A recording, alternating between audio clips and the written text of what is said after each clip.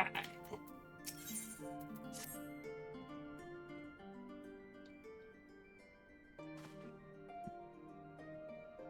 I get pretty hello. I have crowd instruction in hand if you're already set out, and so are we.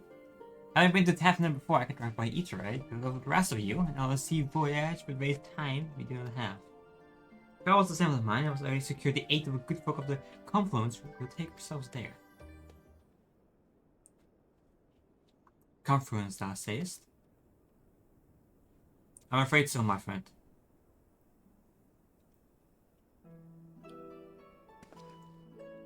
Thou wilt recall the hunt for Iceheart unto those whose sanctuary delivered the unknowing. Thou wilt recall the hunt for Iceheart, unto whose sanctuary we delivered thee, owing to the knowledge of our comrade Moonbreda. Moonbreda was an authority on the Etherology. A field studies he did embark upon the pursuit of her parents' example. Both the authorities in their own right, and both are researched at the conference. Haven't you got to see it yet? I attempted to do so earlier, but to my shame, my courage failed me at the last. As it had, the many times I thought to reach out to them after sending that fateful letter. Neither time nor introspection have revealed unto me the words I should speak. Thus have I kept my silence. Whatever you come with us or no, it's your choice and yours alone. If it's too difficult, we'll manage. Thou art kind to say so, but I have no intention of forsaking our cause. I shall go to the confluence, and I shall face which had long been overdue. If it's settled then, let's be off. Then when we arrive, we should look for research named Kite.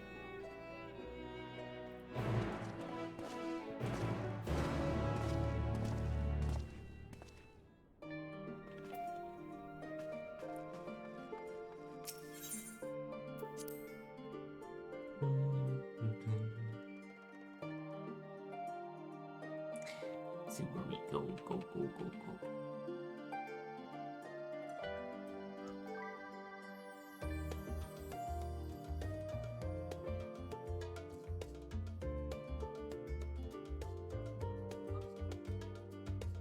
Oh my god.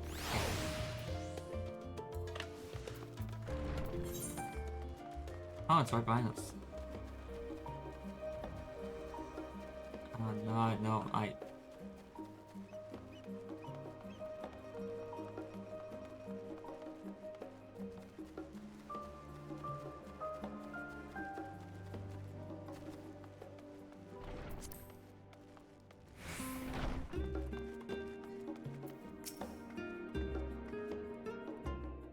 Get that? It was German. Right there. Oh no, this other lot of stern faces. Are my library books overdue again? And to our knowledge, we are associates of the crown of the second of the Dacian. We seek passage to Taverner and understand that you can assist us. Ah, the test subjects. Welcome. Test subjects? Oh, you hadn't heard? Well then, allow me to explain. In order to travel to an Aetheryte, you ordinarily need to be attuned to it beforehand. Otherwise, you can't use it as a beacon to seek out while you're a mess of ether hurtling along the livestream. An inconvenient but incontrollable limitation of Aetheryte teleportation, they bear to tell you that there's a way to travel to an Aetheryte without being attuned to it. A way to teleport instantly to places you've never been. For long years, we were able to make such travel possible, but people might move about more freely. And we find that you've created a new kind of Aetheryte that doesn't require attunement. Truly, that changes everything. While my language may have been a bit misleading, the user need not attune to these Aetherites, but the Aetherites themselves must have been pre-attuned to each other, thereby facilitating travel between the 2 points. But it just so happened that of our first test of a pair of Aetherites, one has been installed here in Charlotte, the other over in Yildomite, the port town in Taverner. As you might know, our nation has long maintained strong ties with Latzanan, and indeed they owe much of this due to the contemplations on their alchemists. But to sum up, where to test these Aetherites, how fortunate for you. I should mention that an accent has impaired my ability to channel Aether. Will this be a problem? Not at all. As a matter of fact, you might say these Aetherites are made for people like you yourself. The magic's imbued, then will risk you away without any effort on your part. Hey Libra, long time no see. Hope you're doing well. For Unforgettable. Dream come true. I thought it'd be for me to worry about such things, but do we have permission to make use of your shiny invention? The only permission required is yours. Assuming you're willing, we're all set. May come as a surprise, we're actually shocked to find test subjects. Most people seem to have an unreasonable fear of their souls gradually disintegrating as they drift helplessly in the arrive soon. Instead, likely unlikely event something goes awry. But it's plain you are most people. Mrs. Crouch really knows how to pick up.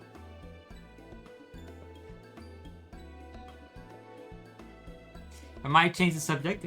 Are Master Wilson and Mistress Bueda not present today? Ah, you didn't hear? They recently resigned their post. Their expertise was needed elsewhere. A large-scale project helmed by the firm itself, as I understand it. I'm not privy to the details. I see. Any other questions? No? Then let's get going before you change your minds. Please see to your preparation and head outside the Eat-Right Plaza. I'll be along shortly.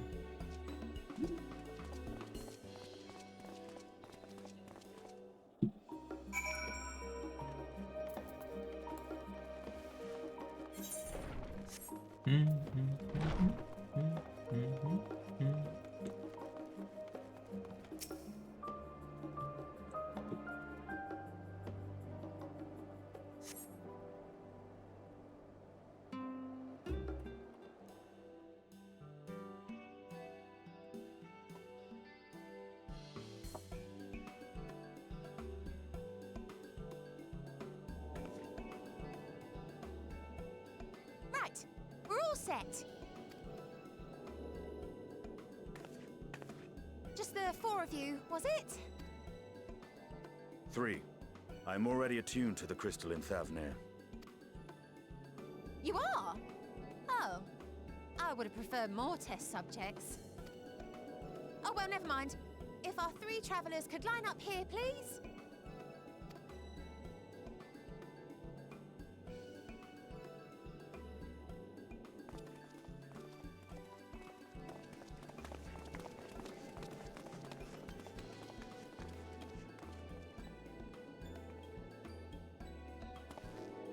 Yes, right there is fine. Take a deep breath, and I'll soon have you soaring through the ether.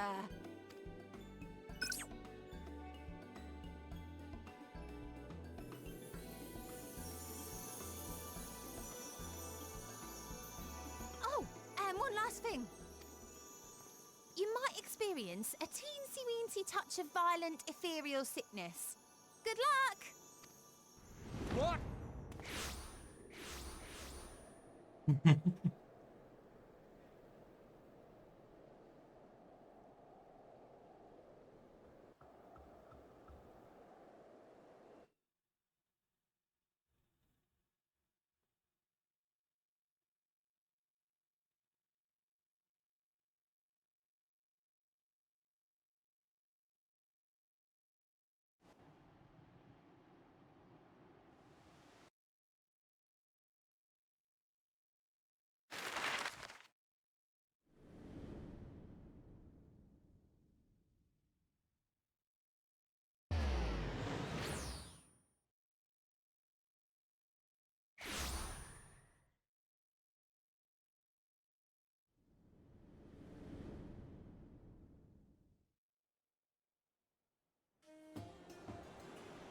Thavnir, home to city-state Rads at Han.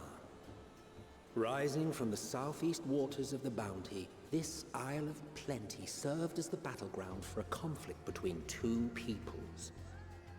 Their cultures bled into one another until a unique amalgamation was distilled from the chaos, in a process not unlike their precious alchemy. Once solidified as a single nation, an adamant stance of neutrality would hold invaders at bay. For a time.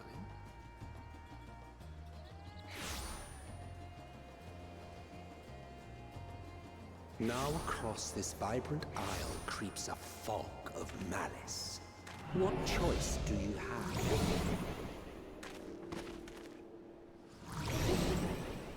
Oh. What chance?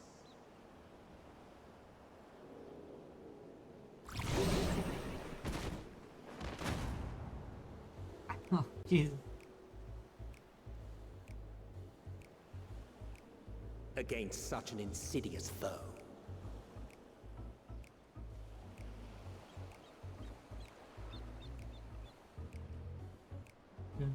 Daphne! Ooh. We're back, baby.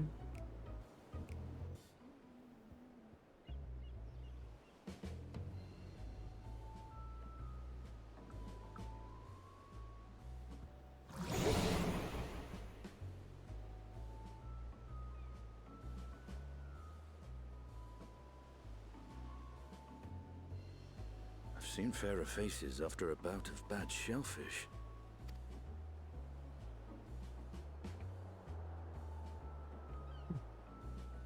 Let me bring you something to drink. That should help settle your bellies. No, I'm doing okay, Lima. Thank you. I know. There was a note with Kryle's instructions.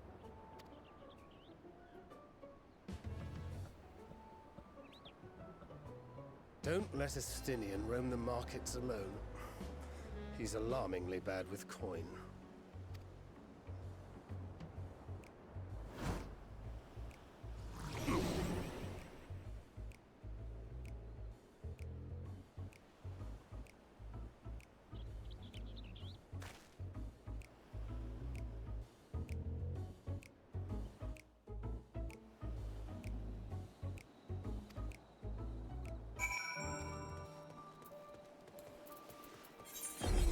Ah!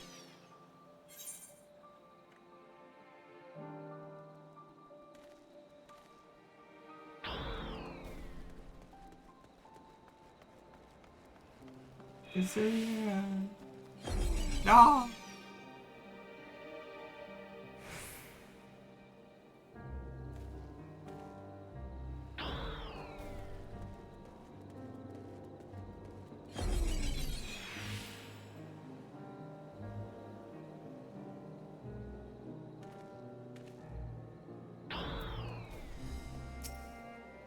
You there? I need drink something in the house with either sickness. By the Messiah, a traveler. Greetings and welcome. Your right is good sir to come with me, my festival. Our hospitality made with only the finest and freshest ingredients is famed for cloning unruly bellies. By way of a warm welcome to Daphne, I pass you over here to the low price of 19,800 gil for not one, not three, but 3 bottles are bargain amongst bargains. The price is higher, or robbery. You want to say as much as it is, but you use any words of warning you can would be accompanied by your last meal. You must stand before Estina and using gestures deny and deal is fair.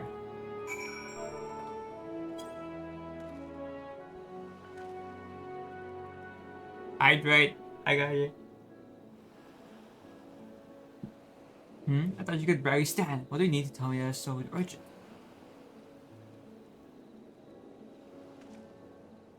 Wait, I shouldn't buy you, Leslie? The merchant is swindling me? Wow. There's apologies, sir, but I appear to have my prices confused. It's actually 1,890 gil for the 3 bottles of Lassie. The confusion would have been quite costly for both of us. Farewell, then. Your call.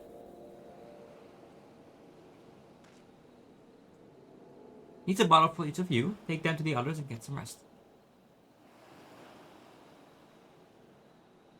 I'll be back after I've explored the town.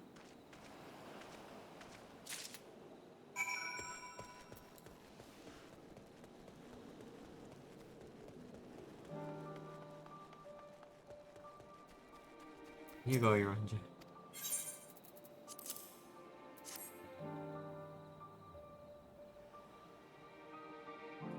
Hey, speed yourself. Must make the loss in its that grip. My heartfelt thanks to Dean Astinian and to find fruits of this land. You are in time? Excellent. These petals tattoos around.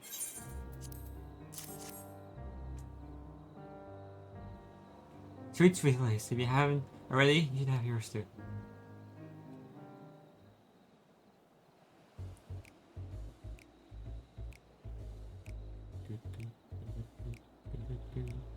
Right, I'm ready to get home with it.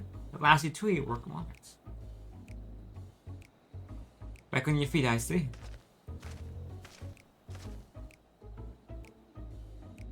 That hair. I've bound it. It's the most I could do against this heat short of shredding my armor.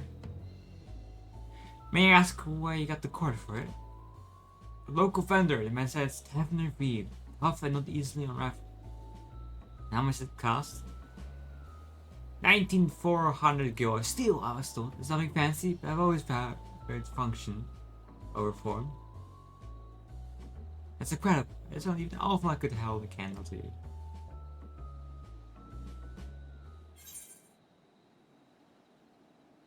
It's not common in merchants that the price is high, but it doesn't seem excessive here.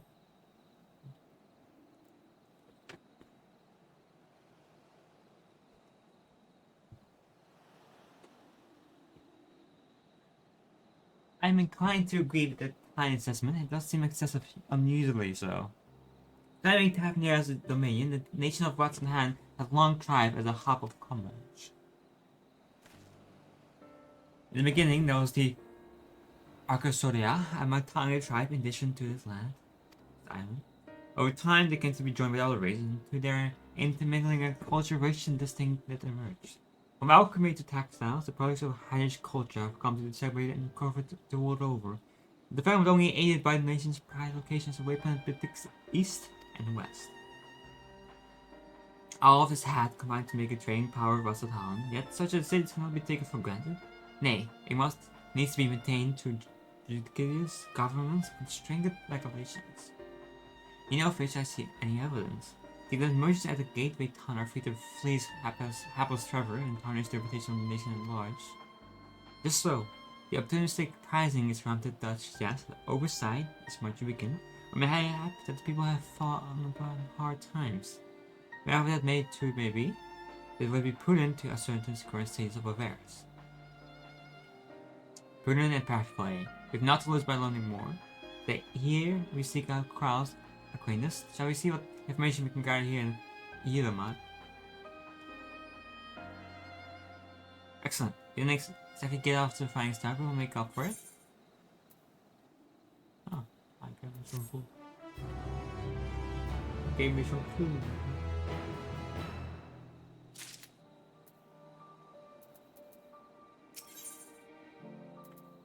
If something behaved. Something. I didn't even read that.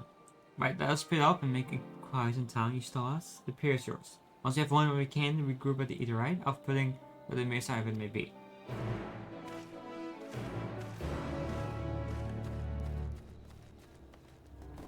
Time to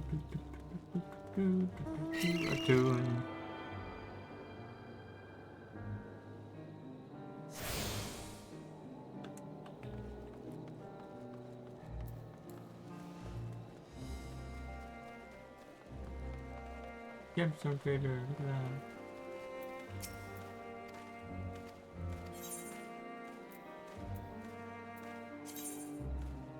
Oh, it's the first time I hear of that. Oh. We'll probably need that later.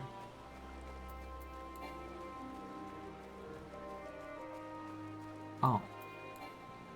I'm inspired. Oh, I messed up.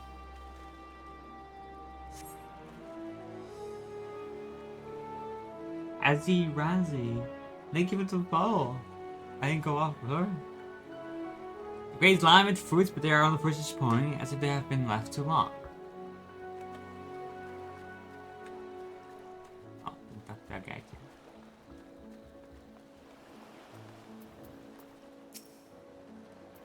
Well, if it is the Trevor, your rest site in these unsettled time. People have been giving us a white bird since that accursed tower was on the Imperial Nagonair. If it just stood there and loomed ominously, perhaps things would have been fine after the crash, but no, it had spun fell fiends as well. We still have our lives thanks to their radiant host, but business as good as that. What will become of us, only the gods know. That is not great.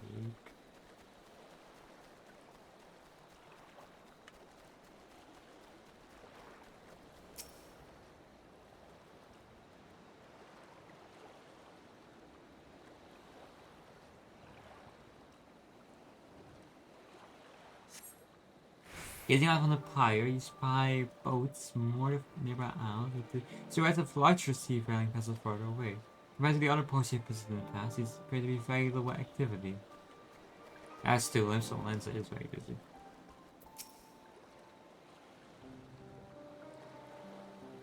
What am I doing? Oh, recording my stills. Still do it day out of habit, though I don't know why I bother. Hardly see anything these days. Business has never been this terrible, but I suppose things could be even worse. I could have consortium to keep afloat, like Gazelle. I don't have my position, but I had to be alone with my little operation. I've come to realize. You're a traveler by the looks of you. If you have a moment, perhaps you could pay Gazelle a visit. He would get of her tidings from above. I guess not. You'll find him at the Southern Sails, the Harbor Guild building across the water from here. I can swim.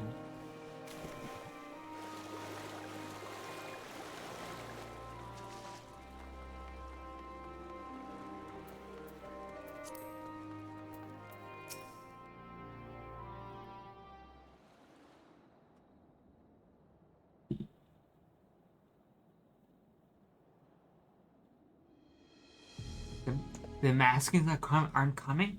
We already have everything they ordered. That we're supposed to do with it. I don't know, but Yang and me is going to help. All knows that their plans have changed, and that's that. Look, you must have known this might happen, for the Empire is at war with itself, and the provinces are in chaos. And there's a tower sitting on our doorstep spitting out monstrosities. The city has its defenses, but we've been afforded no protection out here. We can't blame the foreigners for not wanting to take the risk. Gah, must be an enormous loss. Alright, forget about the Damascus. Sure, some ships are still coming. You have fresh produce, handcrafted medicine, and other Colonel Hanish favorites. Our consortium works closely with merchants and artisans despite only the finest wares. Quality isn't guaranteed. You know how these things go, so I do. Which is why I regret to say I have nothing for you, all of which have been cancelled or indefinitely postponed. Indefinitely. And you are? But you're a foreigner, are you not a merchant? Please tell me you're a merchant. I see, that's a shame. I'm sorry, but we're discussing important matters. If you need something, please talk to me to one of the others. Excuse me? My name is Matsuya. Let me just see Kaza.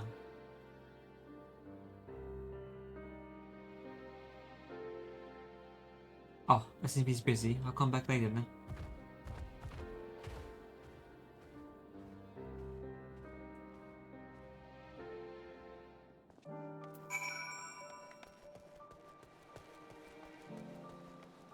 There, he went that way.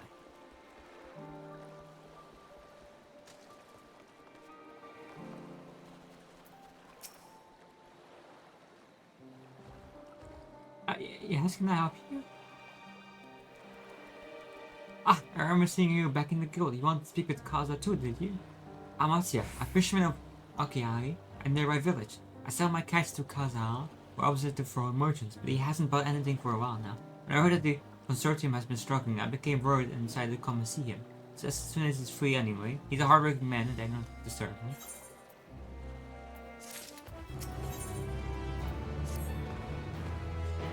If I may ask, what is that you do?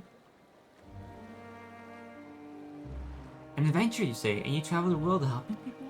Then that must seem you're great at dealing with strangers. Please won't teach me to be like you. See, I've brought some fresh food with me, the portion I couldn't preserve, and I want to sell them. Problem is, I'm terrible with people, and I've only ever dealt with Calzal, and I can't talk to customers while getting my trunk in a twist. So please, as it might sound, will you not pedal the fish in my stand and show me how it's done? If you ring, please let me know and we can begin at once.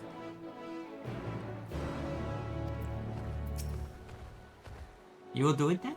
Show me how to deal with customers and you adapt. Right. Please start pedaling my fish to, shall we, the people here and kneel them out? I'll observe you and learn.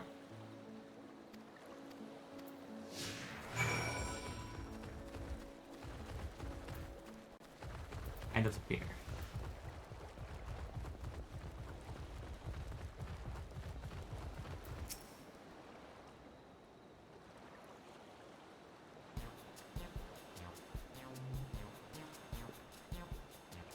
Yes.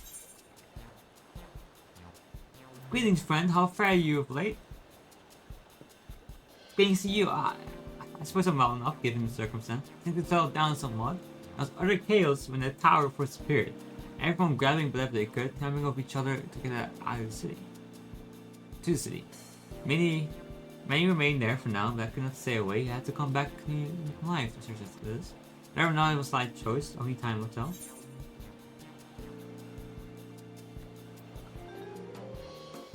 There's no place like home, but don't do anything dangerous, eh? Trust me, I don't. I make sure to keep well clear of the tower, and when more monsters emerge from it, I heed the Radiance host instructions.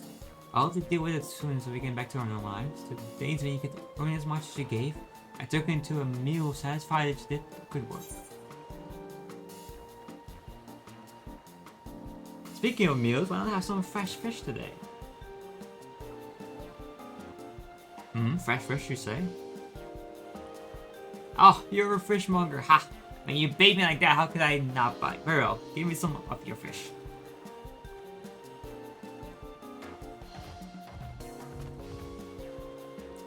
And thank you for your custom. The case of the day is shallow cod, delectable stewed in coconut milk, or baked with a sprinkle of salt.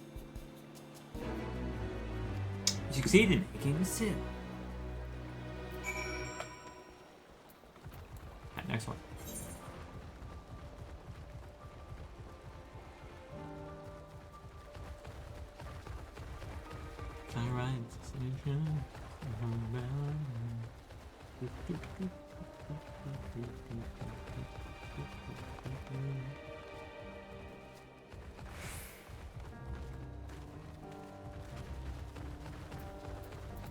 Let's see.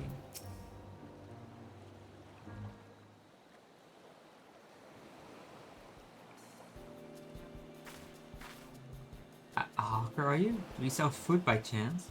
So I want to buy some armor. I'd say a dozen. They need to be export quality. Why do you need so many armor for? Well, for eating, of course. It may seem like a lot, but of late I go to that much in no time at all.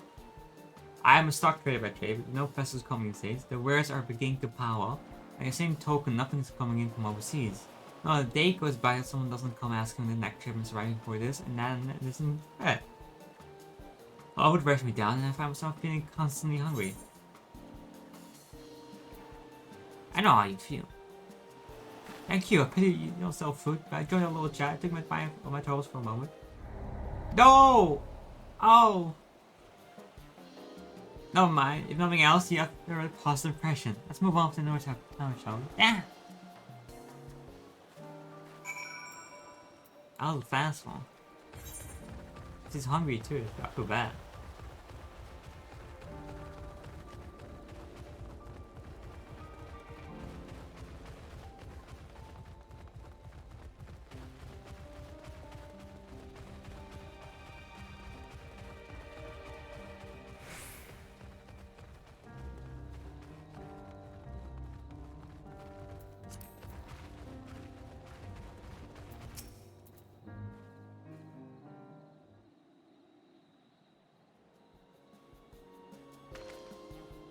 What is it? If you don't mind, I'm already busy. Oh god, it's my stomach. Ugh.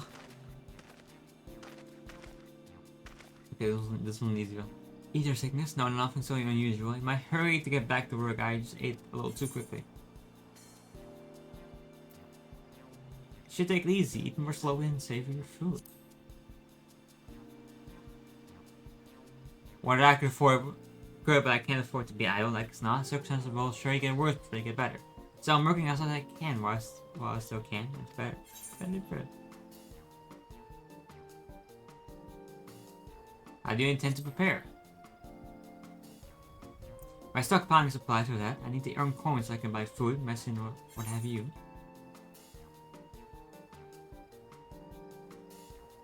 How about some fish for your supplies? They're fresh caught. Ah, well, fish wouldn't be bad, but I don't want to go to the hassle of storing them myself. I buy stuff that's ready to store. So I'm afraid I'll have to pass on your fish now. Excuse me, I must be getting back to work. Ah, I'm so... What the heck? Well, it's too bad we couldn't make it so. We did manage to build something of a relationship. Thank you so much for your demonstration. It was a truly eye-opening experience. Don't let us during the beer. I did much better the first time around.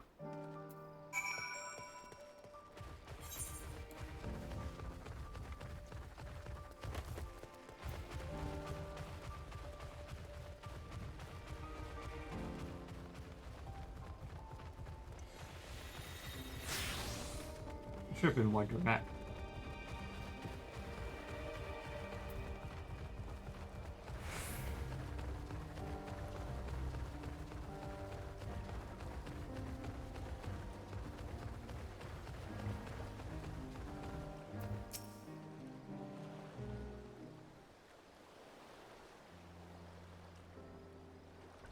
Thank you so much for showing me how to talk to customers. You managed to sell one of the 3 people you pushed. It was difficult, but when you put your mind to it, you succeeded. But you did fail too, but there are lessons to be learned both success and failure. By applying yours, I'll endeavor to become a better peddler.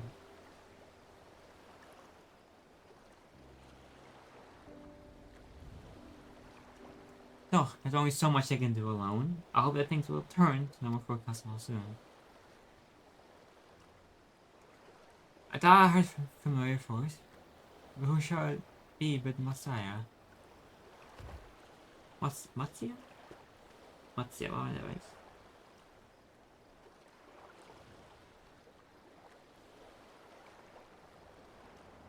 Kaza, have you finished your business at the guild? So you were there too. Forgive me that as I try as I might, I can't find any buyers.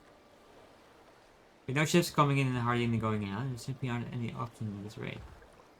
So you can't buy my fish anymore?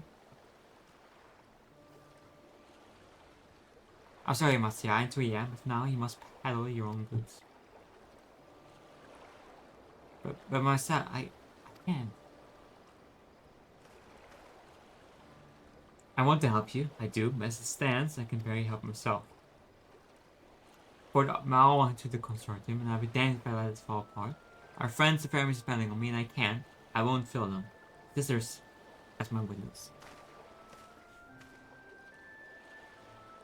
Kaza.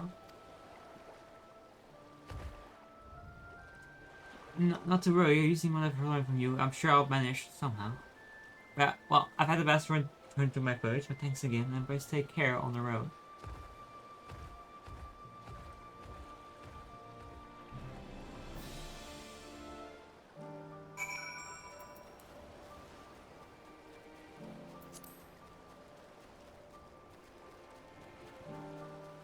The Eater ride is pretty here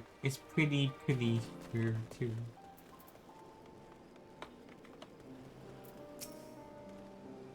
I see you've been busy. Managed to learn a bit or two right first? Oh my god. I see. We also heard that the tower is affecting many locals' livelihoods, but to think that would be such an extent. Not unnotable, if not wholly unexpected, discoveries, disappearances, and kidnappings are disturbingly commonplace. As before, these culprits are almost certainly temperate imperial soldiers. As before, they may use the fate of their hapless trials to come forth of their primal. Business as usual for the terror.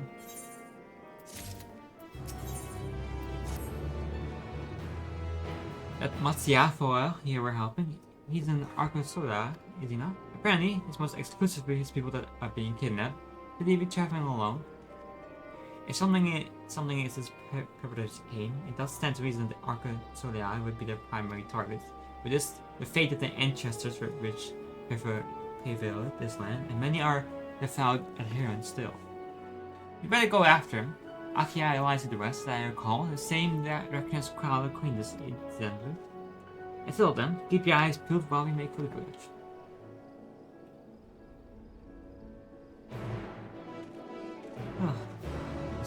Here it is.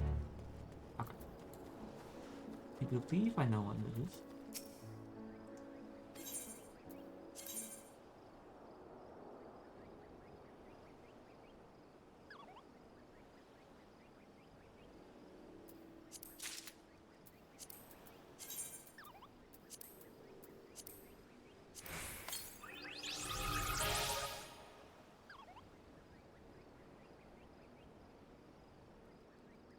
It's a crazy error.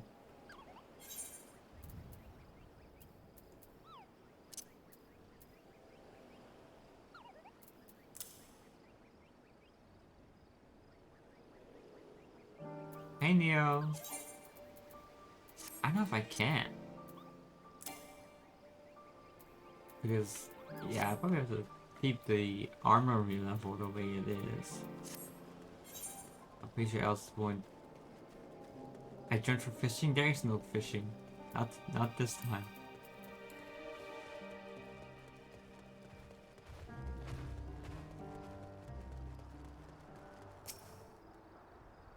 Scam. There's no scam because I never promised that I would be fishing. Unity must be nearby, but the elevated ground up ahead may be provided by the vantage point. Car.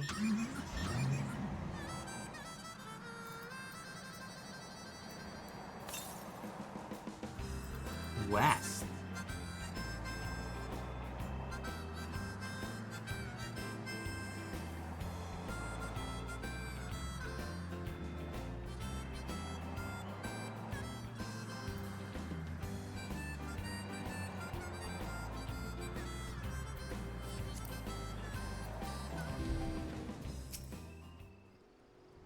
West. That way. I think. You know, see Mattia.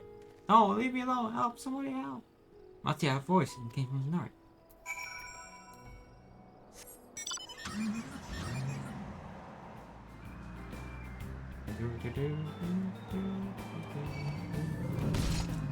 Whoa!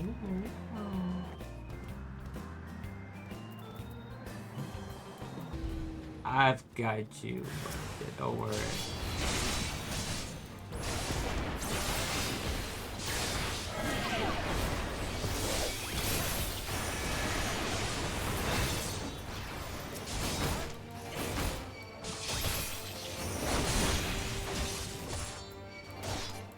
It's not my ass.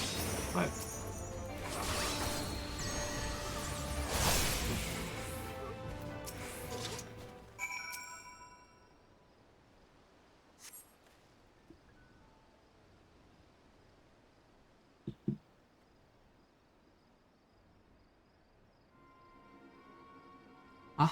where did they go? Why are you here?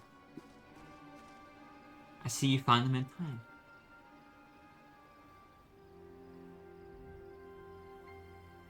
You and your friends came to look for me? I don't know how to thank you. On my way home, I took a moment to stop and rest, think about what to do about, well, everything. And then those men came. Kidnappers. We heard that the Arcosola were being targeted, so you have as well. Perhaps best if you took refuge in the city. We were concerned that, me and the others, but fishing is all we know, the ocean is all we have. I see. That's your decision to make. We should take care not to travel alone. A question, if I may. Is our understanding that strange fiends have emerged from the tower? What canst thou tell us of these beings? Not much, I'm afraid. I have no idea what they are. I've heard that some of them bear an unsettling resemblance to our divinities.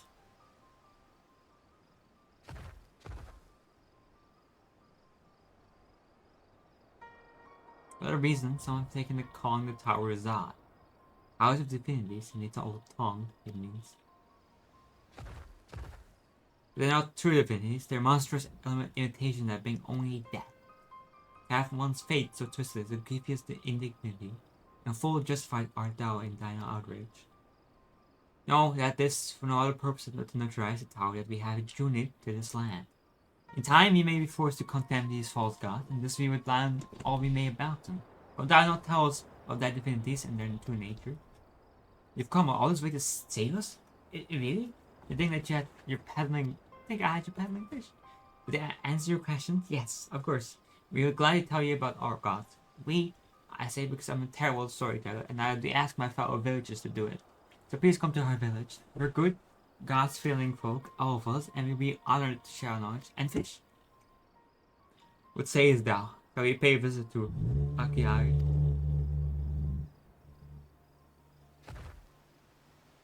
Wonderful. Just follow the road, west and down the hill. You can't miss it.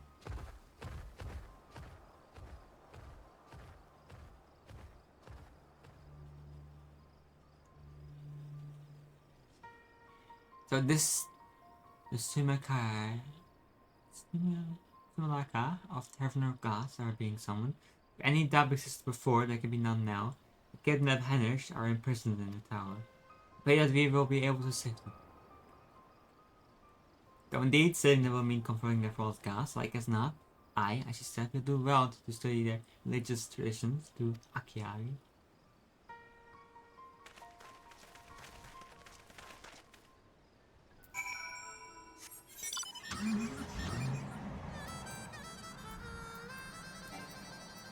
Oh, come on. Southwest.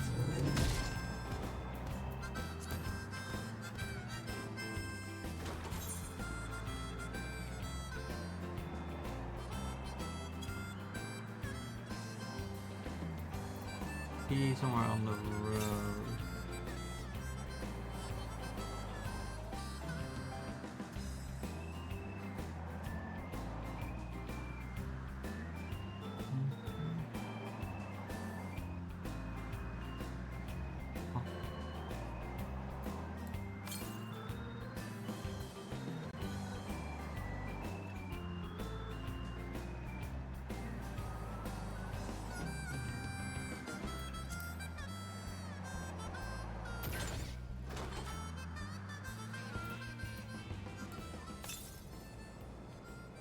And now we have to go east.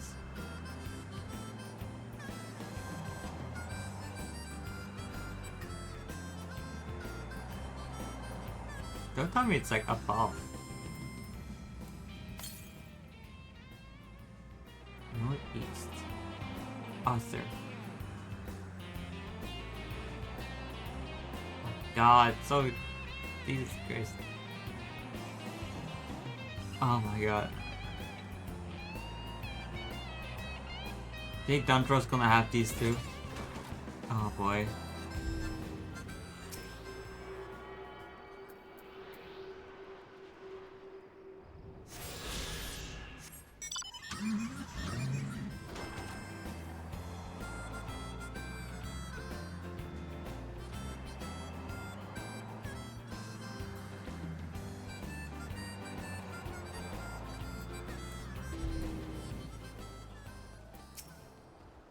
Welcome to Akiari, my friend. The name means white beach.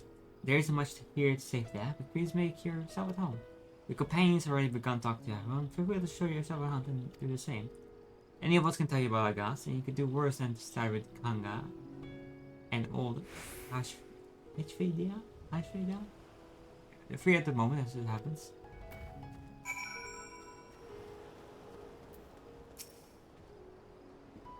Here's know about our gods. What a curious visitor you are. Most from fish, in any case, I'm happy to oblige. Now, I don't know how it went you hunt, but our owl is home to many gods. They can be divided into two groups.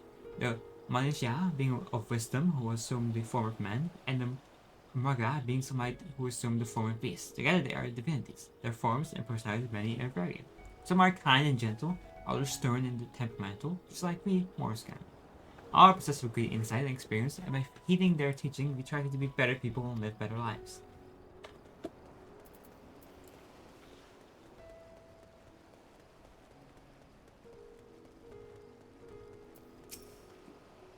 Interesting in learning about our gods today. A little active here. Prick up your ears then and listen.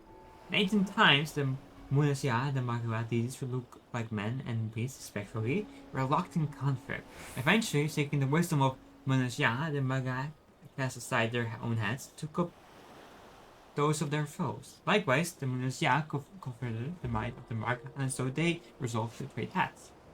Thus were born new gasps of both man, might, and wisdom, and they ushered in an age of harmony between the two factions. From then on, as a sign of their esteem for one another, the Manasya have borne animal faces, and the Maga their limbs of men.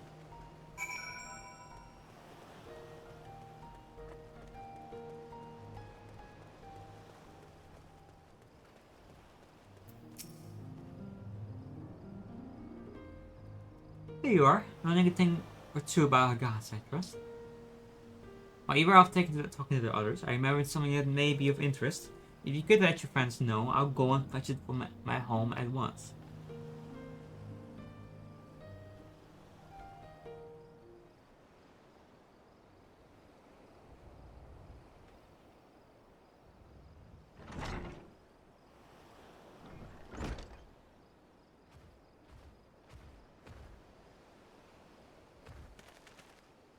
Apologies for the raid. I wish to show you this hanging skull which depicts 3 of our most revered deities.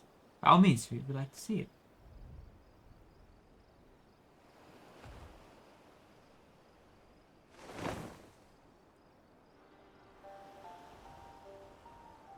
They are Munisha. You're about them already, yes? 3 sisters. Then the one is the eldest. Then Dura, goddess of wisdom, for this alchemists hold her in the height. To her right is the middle sister. Sister Sandurapa, as a goddess of wealth, she caused many traders amongst her fellows. And on the left is Bundarapa, the youngest sibling, the presides over the crafts, and so is loved by Reaper. Although each is worshipped for different reasons, the sisters are usually portrayed together in these works, which people keep in their homes for good fortune.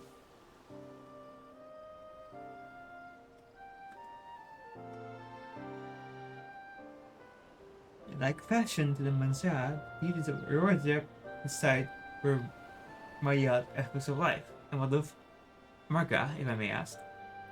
Marga held power over nature in ages past. They were revered as guardian deities in times of conflict. If you have occasion to visit their temples and ruins, you find their images there. Among them is a god who possesses a Gaia hand. He's venerated as the progenitor of the Arco. And then there are dragons. They occupy a special place in our history. You worship dragons too. That an ancestor of the satrap, that's where the roots behind Salon, forged a covenant with the dragon divinity in ancient times. This divinity has since acted as a guardian deity of the satrap. Legend holds that if ever the satrap is in need, this dragon ally will fly to its aid. Dragon ally. You claim to be a terrible storyteller, but nothing could be further from the truth. The passion you bear for your fate is plain to hear. I'm confident that the information given us will serve us well in our efforts to do with the tower. That's very kind of you to say. Thank you. I will pray for your success. Right, I believe it's time we sought out Krau's acquaintance, an alchemist by the name of Nithana. According to Krau's notes, you would find her at a place called the Great Wharf, further north along the coast.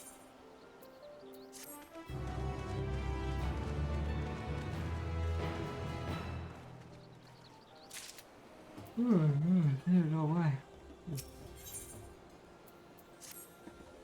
Did you say you're going to see Nahana? Oh, I envy you. She's brilliant and beautiful, kind and understanding, and I did say she's beautiful.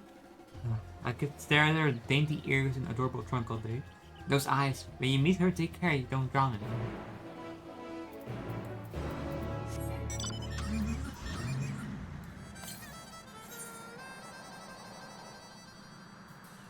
No.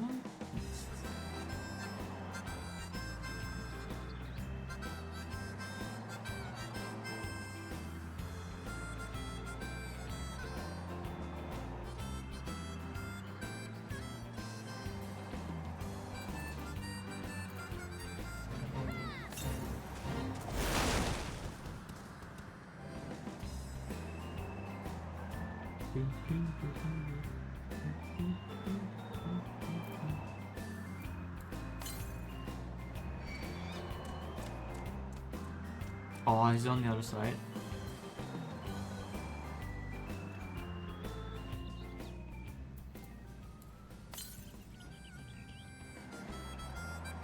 It is. Okay.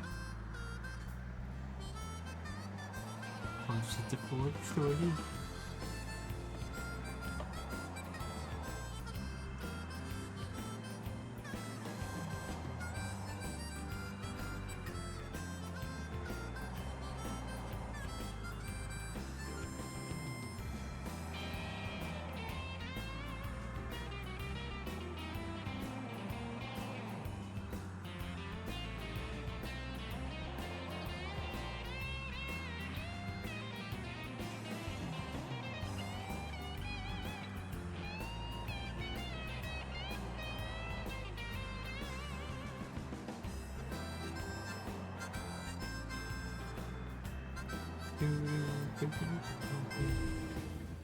Oh no, that's not very great.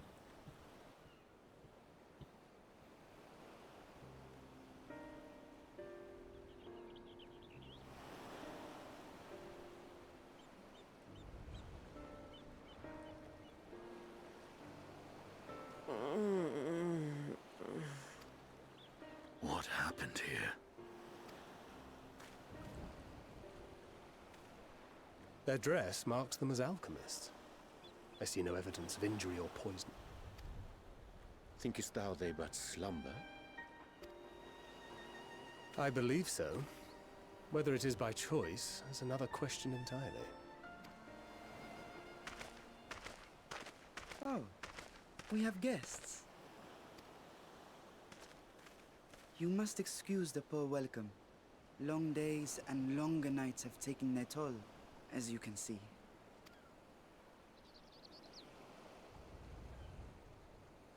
Oh.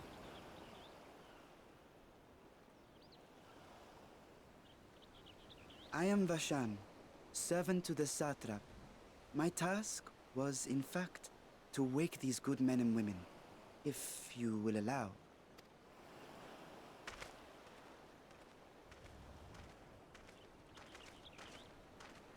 People of the great work, I come bearing new scales.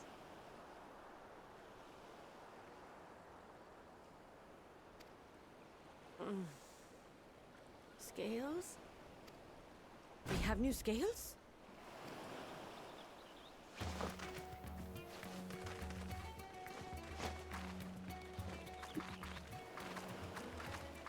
Yes, my friends. Gather round. I have them right here. Hello, Oh, happy day. Now I can continue my experiment. Many thanks. One for me. Those are dragon scales. Yes, such materials are vital to their most pressing research. And we are fortunate to have them. Our experiments are so close to bearing fruit.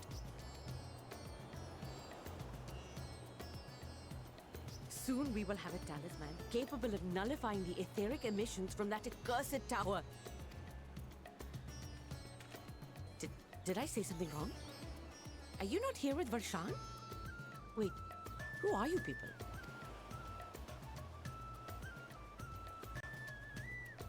Of course! You're the one Kryl sent. The warrior of light we've been waiting for. Oh, this is a day of celebration. Praise be to Cinderova!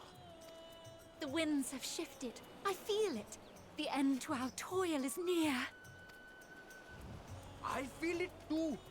My head hasn't been this clear in days. Tell me, how did you acquire those scales? Curious that it concerns you so. But worry not. They were freely given by the dragon with whom our satrap has forged a lawful pact.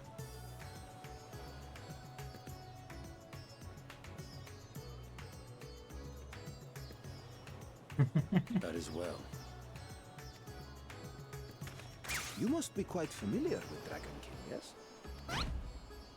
Is this their congealed blood I see on your weapon? Speaking of dragon blood, you yourself have been infused with it, have you not? I should like to draw a file or two, if so. Now, see here. Come along, come along. I must insist that you visit our laboratory. Get him! Get his ass. Oh, so help me.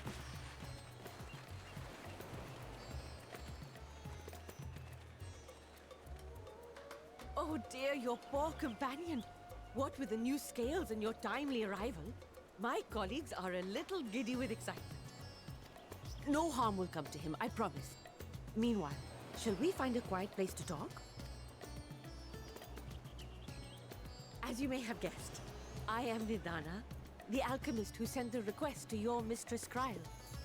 We have workshops across the nation collaborating on this research project. But it is here, at the Great Work, where I collate our results. Come with me, all of you, and I can explain the crux of the situation.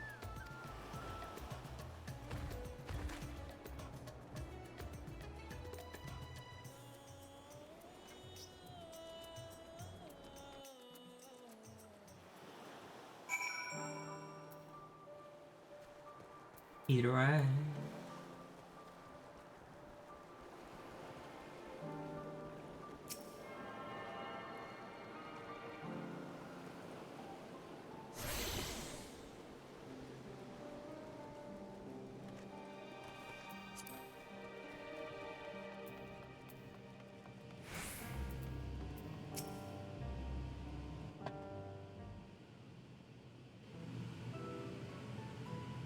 Allow me to thank you for answering our call. Many towers have appeared around the world, and we are grateful that you will assist us with ours.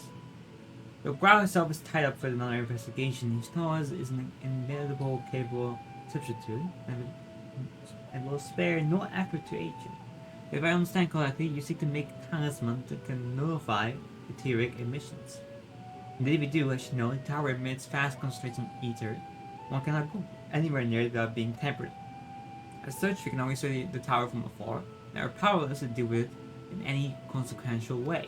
In order to strike back, let's try to bait us alchemists create an enchanted talisman that will allow our soldiers to venture into the tower, even should they lack innate protection.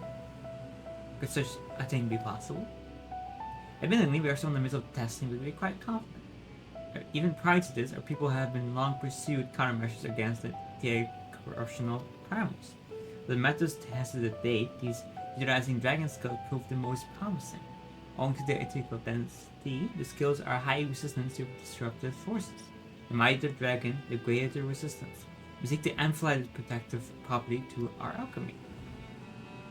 Thanks to the skills provided by His Excellency, we have been able to study progress with the talisman. Soon we will be ready to conduct a field test, and here's where you and your testing applied come in. What exactly is it you need me to do?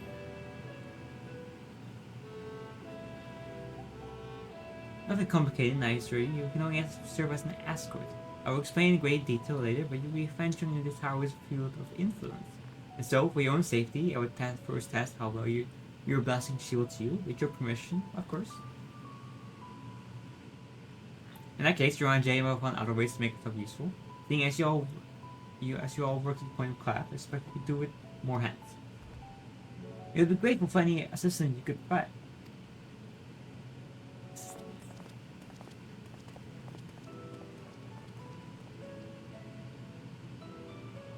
If you're ready, then let's put your blessing to the proof.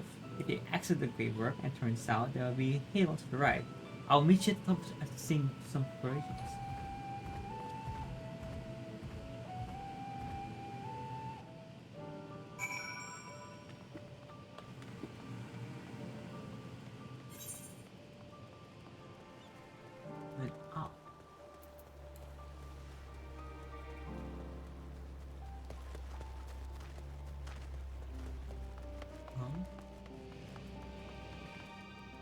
Oh no.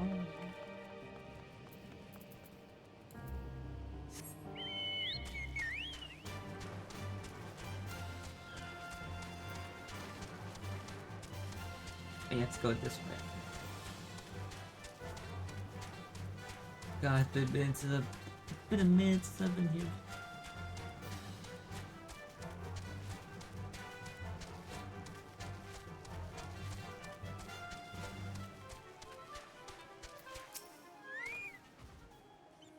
I hope you didn't have any trouble finding the place or climbing the hill, not all accustomed to the physical strain. I'll give you the fruit of our threat. Here's Himenia, sleepless night, the drunken Deepa. The Deepa is a lantern presented to the gods as an offering. Taking inspiration from the tradition, we create this device to test the talisman efficacy. Upon activation, it will move to a certain distance before emitting a powerful blast of ether. In lieu of corruption, those lacking sufficient protection will experience severe ether signals. For each test, you will succeed. You will exposed 4 times. It should be enough to ascertain your blessing protective capability. Please begin whenever you're ready. I should be serving from the same distance. Commencing each raw exposure testing, repeat commencing each raw exposure testing, repeat to the same distance if you're not subject.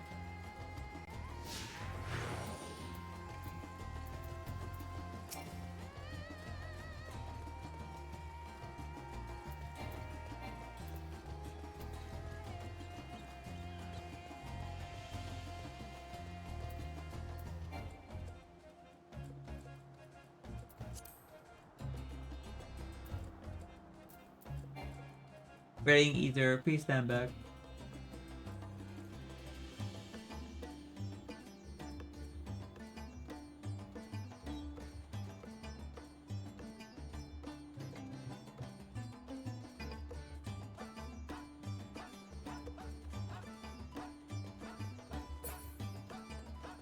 Oh, okay.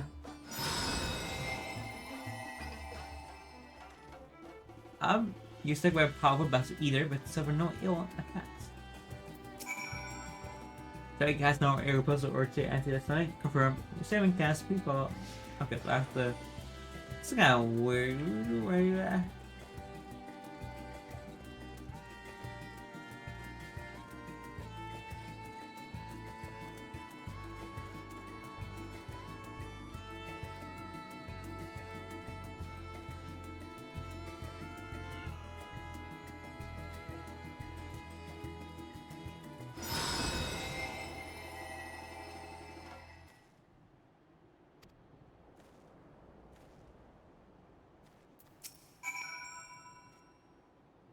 Protect stomach and bowel integrity. Holding confirmed. Assuming test. Please follow.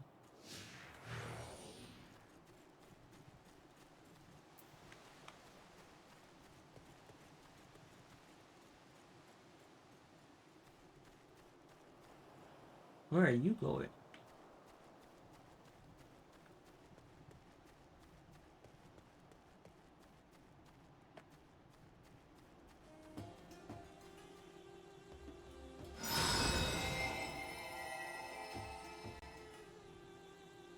You're stuck by yet another powerful blast of ether, but suffer no ill effects. Blasting of light seems to be giving you more. Subject, 42 rated, impressive. No irregularities confirmed, resuming the test. Please follow and brace with final discharge.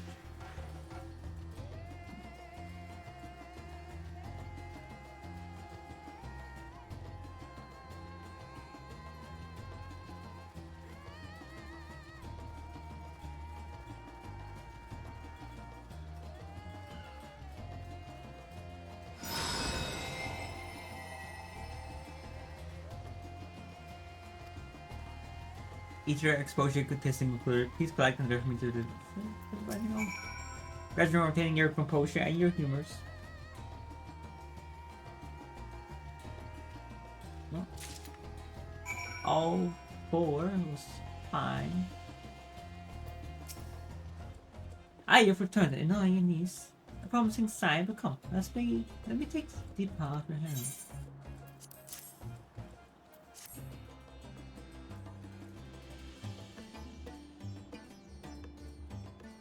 You. I should replenish it either from when we tested talisman. No, so no dizziness or nausea or anything of the sort. You feeling perfectly fine? And the strength of your blessing is beyond doubt. There's no risk that the tower will corrupt you either. With this, we can request your aid for the task I have with easy hearts.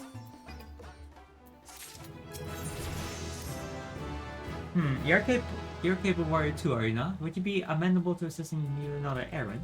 You see, our talisman requires the use of a special ink, but it exhausts our storage of the key ingredient for its spirit weed. The herb grows not far from here, and I would like to go and harvest some with the recent spread of kidnappers. However, we are Kusodara travel alone at our peril. Would not come with me as an escort? I would compensate you for your troubles at first. I mean your death. Further ado though, I was head to the Kajafu step. It is situated on the road which runs east of the Great River.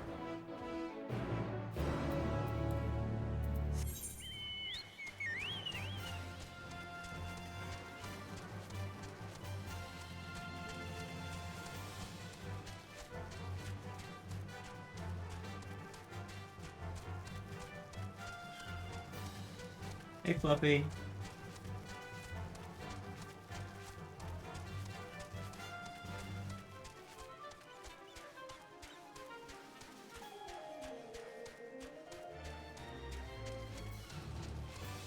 How are you?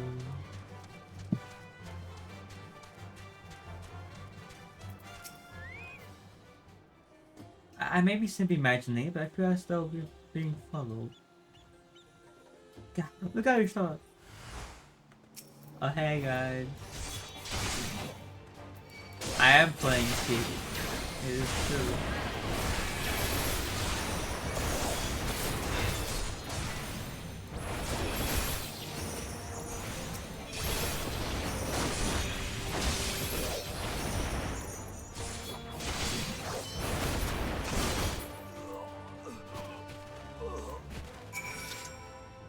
Gods! That gave me a fright, thinking at the moment I ventured outside the safety of the world. Thank the sisters I asked you to come with me. You're right, I hope. Good, good. Let's continue on then. It's been 4 now. You just to those pills not correct.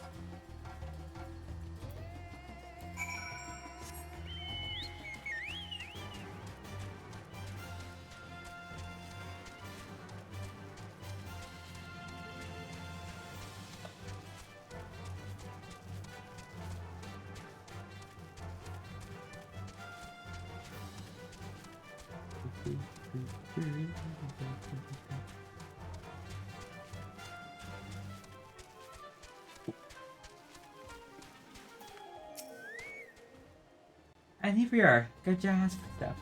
Gaja was a great dancer, and those who follow on her, well, you know, they come to this place to train and dedicate their dance to the Enchantress.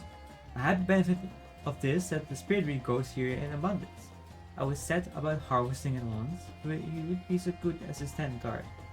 The kidnappers aren't likely to return, but better safe than sorry.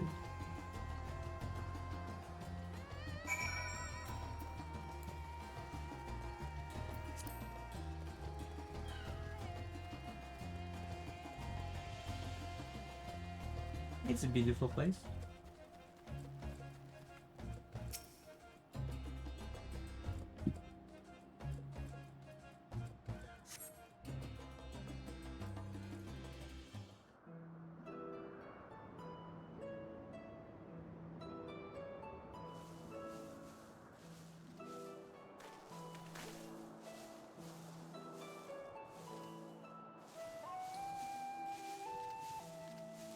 Yes, that would be Radzad Khan.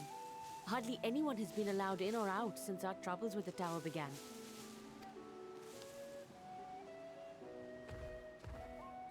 The faithful citizens huddle inside the city walls, and commerce has all but ground to a standstill. I pity the satrap, the trials he must be facing.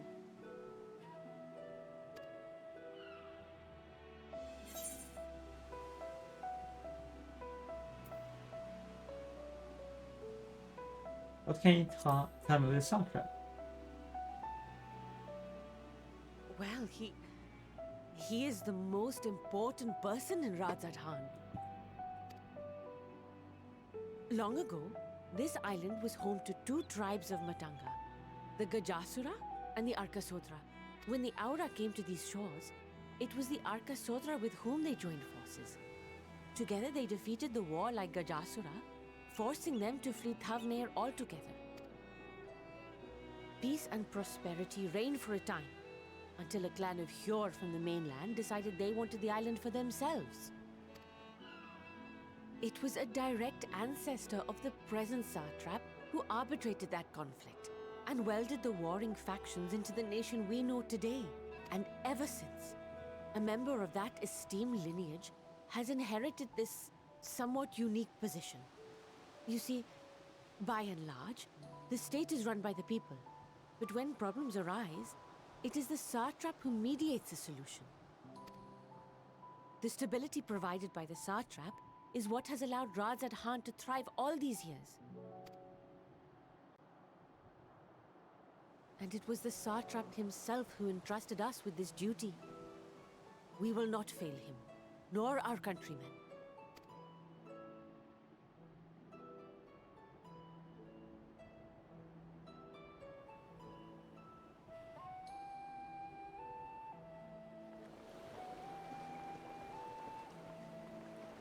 What is the delay with the vessel? I told you I need to adjust those ratios.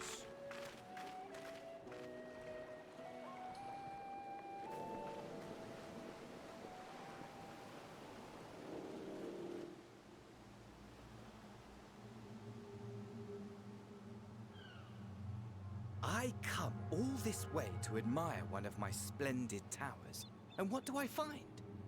Fools attempting to ward off its tempering influence with magic trinkets.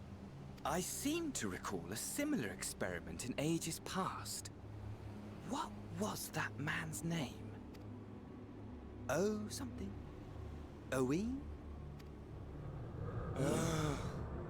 Another body, another time. Who could be expected to remember every trivial detail? Allowing them to construct such handy talismans would be counterproductive to my plans. And yet, I find myself deathly curious. How will they manage this feat with the limited knowledge and resources at their disposal? Complications be damned, for we cannot escape the nature of our souls. And I, as ever, am my own worst enemy. Yep. That's true, he still has a very stoppable face.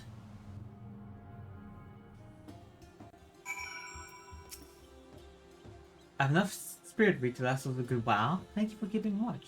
Let's head back to the grave work, shall we?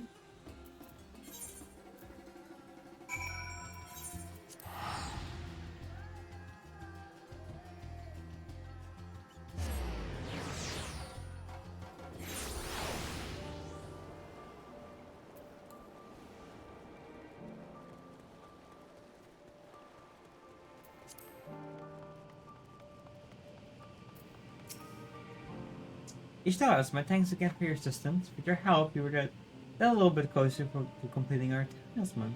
It isn't much, but please accept it as a token of my gratitude.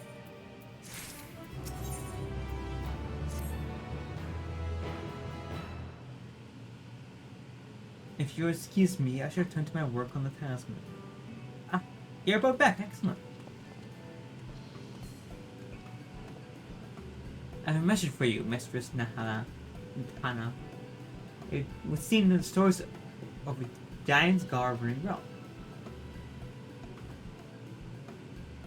What? But when I last looked, there was still plenty. I suspect it was before Johann told everyone about their temperament cure. An Estinian shared his knowledge of dragons. The priests have since been inspired to fashion a number of new talisman prototypes. I see. Well, these are new possibilities, and far be it from me to complain, but we'll need to replenish our stores. I should be happy to attend to this, if you like. As much as I appreciate the offer, my dear boy, I can't in good conscience send you out there along with while kidnappers are at large. Ishtalas, though I am to press another task on you so soon, might I ask you to fetch the giant skull? In case you're not familiar, the giant skull is a type of ore found on the island, owing to its hardness and material conductivity. It has application in many disciplines, alchemy not least of all.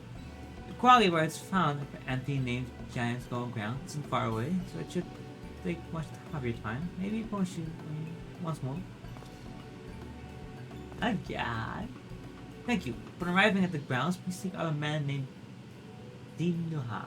He will furnish you with the ore. At the very least, permit me to accompany you. If so happens, I have an errand of my own that will take me to the upper spot. Maybe borrow a pair of Hamza, Mistress Naha.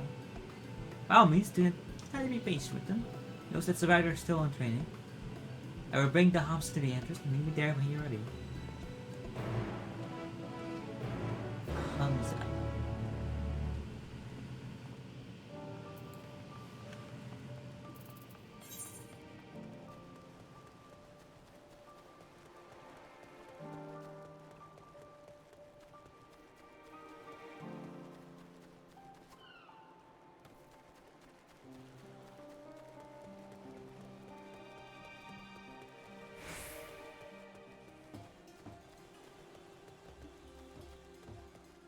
I see.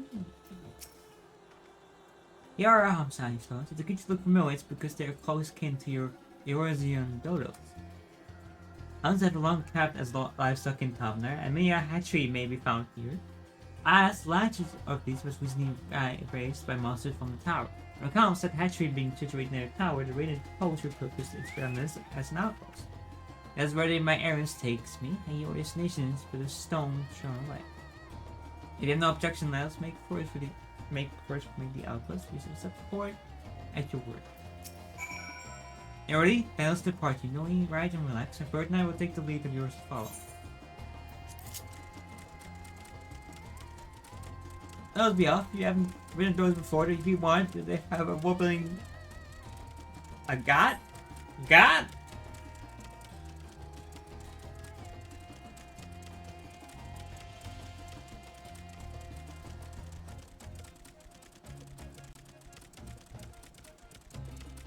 Specular formation stretching out from the water is called kata. A word means sword.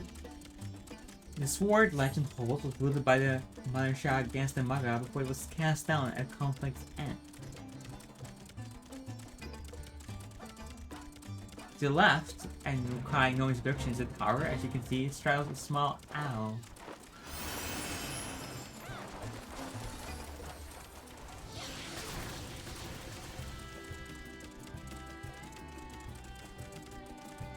Almost there, though. The main part of the hatchery is at the top of the cliff. The outpost itself is on the beach.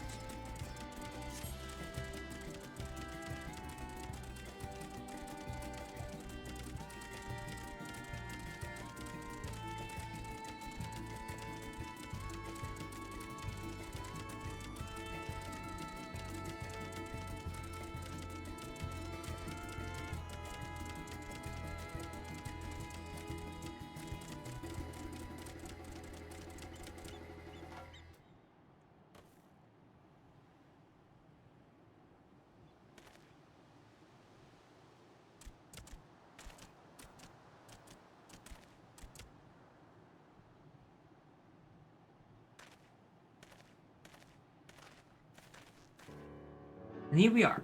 Manned by the Radiant host, the outposts are first line of defense against the tower.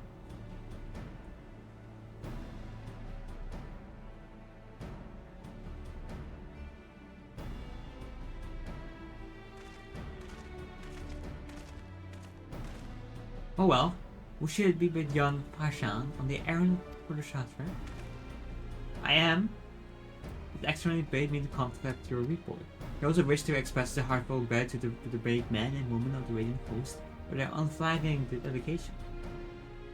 Simply do our duty, but we are honored to receive his excellency regard. And yet, for his boundless benevolence, his treatment for one so young could be regarded as callous.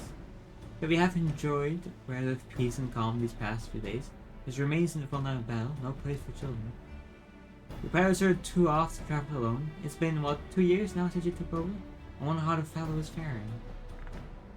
Like those before him, he will represent the satrap in foreign lands. Wherever he may be now, I'm certain he is well. As for myself, I assure that all I do of my own volition, and gladly I pray to you do not think of ill of his excellency. Certainly not, lad. Whatever happens, my faith in satrap is unwavering, but I still worry for you. You should be overcome with sadness if something right to befall you, for you are as little brother to us all. Take care. Do you hear? I will, Napine. Thank you. And who might this be? Not harnessed by the look of it? Permit me to introduce a Schlau's boy toy of the Eurasian contingent, come to assist in the making of the talisman. From where are there, you say? That was appeared over there too, yes? Tell me what is the situation like. May I suggest that you exchange information with their soldiers? Both parties would stand to learn something of value, I believe. Next in the ID. Given the unprecedented nature of the threat, some of ours are understandably actions. We should be glad for any talents you can share. You two, bring Fresh on the latest report and answer any question he may have.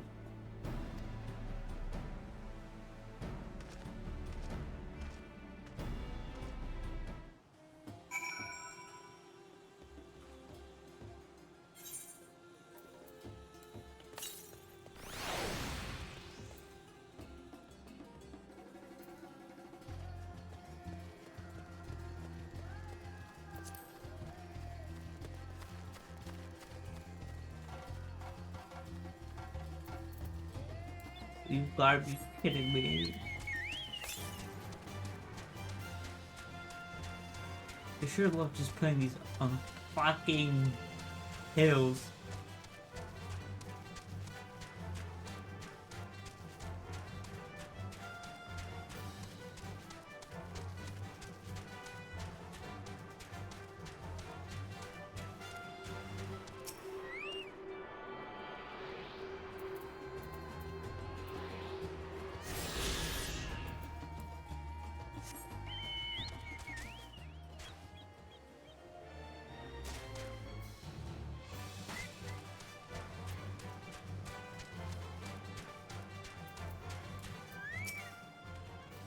Ah, I've heard about you. The Princess of Romeo is here. Then you can tell us about the temple, right? We know that they're the ones behind the tower, but that's the carried war on the carry on the war on the whole world. But why are you doing this? What's it that they want? This we don't understand. Oh, what? They want to die and take everyone with them? What madness is this? Well, you can't bet that we won't let those bastards have it our way. We'll fight with them with everything we have, like our Russian and Far Eastern brothers.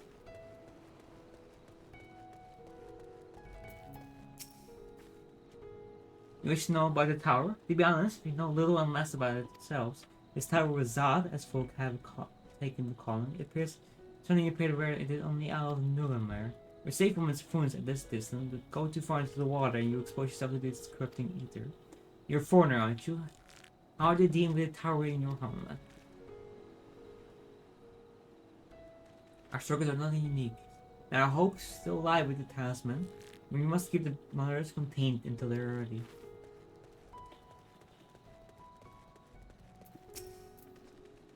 It occurs to me that I have yet properly introduced our company.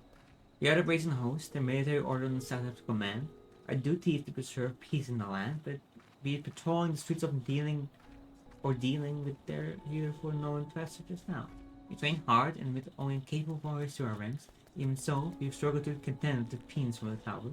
Though we succeeded in striking them down on the 2 occasions they came in force, we have to pay a heavy price. Well, the tower is nowhere yet. They likewise spawn monsters. So it seems just much the same everywhere. With every nation struggling, we cannot expect calls for outside aid to be answered.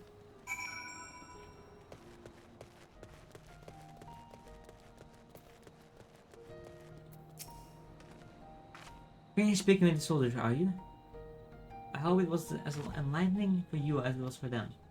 As a neutral nation and trading hub built, Hand ordinarily receives a steady stream of news from abroad. Alas, the stream dried up when trading vessels stopped coming. Amidst the dearth of information, everyone will have been grateful for your account. But come, you had best see your original errand. This mine will keep me here a while longer, however. I'm afraid I cannot guide you the rest of the way. Really not, the path is straightforward. You need but follow the road east upon the Hamsa, you will fully know it. Brief though it was, I enjoyed our time together. So we meet again.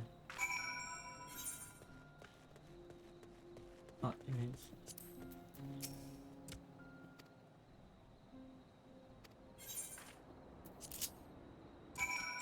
Oh, this one does not take me.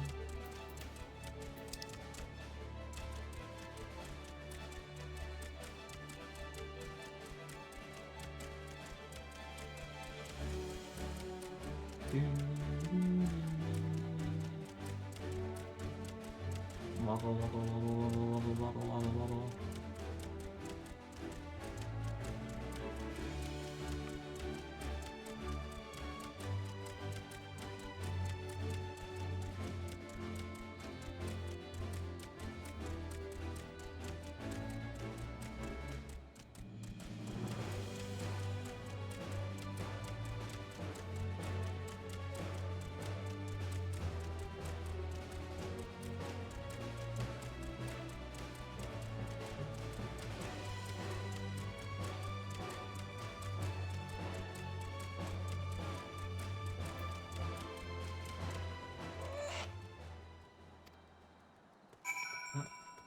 That's you. Hi, is indeed the giant's gall ground, and I'm Gina. Is there something you require? Zenuha. Giants go for the alchemist, you say, but of course they shall have it. They labor tirelessly to do with the Howard, and this lays the least that we can do to provide them with the materials they need.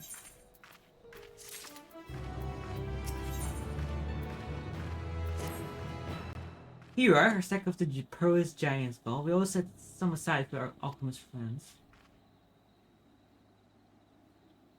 When you deliver that the good folk of the great work know that we are grateful of their efforts. If they need more, they need but ask. Oh, we're good to go back. Yeah, no, we're not. I know. Yeah, I remember you. I remember you.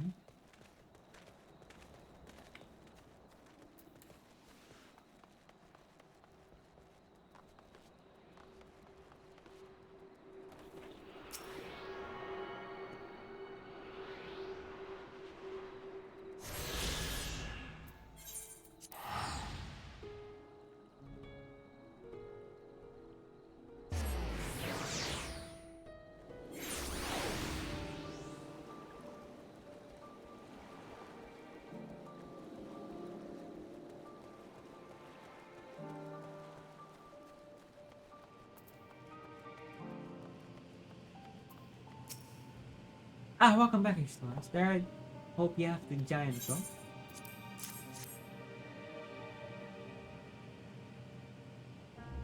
My such fine specimen. Thank you so much for bringing these. We now have everything we need to make our next prototype, one that should be capable of passing our most rigorous tests. When it's ready, it'll be time for the true test, so please take your ease while you can.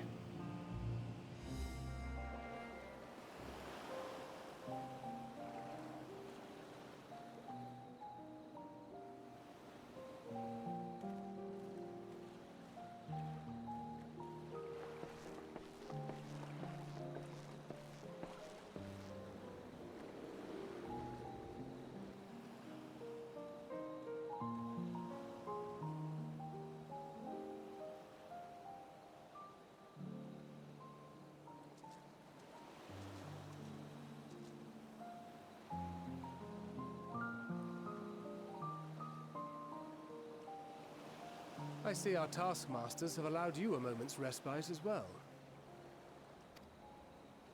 Ain't that great? Oh, it's true. You have to hand it to these alchemists. They are determined to see this endeavor of theirs succeed. I've never been one for blind optimism, but I sincerely get the sense they're close to a breakthrough. They had better be, or all this effort was for naught. The peoples of Eorzea, of the Far East, of Thavner, children of this star united in common cause against a dire threat. Yet ere they succumbed to suicidal madness, were not the Telophoroi born of her body as were we? They who cling to life and the promise of the morrow's dawn, against they who desire death and an ending of their own orchestration. The victors of this war alone will hold the right to answer the question of existence, of its meaning, and its worth. Poetic and ominous to a fault. That said, if it's an existential debate in nature, then our arguments might not be as persuasive as you'd think.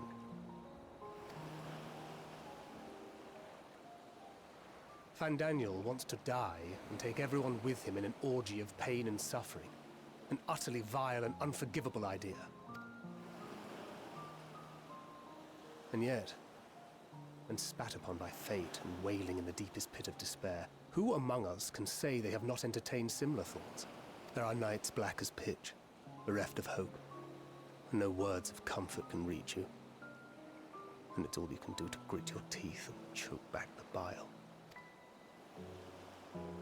The more you see and suffer life's injustices, the more difficult they become to bear. Vengeance is nurtured in similar soil. Though your anger has a broader focus, the sentiment is much the same. A fervent desire to destroy others, to see them drown in torment, as you have. That about sums it up. The will to endure is not always as strong as the urge to burn it all down and salt the earth. Survival be damned. It's a struggle, often close and brutal. Indeed. Well, I, for one, shall pray survival proveth more appealing in the end. As will I. Besides, our chances are much improved when we've the company of others committed to the cause of life. Our vengeful dragoon here is proof of that.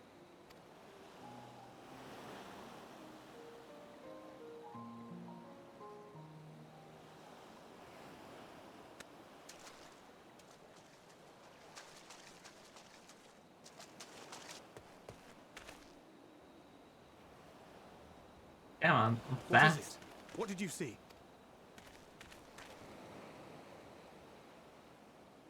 Fandaniel, are you sure? If he knows we've been working on a countermeasure. It holds. The vessel holds! This is the one! At long last!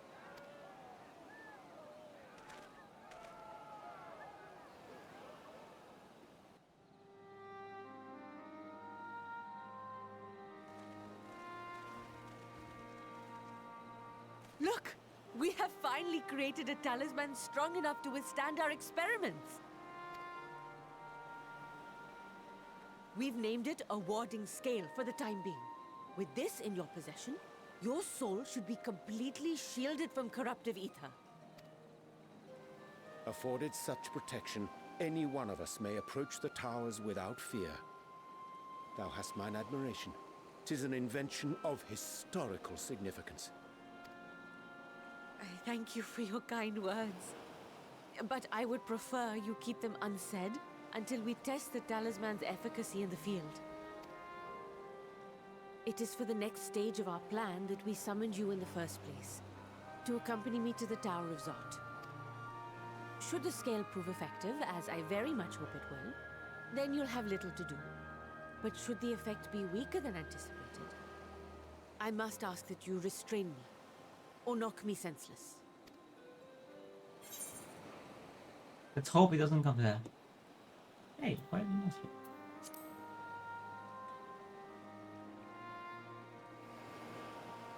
Either way, we are fortunate to have you with us. Nidana, are you certain you wish to do this?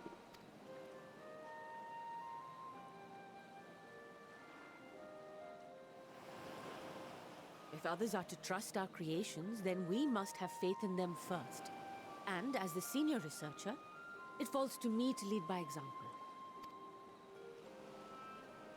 But should I fail to return, then learn what you can from this attempt and apply it to the next. Our work must continue. Is that clear? Hell yeah. We'll keep an eye on the place while you're away. Assuming Fandaniel is lurking about, there's no telling what mischief he has in mind for us, or you. Be on your guard.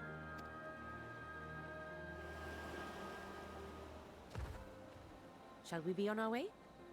I'll have one of the soldiers at the hatchery prepare us a boat, and we can set out from the northern shore. I'll see you there.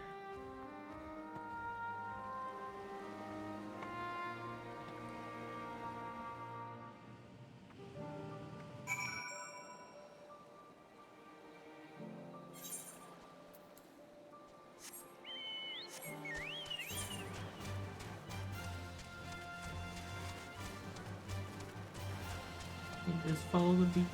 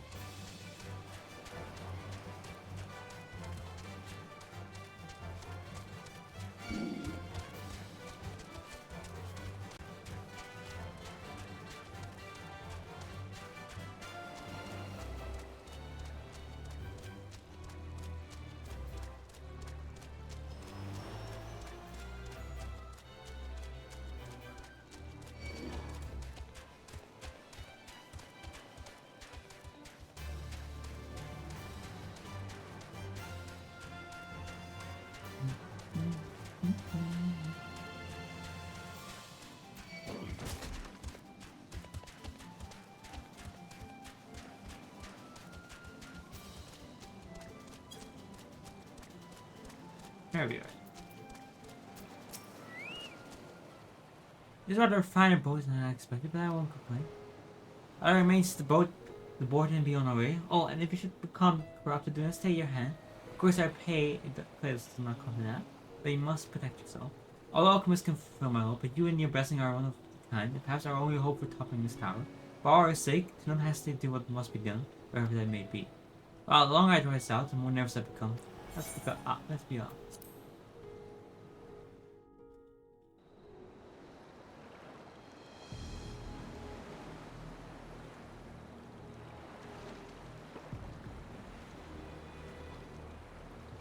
We should soon cross the threshold of the tower's influence.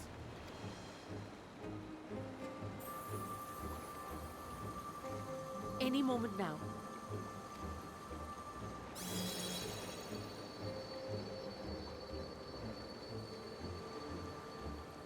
It's working! And you are still yourself? Then I'd like to see how it fares closer to the tower if we could.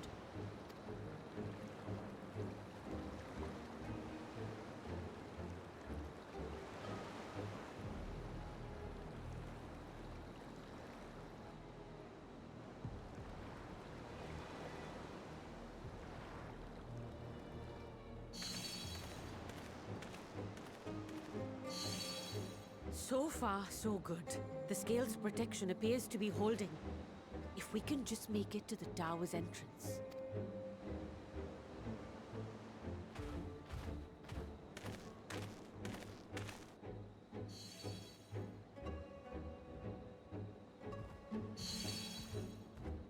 A few more steps.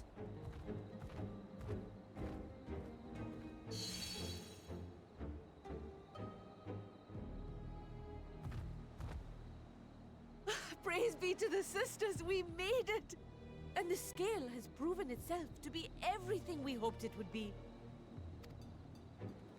Now we can focus on production. Once we've equipped and returned with an entire survey team, this menace will soon give up its secrets. What?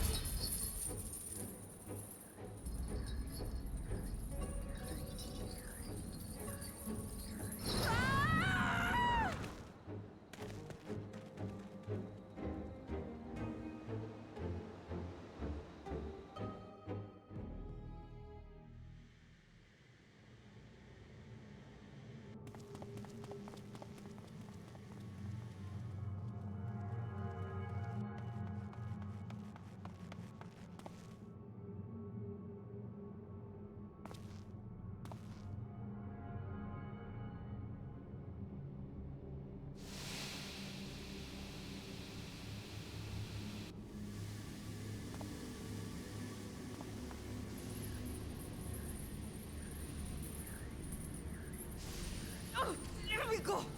Oh, let me... Oh, do calm down. You'll only hurt yourself thrashing about like that. Stop! Oh, you can't do this! Please!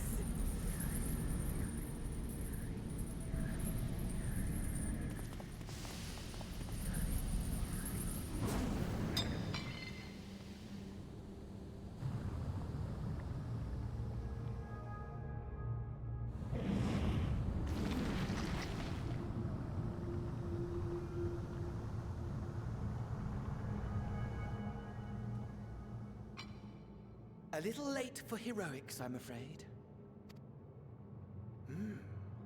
The similarities are striking. My! Such hostility! Never before has my artistry so displeased. My patrons of old would have positively squealed in delight, though, between you and me, I find gushing praise exhausting. Patrons rule.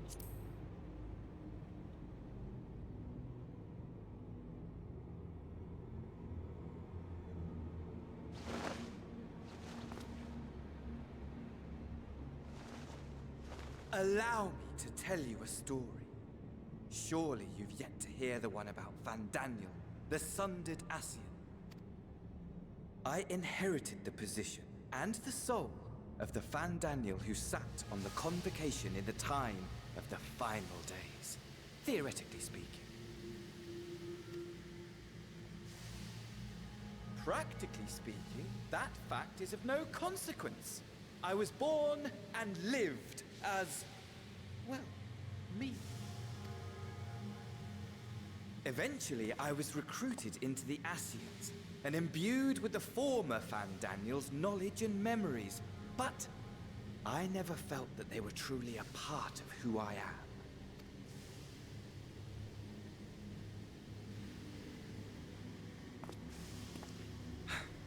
How to explain? Perhaps if I told you who I was before my Ascian embrace, although that chapter too is a past I've long since discarded. I have it on good authority. You've poked your nose into an Allegan ruin or two. Yes?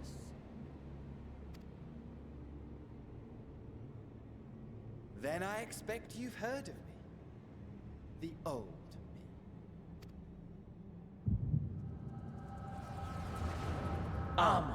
At your service.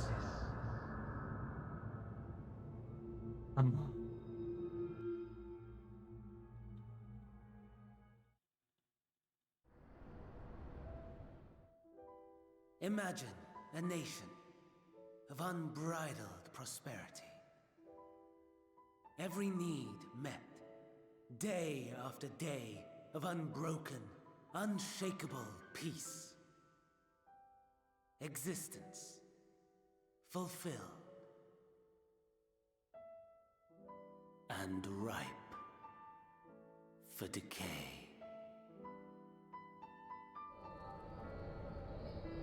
You are a genius without peer, Amon. How ever do you conceive of such delightful experiments? That fool was beside himself with panic when he awoke with the head of a bull. Even his cries for help emerged as so much guttural lowing. Oh, the memory of it. My poor sides. My friends and I were so consumed by laughter, we struggled to breathe. No more than entertainment for bored wastrels ignorant of its worth. My all-consuming work. But it was not their only indulgence.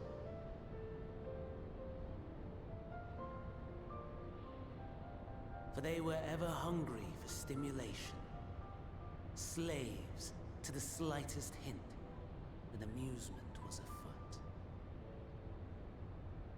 Our nation was ailing, but I would see the poison purged. I resurrected a legend, our first and greatest emperor.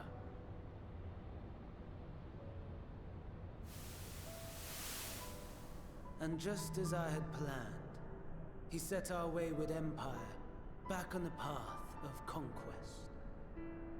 An inexhaustible ambition carried us onwards, always onwards.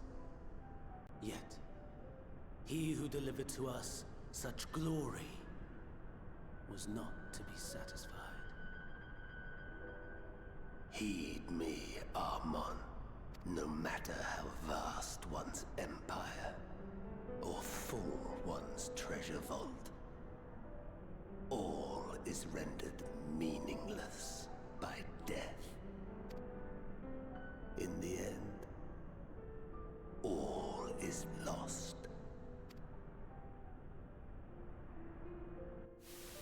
You know as well as I that the Emperor stands to lose this war, and so I have come to claim you. For while your methods leave something to be desired, we cannot deny the results of your work. And as fortune would have it, the seat of Fandaniel, your rightful seat, lies vacant and waiting. Take your place amongst your peers, rather than die a pointless death amidst the ashes of your doomed nation. Send one of your clones to the Crystal Tower that you might see for yourself. See what lies ahead.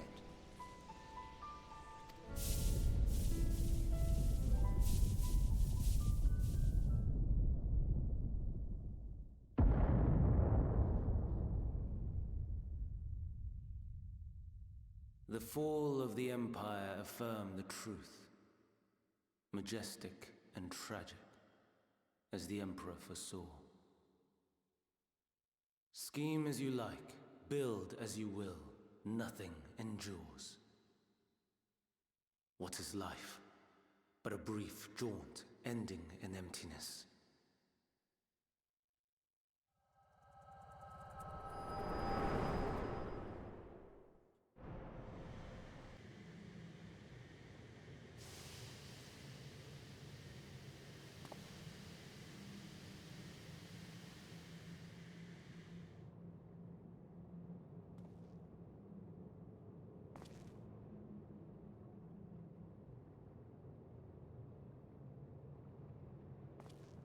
So easily distracted. Why, I almost left without saying farewell. As for your friend, you needn't worry. These pawns are far more useful to me alive as fuel for the primates. If you attempt to pull them free, they will die. So, enjoy tackling that conundrum with your comrades. We shall meet again! Not in one of these minor spires, oh no, but somewhere more suitably grandiose. Your favorite playmate is ever so eager to see.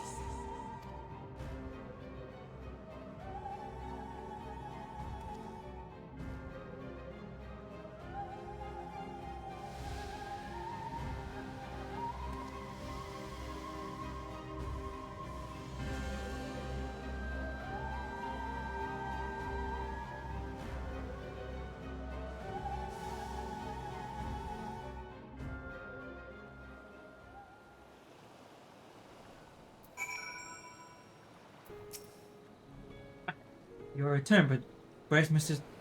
Nithana? Militia preserve. Just when we had succeeded in making the talisman. I must report this at once. Meanwhile, please return to the Great World.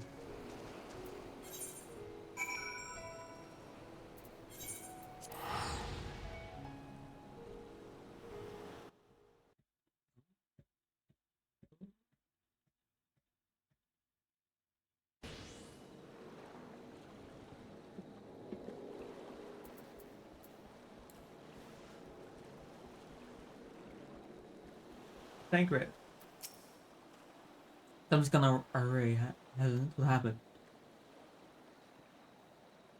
So it's Fandania after all. Damn that bastard. I'm sure you want to do more, but you were right to return here first.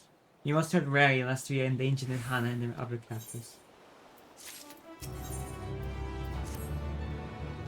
First, we must inform Anchor on the situation, Nithana's colleagues included. I'll call them together for a gathering, but I think it would be best if you were the one to explain.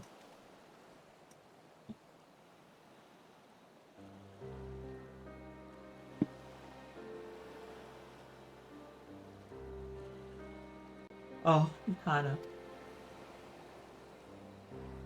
Can you answer me this? Couldn't Hana is shut in the tower? He's still alive, yes?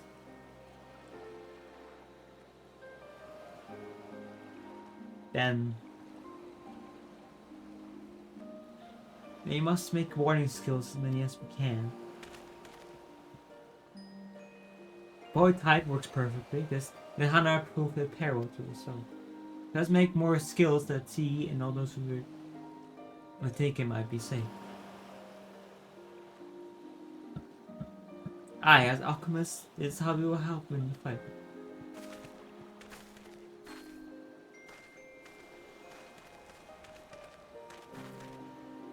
My friends, the Sartre has been made aware of the picture. The office is heartfelt condolences and iterates the plans to provide you with all that you require. To that end, he bade me give you this link tool that he might personally discuss the production of the broader skills with you.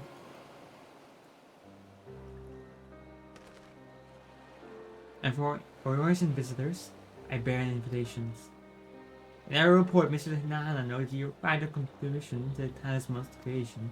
This fact came to the Sartre's attention, and in recognition of your deeds, he wishes to meet you. In addition to thanking you personally, we will also discuss further avenues of collaboration. And so, if it's agreeable, will you not accompany me to Rasatalan for an audience with His Excellency?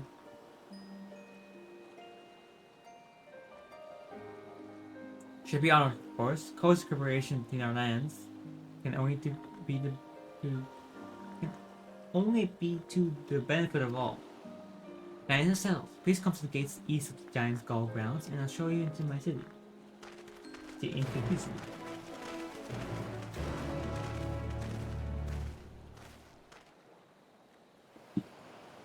Oh boy, we gotta walk all the way there.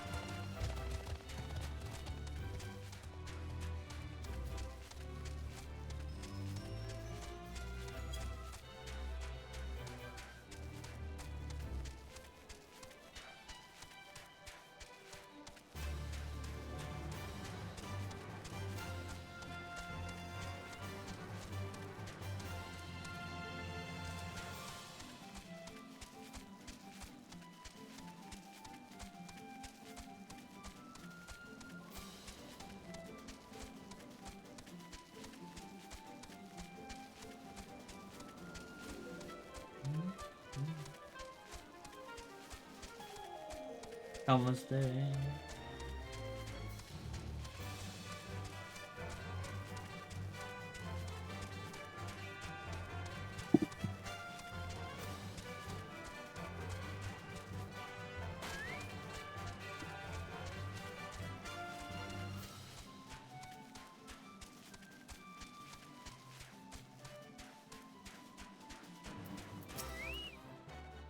Our president, now let's proceed. Owing to the threat of the tower, the city is currently in a state of high alert, and strict restrictions are in place for entry. Though you have been granted special permission, I ask that you remain close to me at all times.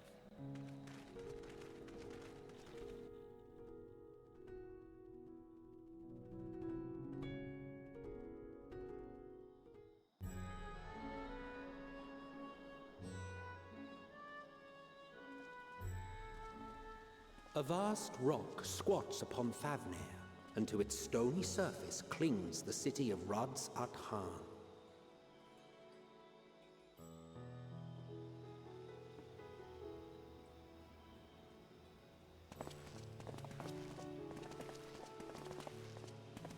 Ye who enter here are subject to the scrutiny of gods, the gate's most watchful eye. The orb which beholdeth the truth of all things.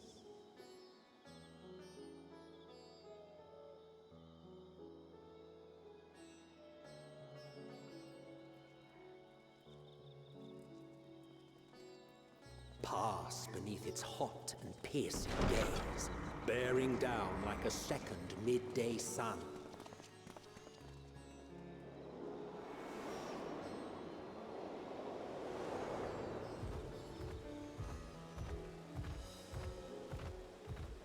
The fragrant haze, a mixture of sweet incense and acrid smoke. The cries of merchants mingled here with lively melodies accented by dancers' feet. Travelers seduced by vivid sound and colors were once swallowed up by patchwork streets.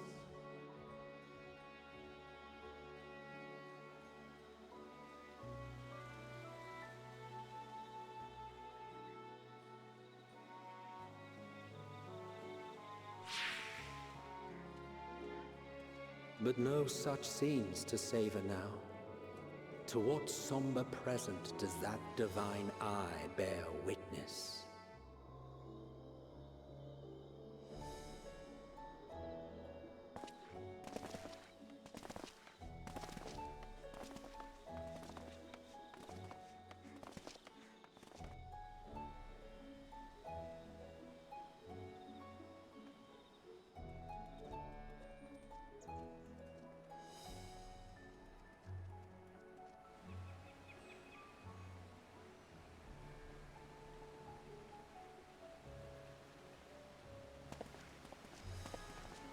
Here we are, Megaduta.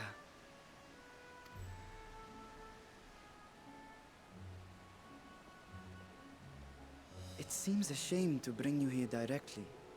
Under normal circumstances, it would have been my pleasure to show you the sights. And it would have been our pleasure to see them.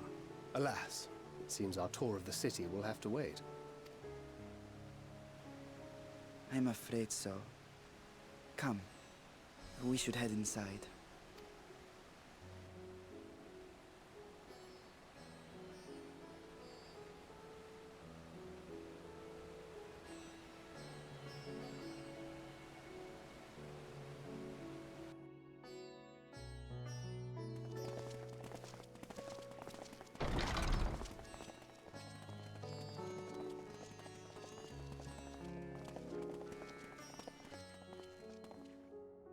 Your Excellency, may I present our honored visitors?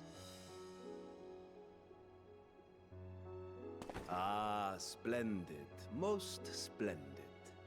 Allow me to introduce myself. I am Ahawan, satrap of Radzat-Han.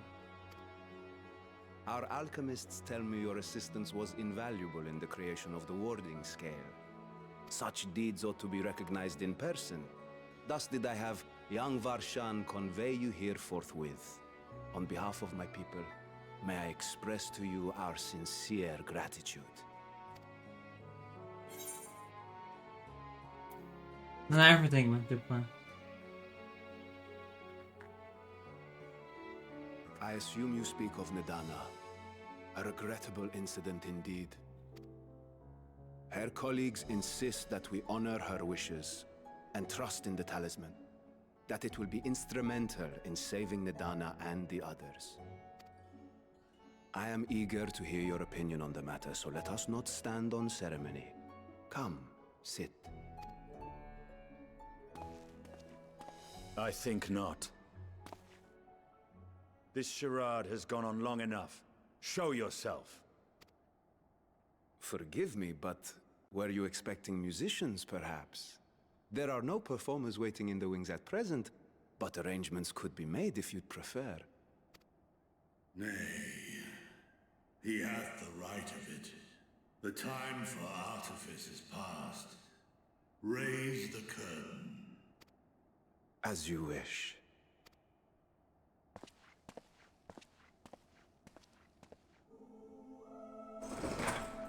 You travel as assistants to the students of Valdesian, but you are known to me.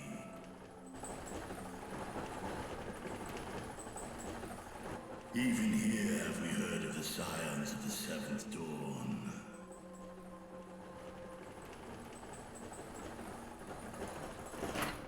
I am Vritra, and for years uncounted hath this isle served as mine abode. Vritra, of the first brood, sibling to Hraesvelga and Nidhogg. Aye, mine elder brothers, of Midgard's spawn, I was last to hatch. Well, isn't this a surprise? We were told Radzat-Han had an alliance with the dragon. Not that a great worm sat in the satrap's own hall. A necessary subterfuge, as the true tale of our nation history illustrates most effectively. In the beginning, the rock upon which our city is built was home to Vitra, and Vitra alone. In time, the ancestors of the Matanga came to the island and established a foothold. But never did they dare disturb the worm's lair. Next to arrive with the Aura. Adopting the example of their Akasodra allies, they too treated Vitra with reverence and respect. And for many years, an understanding between our forefathers and the Great Worm endured.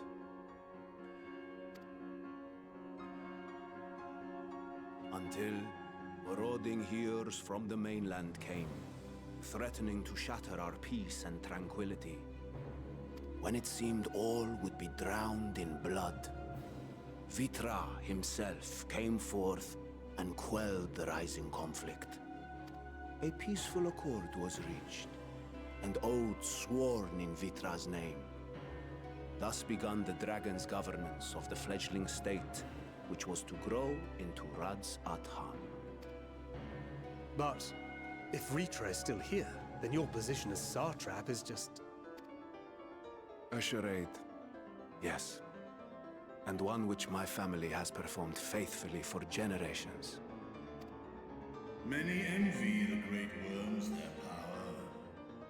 Were it known that I ruled here, then the fires of war would burn without end. I would not be the flame which consumeth my people. Those few who joined me in laying our country's foundations were, perforce, sworn to secrecy. Your eye. It was taken.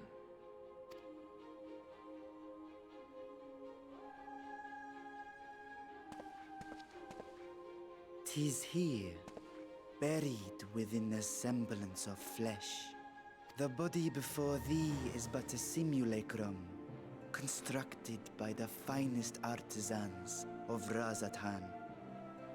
With mine eye nestled within, it doth serve as an inconspicuous vessel for my will."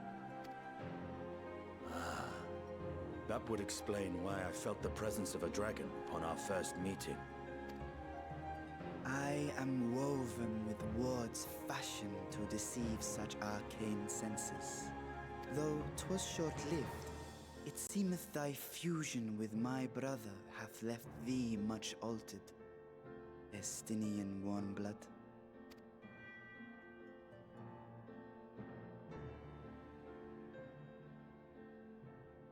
From the very first, we sensed the nature of one another, yet did neither one of us bear his fangs. That is all I need know of thee for now.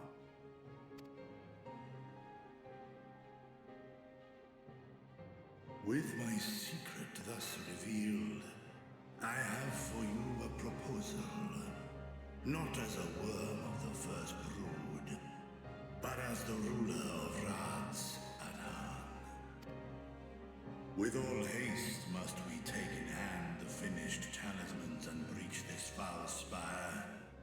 Thence, should it lay within our power, dispel its wicked influence. Yet even with the assurance of the warding scales, the narrow confines of the tower doth limit the size of our force. And thus denied strength in numbers, thou must choose thy soldiers with care. Just so. Yet though our radiant host is formidable, I see a surer path before me. Thou and thy comrades have contended with a multitude of primal beings. Most recently, thou didst cast down false gods in Pagelthan and Cartanau, I am told. 'Tis upon that strength I would call. The Scions have proven themselves the most capable, and I ask that you serve as the tip of our spear. Talismans would, of course, be provided for each of thy companions, and should you agree to this undertaking, more will be provided to make use of as you see fit. There's no denying it's a dangerous proposition, but the rewards may far outweigh the risk. Just think of what we might accomplish if we could equip all our allies with warding scales. I worry, however, that even the four of us may be too few for what you have in mind. Might we regroup with our friends first to discuss the matter? 'Tis no trifling task that I have laid before you. Go. Steel your hearts and hone your plans. Such time as you require shall be spent in crafting your protective charms. It seems a quick trip back to Sharlayan is in order.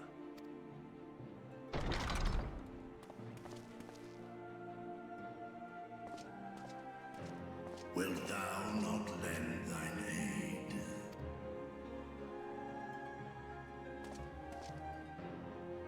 Whether your request be made as a great worm or the ruler of Radz at Han, I see no reason to refuse, nor will I. I am in thy debt.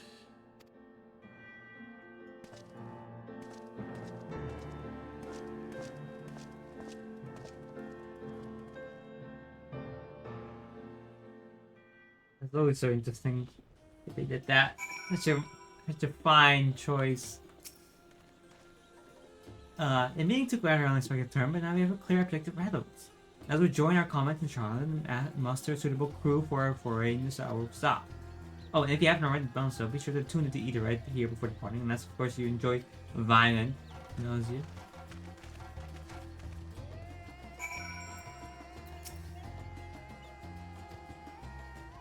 I'm not allowed in yet. I'm not allowed in yet.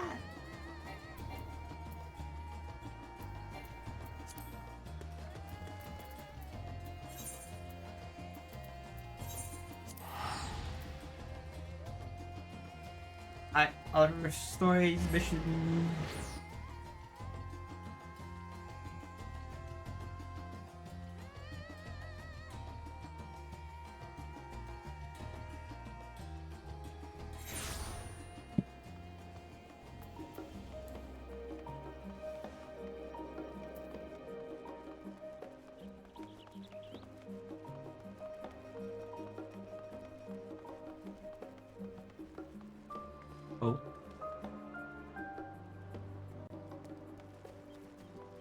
They're sure chilling.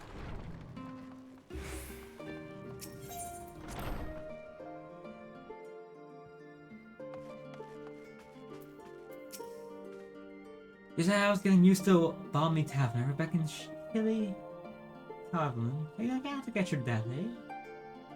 Needs for the bells to come. Now then, the investigation here remains. When that's over, we can take stock of all the developments and discoveries.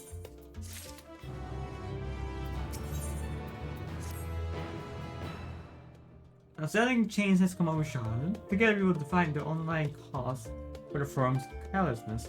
As I mentioned before, I've ever questioned the counselors directly as a fruitless endeavor. They have already come to consensus as to what and how little they are willing to divulge. Which is why I began scouring the archives of history records for any hint of connection in the final days.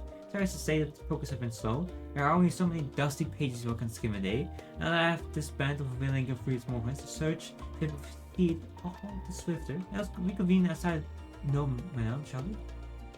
Exit the ending to the right, and you'll find the archives on the western edge of the woods. At the last.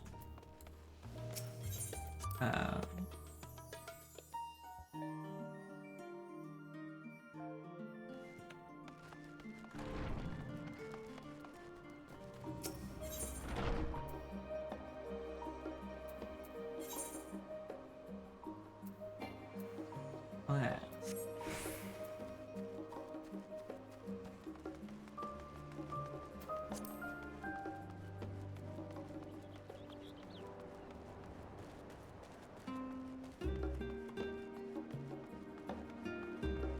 Hold on.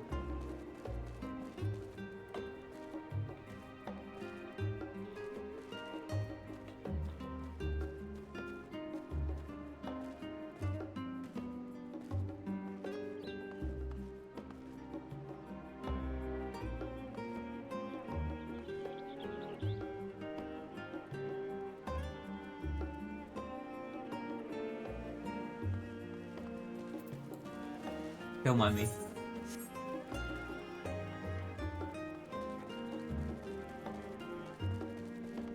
I really like Charlotte. It's a nice place.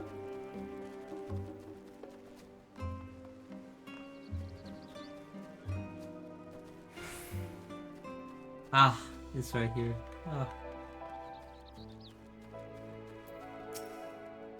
The directions were easy enough so far. I hope in any case you stand now before the doors of Nomenon, Charlotte behind this collection of books and tomes.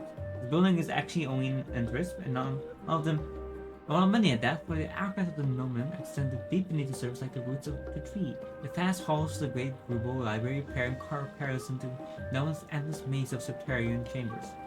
Any citizen of Charlotte is free to enter and pursue itself, but most of itself, only archons are avoided access to certain restricted vaults. As the patch is stolen, we'll have to investigate those. Meanwhile, LSA and Garfield will be continuing their search to the stacks open to the general public. The state is present more of a problem, as a non-citizen you're only permitted to browse the first floor here at the entrance.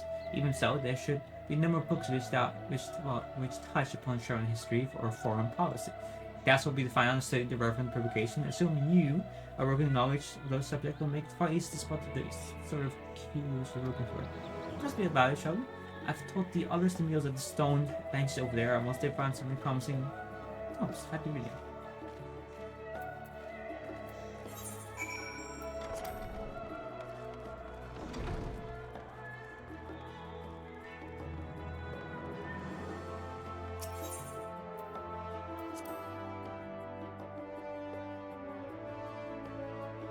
Long, long ago, on an island in the Northern Sea, there lived a Rogan man by the name of Nooncrab. Nooncrab was a student of astrology, and he'd find that the thought of terrifying preparation would soon sweep over the land's ferocity. It was that he rebuilt a gigantic ship, assembled a crew, and set sail for the Imperial realm. The flood arrived as foretold, and to their horror, the strangely churning waters drove the people towards the ocean.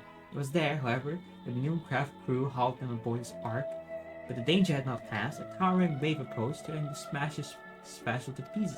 With only moments to spare, Nooncrab flew a mighty speed of teleportation and shifted the entire ship to safety atop Evelyn Spire. Refugees from the surrounding regions followed this air alongside them, but it was not long before disputes over the dwindling supply of food led to violence and bloodshed. Stand by his side, new craft guided to him, his crew, and his grateful passengers, and abandoned their ark to those wetland peaks. They journeyed onto the coast where they built a new ship intended upon returning to the northern seas. They landed on the beach of an island, set upon their ravaged wealth. The settlement prospered and grew, and in time it became the city of Charlotte we live in to this day.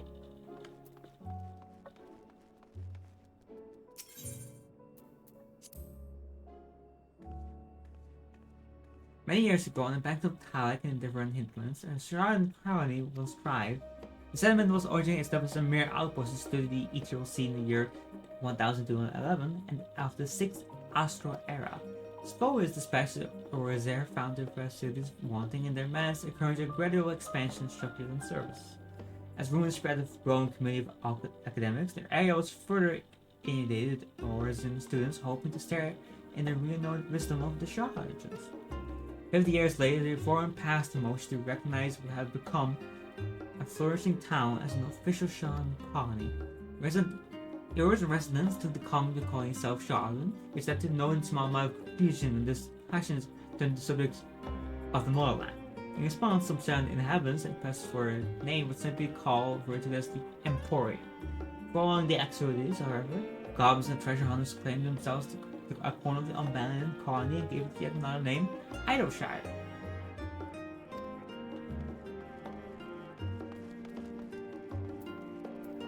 I do love Idleshire.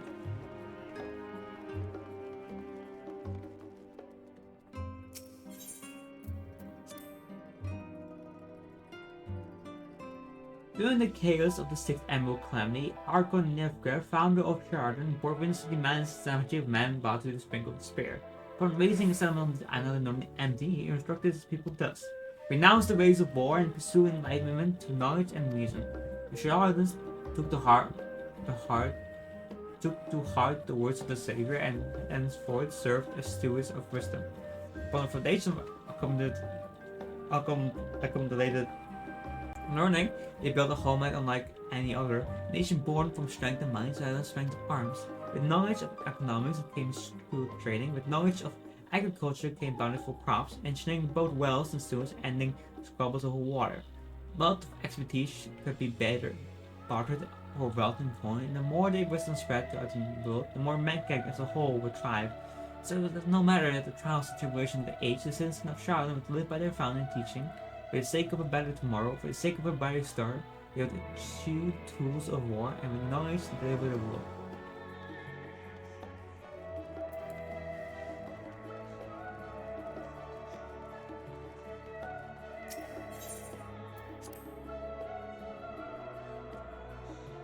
Have you ever gazed at the skies above and contemplated the mysteries contained therein?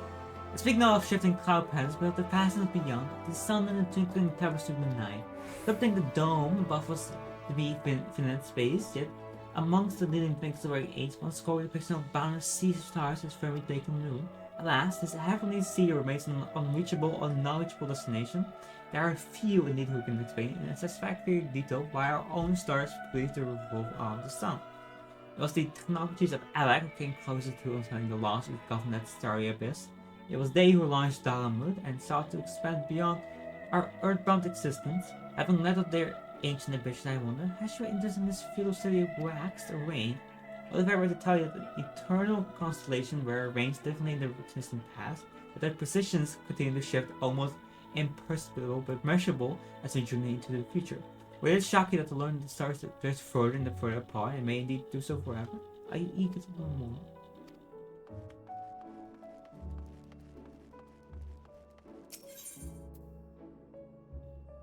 Oh. My beloved seeker of knowledge, have you ever put learning before your health and neglected to feed and invest your body as you should? I too was engaged in such foolish practice, but one night, engrossed in philosophical study, I had an epiphany. Following what mysteries that drive us to reckon opinion, we have so many for years of life in which to achieve our goals. Just did I share with you this mantra: I'm forever 27 years young. The number itself is unimportant. You could be 19, 23, or 40, whatever age you are when you discover the menu, let that be the age you aspire to remain. The mindful, healthy living will extend the time available to spend upon your choosing research. Another day, another moon, another summer to grasp the great gratitude you pursue. In the pages that follow, we'll explore the secrets of obtaining one's physical condition from a biological, ideological, and arcane viewpoint.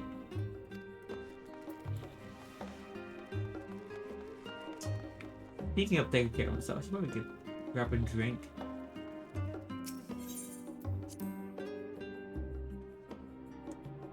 In the years which followed the founding of Sheldon, the big policy in Ethermed's import were decided at the accuracy of public forum in which every citizen was eligible to speak. As the corporation grew, however, this format became increasingly impractical. The large number of participants gave rise to ever-long debates, resulting in significant delays of vital resolutions. Various measures were introduced in an attempt to curtail protracted discussion, but in the year 201, the 6th Astro era was ultimately decreed that Charlemagne would enter into a new form of government. The nation would now be led by a body of 99 members, citizens chosen from amongst their peers by means of a nationwide vote. It was the forum, as we know it today, conceived and created.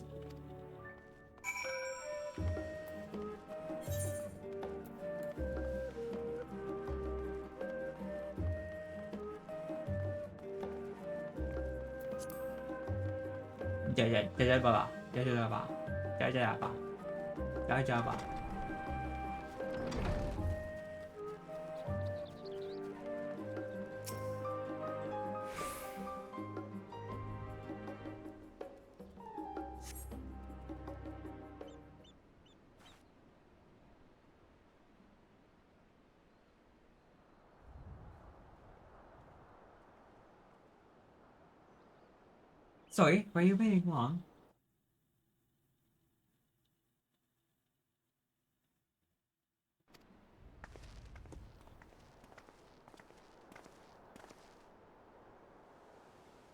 I want to make sure I do bought at least a few promising volumes. I hope that the crowd should also be along shortly.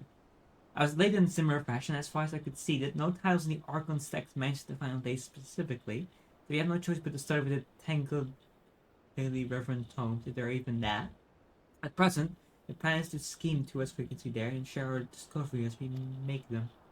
It'd be nice to invite everyone to the estate, plenty of comfortable places to read and ready supply of hot tea. Oh, I was always quite fond of reading outside. It's not about the little preciouses, you miss your home. It's been difficult. After our arrival, we managed to speak with one of the family servants and ask how things were. It seems our dearest father has instructed the staff that even if Alfred and I were to return to Charlotte, we will not be allowed to cross the threshold. A harsh measure indeed. I hope that our efforts to understand this position and that of the forum will perhaps lead to a reconciliation. We will mend this rift one day, I'm certain of it. And what of you, Graha? Have you been to visit your family, or do you not live here in the city? My situation is also somewhat complicated. I was based in Charlotte, yes, but I was born rather further away. In the southern region of Ilsabad, in fact. For generations, my people have dwelt in Corvus, the coastal region opposite of the island of Hefner. The Algons found the city in the further land by ship brought in the subjugated tribes of the Mikode to serve as laborers. Of course, the massive earthquakes of the Fourth Emerald County brought an end to the Empire's reign. When the Fifth Calamity froze the sea solid, many of the tribes still living in Corvus bravely journeyed back to Eorsia. My ancestors, however, chose to remain. They might prevent the remnants of elegant technology from being misused. Isn't Corvus underground, you know? But in the past 50 years, yes, some semblance of local culture remains, as is the case for most imperial crops, and the government renamed the region Locus Ammons. When I was a boy, a neighbor town came under the jurisdiction of the illustrative imperial family, the nobles of House Darnus. House Darnus demonstrated a single interest in elegance and innovation, and so my tribe was forced to consider a plan of action. For some time already, voices had been raised in favor of abandoning our ancient customs. After all, the Ag and I no longer passed to our eldest children as reliable as it once had. Fear of discovery eventually tripped his skills, and the decision was made to bury our ties to the knowledge of the vision of Alak. His last child, born of the Alak and I, was given over the custody of Branson's city of Baldacian, where me register as a Sarian citizen. I never even considered it. Forgive me, it was an unkind question. Even Tenkin was taken in by Archon-Rios. Lucy, oh my god. Lucy, oh my god, why is it not coming out right? Lucia, oh my god. Whereas now, stories of adopted wives and rescued orphans are more common among Shaolins than you might think.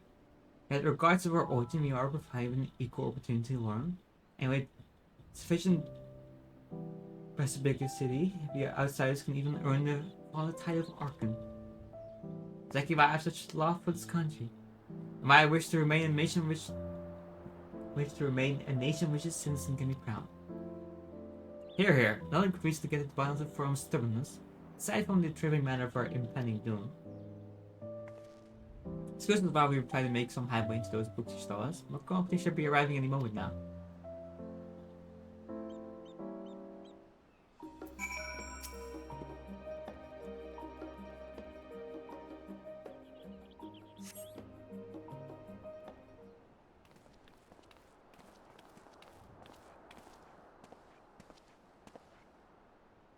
We've returned with our selection. Though I must say, the pickings were quite slim indeed. Mr. Crow has already flicked through every history book devoted to disasters, and more than a few which barely made mention of them. As such, we will be looking into research papers on the Umbro counties, as well as articles written by prominent forum members. Perhaps they know that the final days comes from an unexpected source. Speaking of which, might I ask you a few questions related to the final days? I'm only the only one here who didn't witness the events of Emerald firsthand, and where I might be overlooking critical details. My thanks. Now, where to begin? First things first, what kind of phenomenon did the ancients encounter as the final days drew near?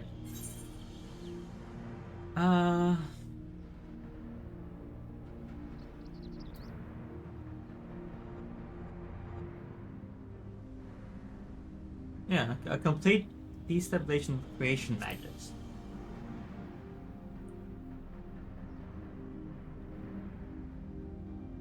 Yes, the unfolding catastrophe brought havoc on all manner of life. The tales extended to the ancients themselves, causing their powers to creation to spiral out of control. Fear and despair manifested in trouble, tangible passion, meteors raining from the sky, fire erupting from the ground, indescribable abomination prowling on the streets.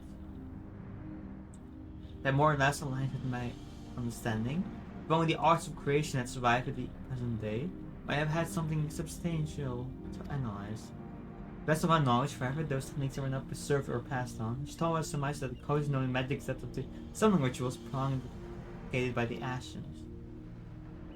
Was there aught else on which hailed the approach of the final days?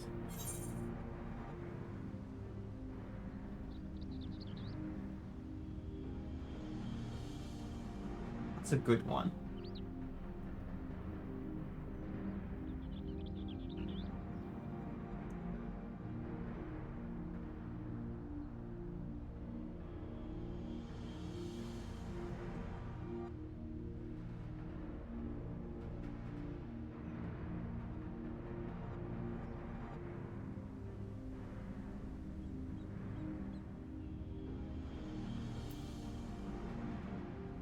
Then it became the killing sound from the earth itself.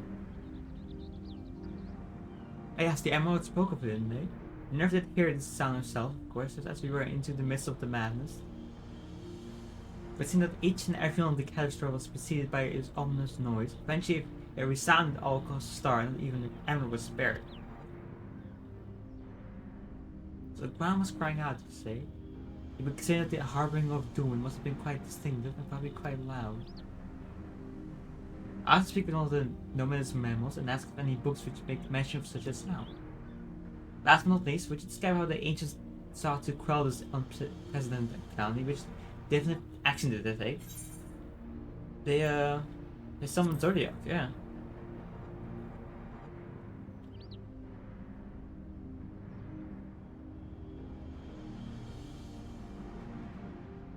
Yes, with Elibis serving as its heart, so many gave themselves a sacrifice to bring him into being. They don't know exactly how Zodiac brought salvation to the star, only that by his godlike, the laws of nature set it right. Then once the balance was reduced, the ages are offered up a further select by to heal the rupture of the final days. Life sprouted anew, and it was these flashing souls they tended to render unto Zodiac, a trait that would have allowed them to resurrect the shades of a loved ones absorbed by the planet. I might have, had Vanita Force had not manifested their opposition in the form of a Highland. Thank you, both of you, for the detailed review. I feel much more confident now in my understanding of event. With all that pressure in mind, this makes me wonder what the Teferoi truly mean when they speak of being back to find base. We've seen what we're doing with those titles or errors. It's forcing people to summon primals a kind of catalyst. Are they attempting to mirror the condition caused by unstable creation measures? Or are they simply using final data as a figure of speech? A convenient metaphor for the scale of destruction they plan to unleash? This is all just pointless conjecture at this stage. Let us turn our attention to the forum, shall we? We should keep an eye out for Stoa, but it's time we begin studying these research papers.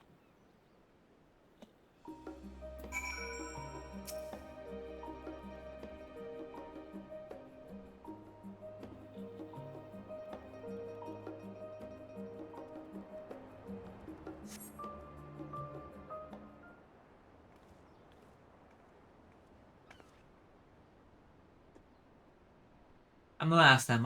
My extended search of the Archon stack produced one or two possibly useful books. But I want to get your hopes up. If you recall, Ranjay learned the source reflection from the Gurun oracles for its potential to cause panic and confusion. The tome was deemed apocrypha and sealed away in the great Grubal library. It's even less likely to know to the unsummoned world, not to mention the horrors of the final days, that would be left sitting on the shelf for any curious scholar to find. Since the reason that my colleagues, whether it be their archons or counselors, should perforce be largely ignorant of the subject. And when you confront the master of Fortuna with knowledge of the Teferoi and their machinist, he scoffed at the suggestion that they will oppose the trap. He seemed adamant that the forum would know if the final days were truly upon us, which only spoils the conclusion that whatever privileged wisdom is guiding the forum's behavior, it's being kept secret from the rest of the nation.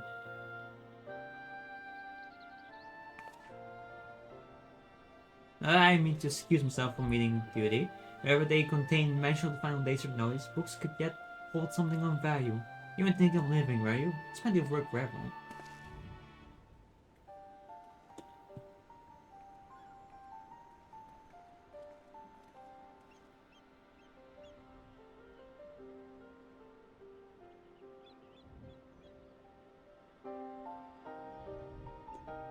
Labor for what feels like ages to start a research journal. Yeah! That's what I'm saying. That's my name. Oh dear, you look exhausted. What about your studies? Were we able to find any books on the subject I mentioned? The day was well spent. Should you wish to read them again, a moment at the referenced as will point you in the right direction. For the moment, though, I suggest you take a well-deserved rest. You might be occupied with our research for quite some time.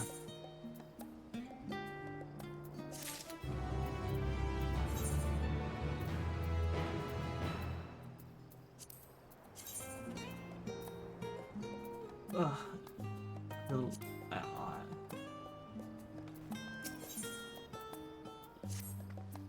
ready for a tea break, Stoas? I know I am. Honestly, my neck and my shoulder are going to calcify if I don't stretch my legs and walk around a bit. You know the last stand down in the harbor, don't you? Come and meet me near the outside tables. I'll teach you to the coffee. It's quite good. Okay, now we run up.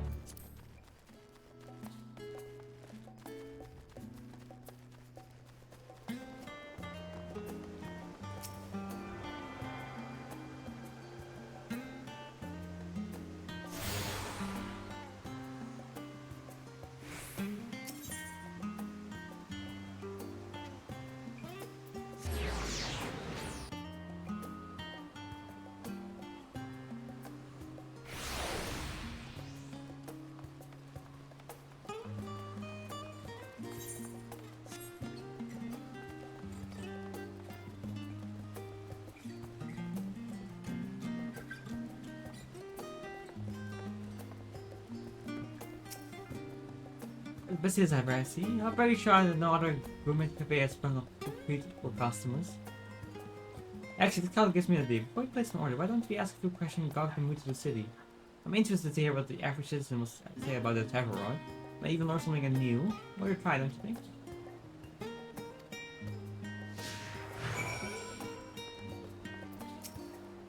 Oh, what? What was it? Can a man not enjoy a moment of private respite? If you're looking for a shared table, then I expect him to look elsewhere. You may still understand, sir. We must then be wondering if you knew of the Tavaroy. Is the enemies of peace have come as an end to all the whole theory? Wait, you're the house Lavier girl, aren't you? This man we choose obviously a foreigner. The furniture with someone for helping outsiders indulge their barbaric whims. And you are giving truth to the rumor. I will thank you to leave me be. I have not stated the likes of you. I must apologize. I was free to expect an ounce of civility from one so enlightened. Come here, star. Ooh. Oh, you tell him how to say. Oh.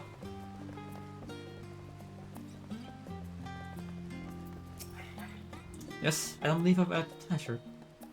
May excuse the interruption, but we were hoping you might share your cousin Tavaroy and their questionable plans. My goodness, if it isn't the young Miss Lepier. My apologies, if I work in the Austin form and if you reached massive fortune that I was helping you. I see. We're sorry to have bothered you. Yeah, my favorite Dickon. Welcome, sir. What can I offer you today?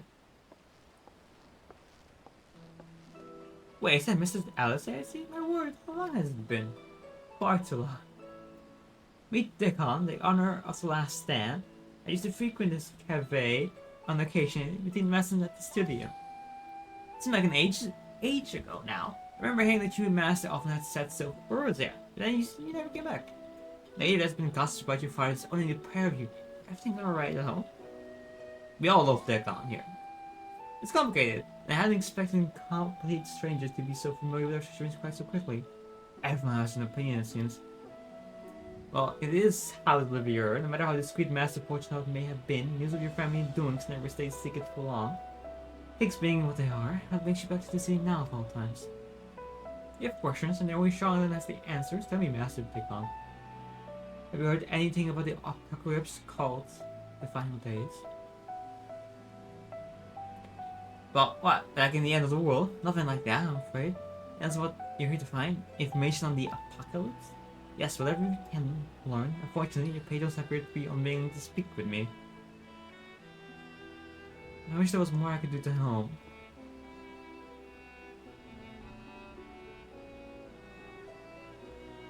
But maybe there is. Your visitor is Charlotte, aren't you? Now, if you would know your fate, we'd be able to pass you up as a server with none the wiser. You just finish preparing for your orders, strike up some friendly conversation while you're still setting down the food. You might just get the answers you're looking for. Not a bad idea. Yes, I hate to ask, but what do you think?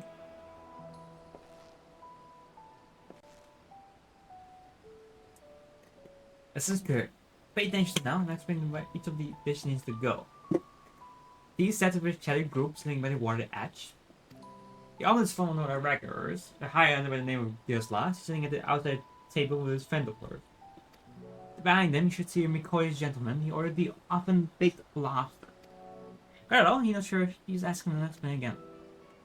The omelet worker?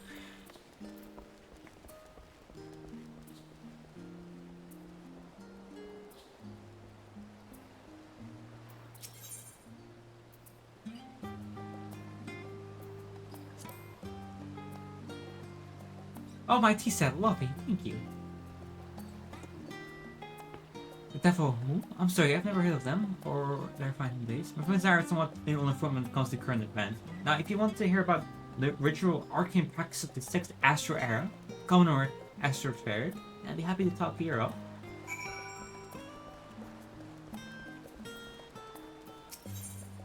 The omelet? Ah! Finally, 2468. Let's dig in. No time to waste.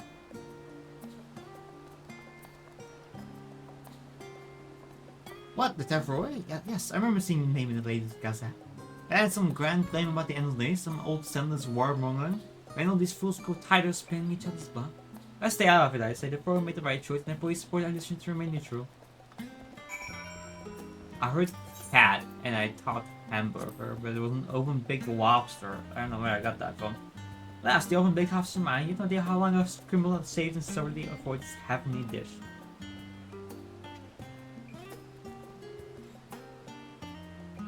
The final base, this is the first I've ever heard of it. Though that would explain why my friend has been ushered up his feet. Must be a busy time to be a gleaner.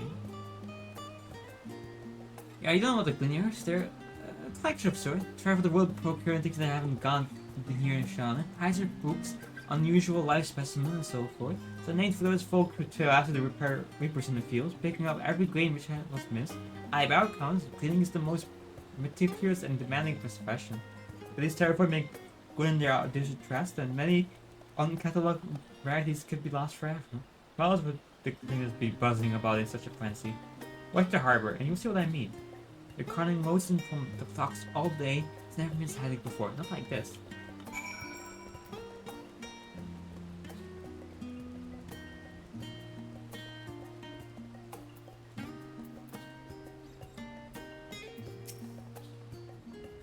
Oh, yeah, Charlton's great. It's awesome. Any trouble with the customers? We're able to get everyone talking. Interesting. You seem unaware of the final days, aside from whatever fake news the gazettes are printing.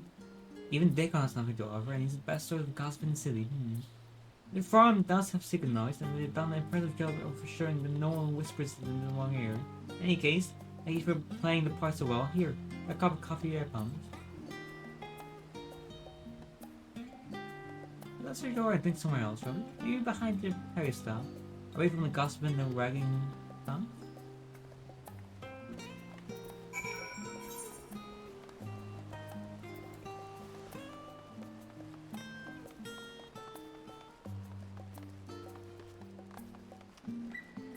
Oh, that's good too. Yes, it should be nicely. Out of the wind and out of sight.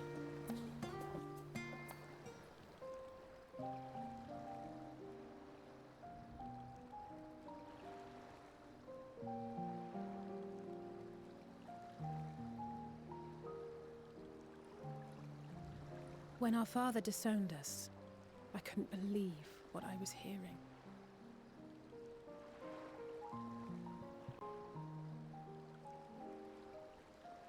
That was so nice. It wasn't until much later that his words began to sink in, that I began to feel the weight of what it meant.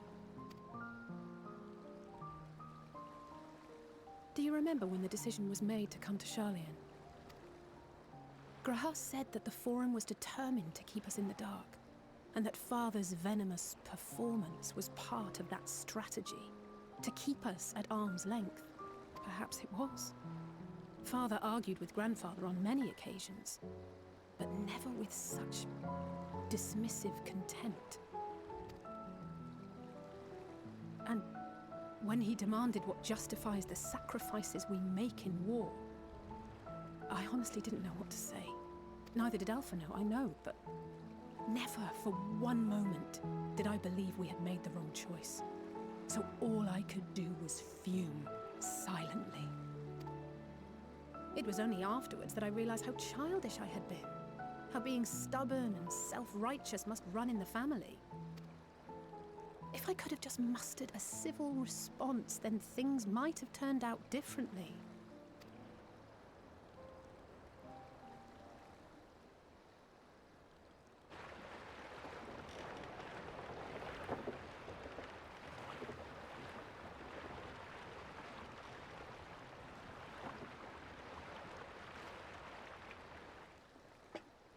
They must be ferrying goods to Labyrinthos.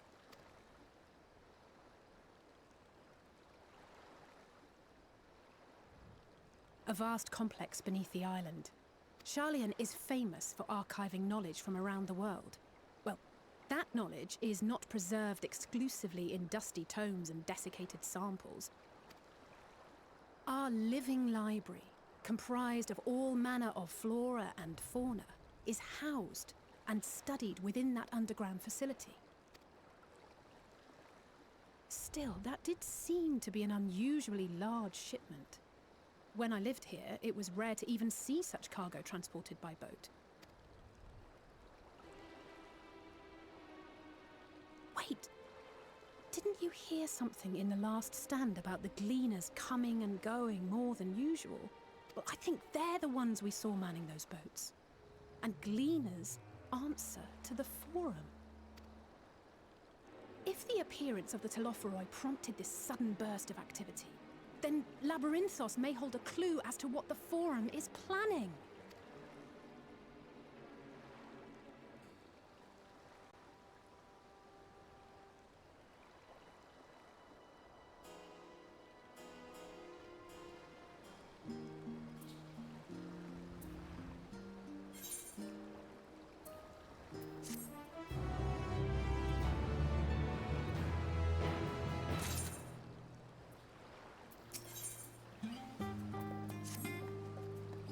Now the others have learned about the Gleaner.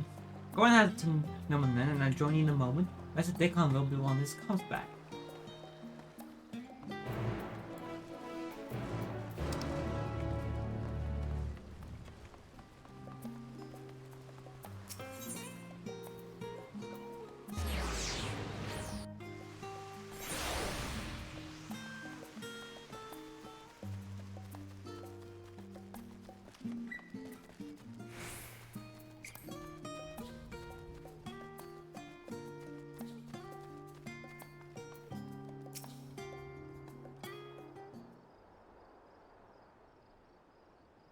Welcome back to Star. Before walking to chat, have you? Not exactly. We did some impromptu investigating in terms of information on the Cleaner.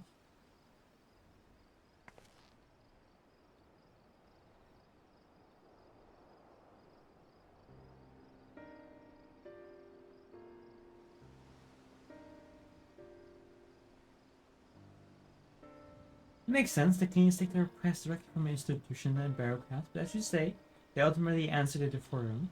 It's certainly a significant increase in cleanup traffic and cargo. It certainly gives the impression of an overarching plan being put into motion. Let's see what theory we can build from the facts.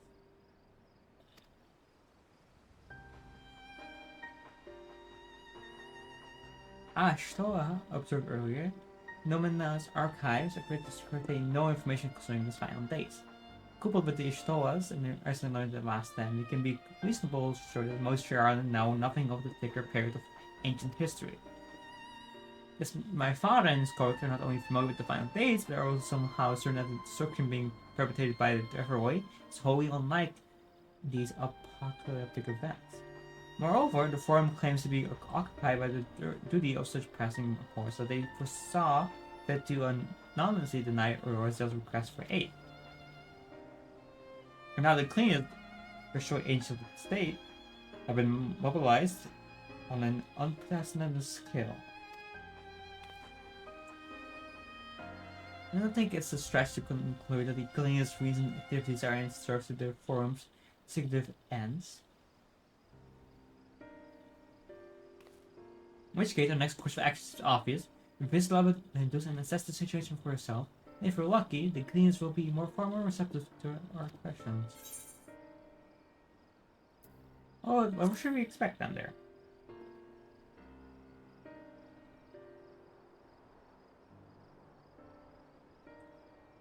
Oh, I would hate to spoil the surprise. As for myself, there are a few more subjects I would like to research. I may join you later. Feel free to leave behind your board books and be on your way. You'll see that each is returned to its proper place. That would be great help, thank you, Rob.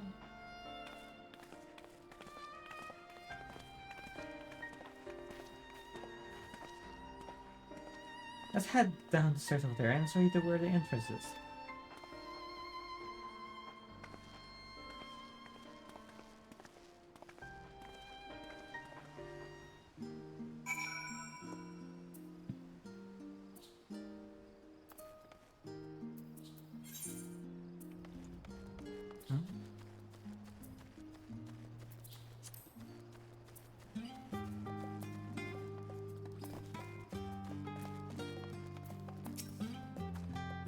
But you have need to start far too far from here, but you may find a path a bit to surround you. It's like late, so stay close.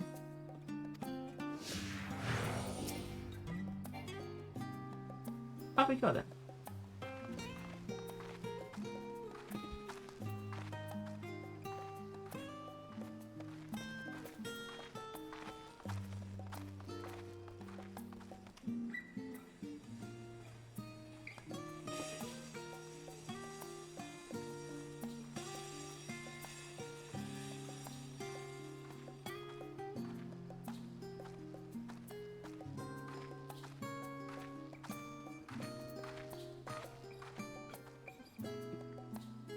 Oh, it is away. Now you run. Try to keep up.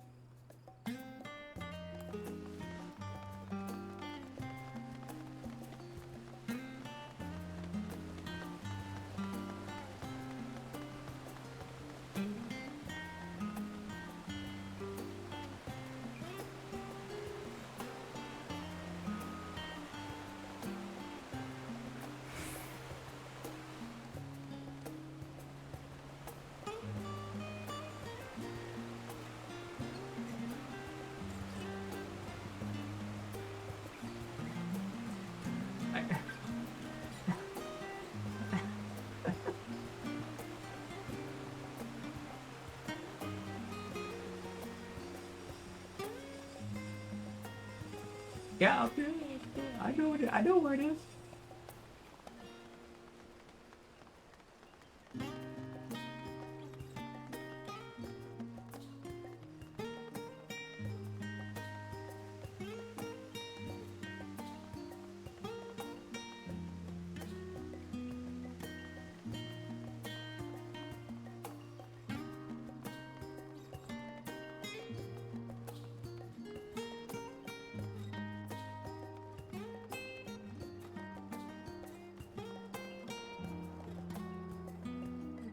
Here we are. Through the door and downstairs. You did remember to tune the shard back there, didn't you? It'll make your life much easier if you need to come back in a hurry. Otherwise, just keep moving.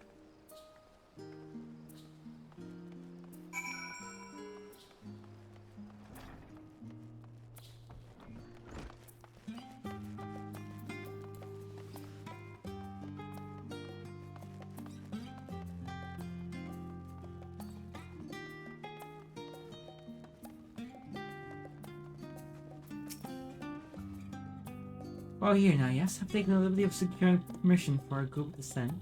Wait, everyone that wants to live, and down we go.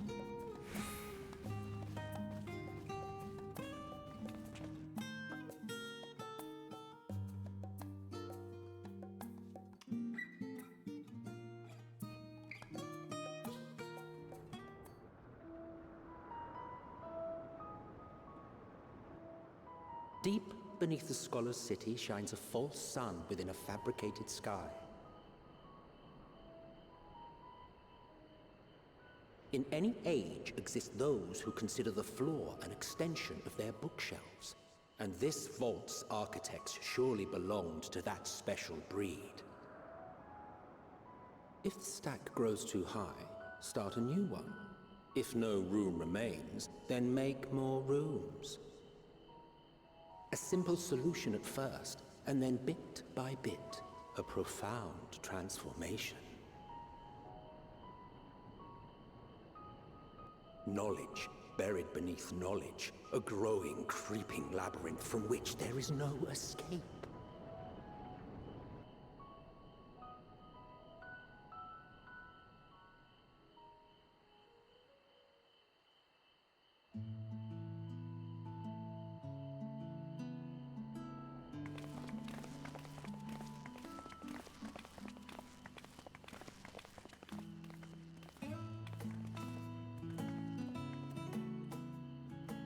Not what you expected. I must admit, the artifice is very convincing. But I assure you that we are beneath Sharlayan itself. The breeze you feel, the flowing waters you hear, all created by the hand of man. I'll get something to drink. I'll be right back.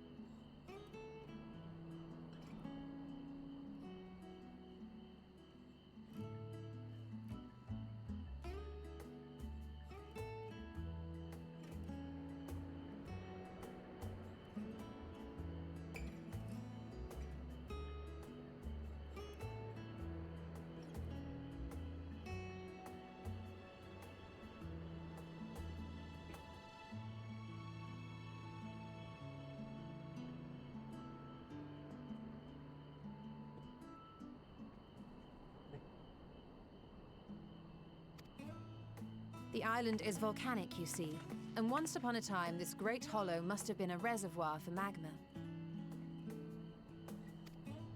It was discovered some 400 years ago, at which point it was repurposed as a storage facility for scrolls and samples and such. Renovations have continued, with nigh on no interruption to this day, with the lower levels still undergoing expansion. Aren't those people gleaners? There he is! Aye, judging by their dress. They are said to work alone as a rule, but 'twould seem that rule is being enthusiastically broken today. It may be as you suspected, that they are engaged in a task apart from the norm.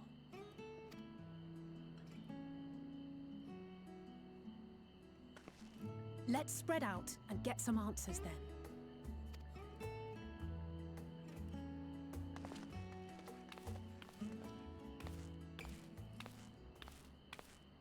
Ugh.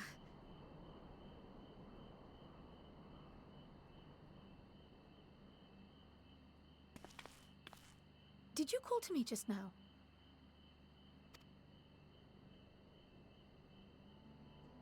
No. How odd. I must be a bit dizzy from the descent. I'll be fine, I'm sure. Let's get to work, shall we?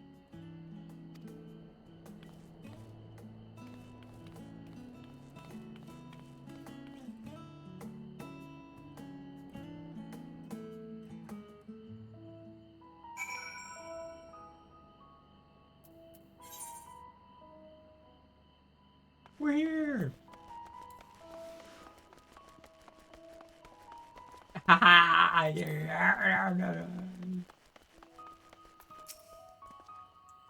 You'd help or give me more headaches because you don't have to look for a cleaner and I'm in the moment for idle chatter. When my colleagues was so exhausted he took a tumble and crashed into a pile of crates and I had to pack up more material than loose.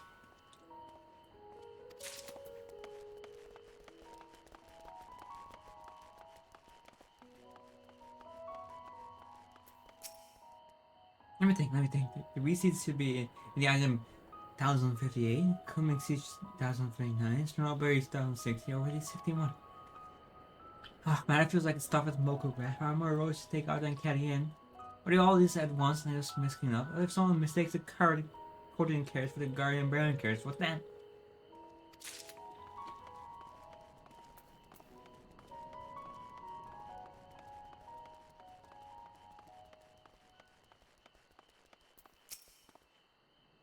I don't know what I'm doing. Hauling books and ore. I found it. If it needs hauling, I'll haul. I have decades so they stay stuck in labinos, you know, sort of stored and tidy up the inventory. Never seen an operation like this before though. They did just one a few summers ago even. I mean, don't worry at all. This reed mess gets dropped in our lamps. Or it's from high on. Then find out the reason. Could be very. It could be to change the layout, eh? Preparing for the next big expansion.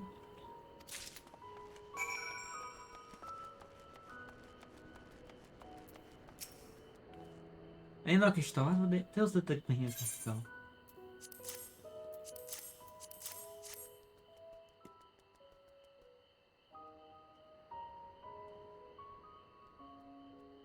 This grand operation begins without warning. And for every item they bring in, it's seeming more inventory somewhere else.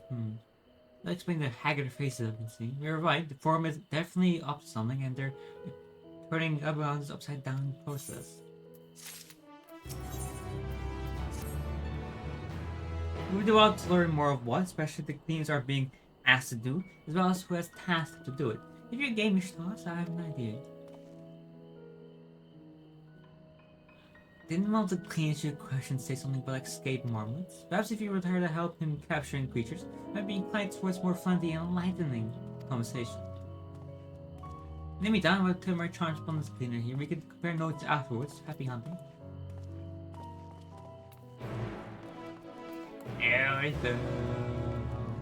Everything, cover.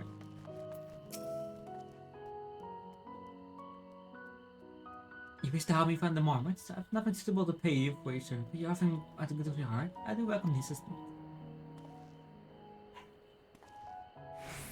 My name is Aaronville, friend, specialist in the collection of live specimens. It's sad the capture of those Naxian marmots is proud of no desire to repeat. Grizzled mice, they call them. For our mercy, there are no other marmot specimen on this tier at present, so there should be no mistake in our little fugitive. If you happen to catch any, stuff them in the sack. Can't you, of course. Where to begin, you wonder? I've not seen any scampering around here, so we need to widen our search in the surrounding forest. Be on your guard. There are beasts out there that won't hesitate to prey on the moment. Or you. Just please the rest. The instant part of the forest is all yours. Good luck.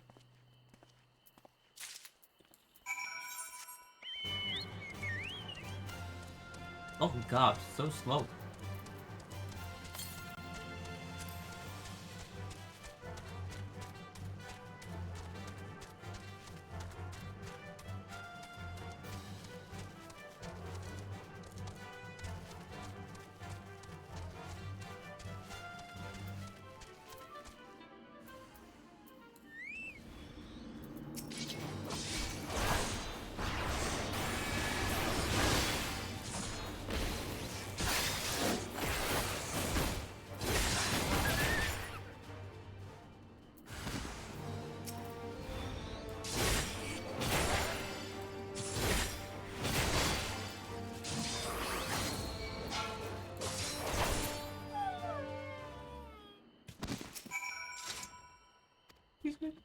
No, don't hurt me.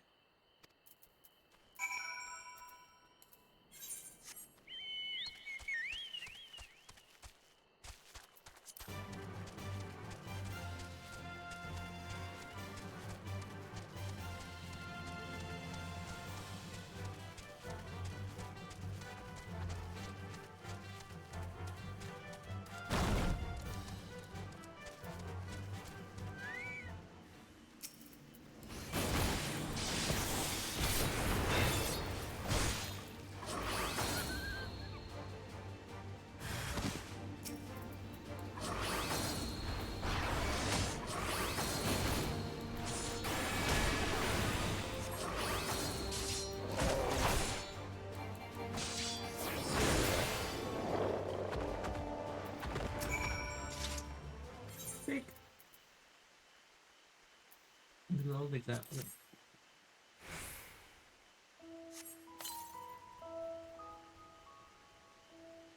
You're an empty afraid to grasp before once more to swing in speed. Yay! Yay!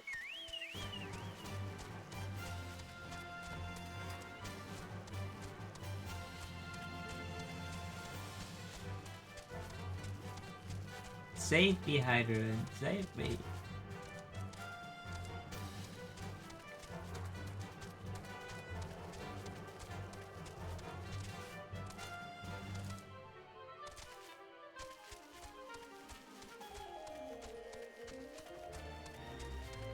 Let's go up.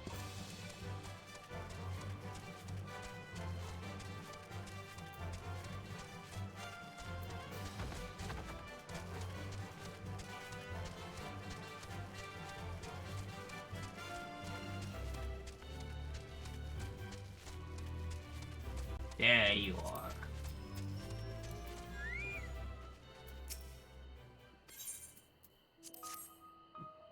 Get in the bag.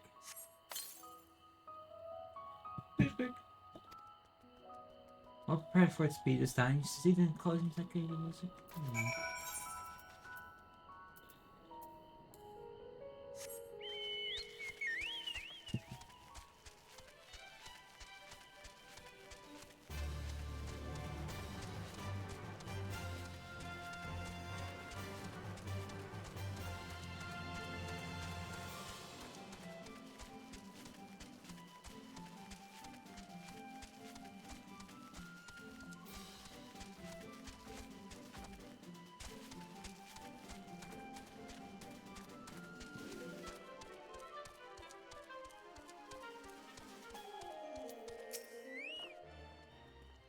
How'd you fare? I took down 3 of the pack, which leaves 1 accounted for. I've got that one. Ah, that's the old marmoset. The odd marmoset. Wait, here's a moment that we work with our friends in the Coleman cage.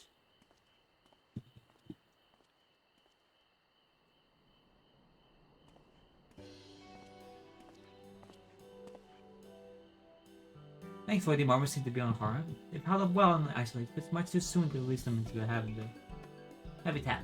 It's good to take they were able to recapture them so swiftly. Yeah, my thanks. Who tasked you to capture them in the first place? Well, why? The authority in large of wilderness, now in perpetuity? The same officers we've had us working day and night of late, honorable members of the forum, who else? Suitable for consumption needs to be. Those are the two conditions I was given for the stock I was restricted to acquire. I don't know what the firm has planned for these creatures, but at the very least I doubt they'll be served for dinner today or tomorrow. There you are, Ishtalos. Is it the cleaner you mentioned? The one who was looking for the lost marmots? Marmot. Interesting company you keep, friend. Who are you folk anyway? I'm Crowd, the students of Badation. The others are my associates. You'll be told, the forum's decision of late have not sat entirely well with us. While you make the descent into Ravenous, we hope to be seeing those decisions put in action right before you understand their reasoning. Nice and practical. Never hurts to try and gain a broader perspective, does it? Anyway, do they cost other animals to capture and enclosure to empty? Once again, I'm sure they can't offer you more for your service.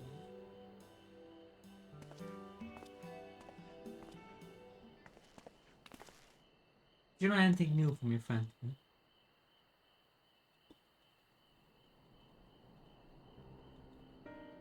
We've confirmed that the order of the ambitious operation did indeed come directly from the forum. However, the Queens have not been informed of its purpose.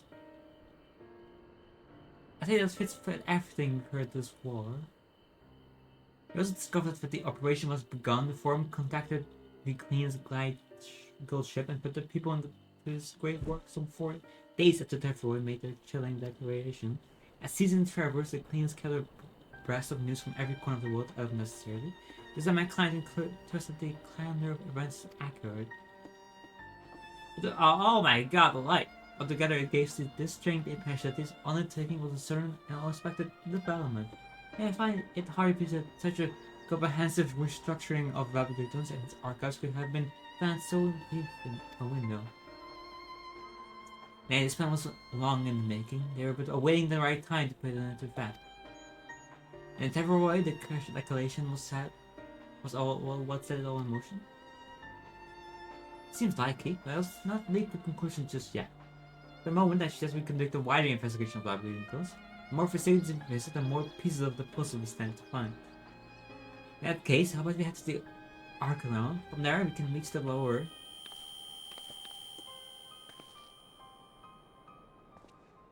Cool, what's wrong?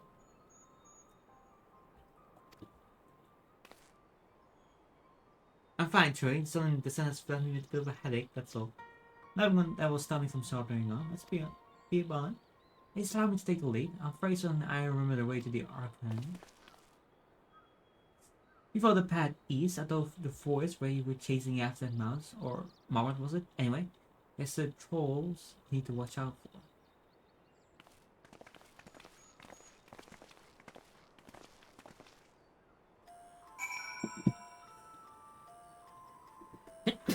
Oh my god. Apologies.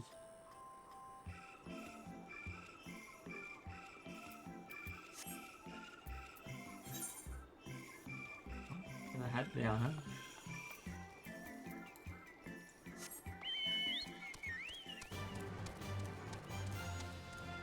Thank you.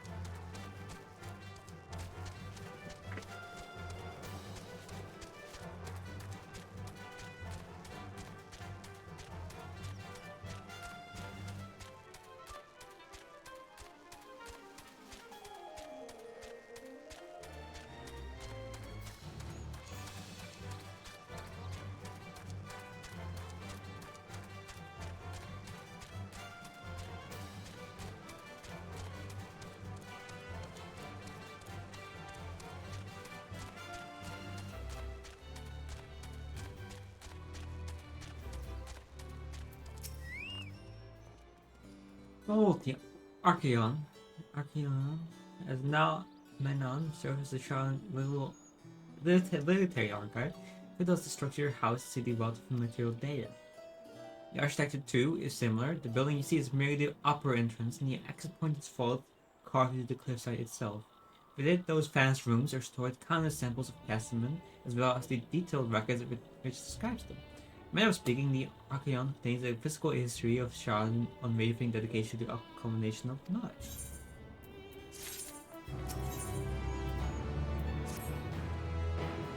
Oh, we won't let anything of fire standing out here. Let's proceed into the main building and speak with the custodian.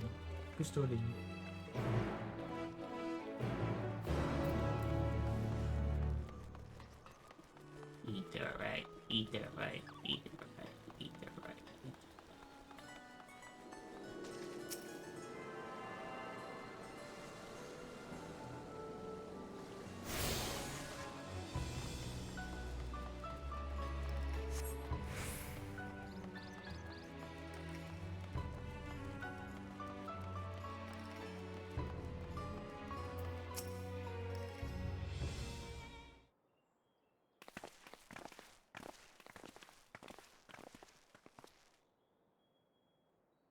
Greetings. Greetings! We are here to pursue the use the Archeon's vaults. Use? You carry not cleanness then. Might I ask your affiliation? You belong to the students of Basilian, but is that reverent? As given the privilege of the vaults, those open to the public at least, were open to the public. Ordinary, yes, that would be the case. At present, however, access is restricted. Only persons directly involved in the reorganization efforts are permitted to enter. Oh, then, I suppose we had better move along to another facility. The building has a lift which connects to the middle tier, yes? Might we at least make use of that? That service has been suspended, I'm afraid. For the time being, priority has been given over the convenience of inventory. Conveyance of inventory. Wait, what? So this is as far as we can go? Our apologies for the inconvenience. Please come again after our reconstruction operation has concluded. By that time, it'll be too late. We were so close to getting answers. Need to rethink our approach. Let's step aside for a moment, shall we?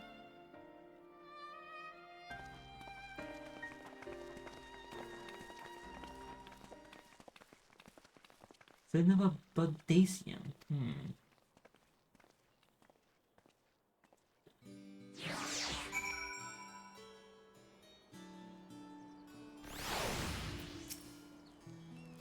We are in the impasse. We have no other leads. I would like to pursue this one further. I doubt that our stone-faced custodian will be swayed by heartfelt pleas. We must seek other means to access the lower levels. It's like that people in this area are involved in the restructuring in one way or another. If we were to integrate ourselves, they might allow us to accompany them on the level. Now ask around. Surely someone's needed to feel strong backslide on the road.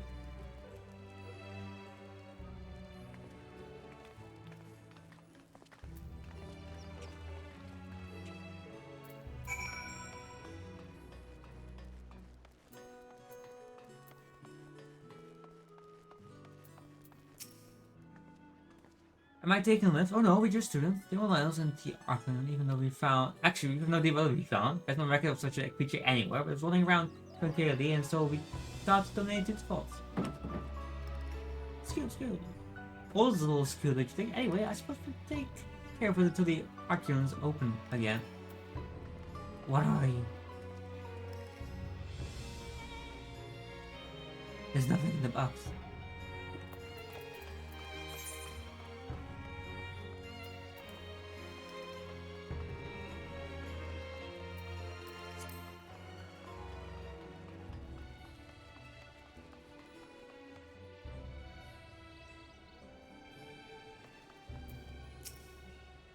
What's that? Take down the lift with me? Sorry, but not a chance. I've been up and down all day, and only now have I finally found a spare moment to rest. I did see a cleaner fellow heading out of the gate there, though, showing a large pack. Engaged in some manual task. Maybe he'll be headed down below as he's done with whatever he's doing.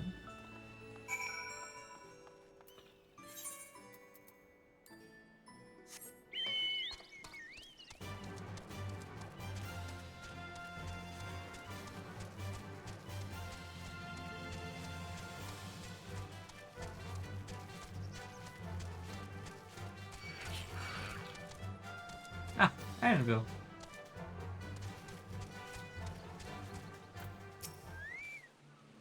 Quiet, you're finding the way. Oh, I'm sorry. It's probably gone by now.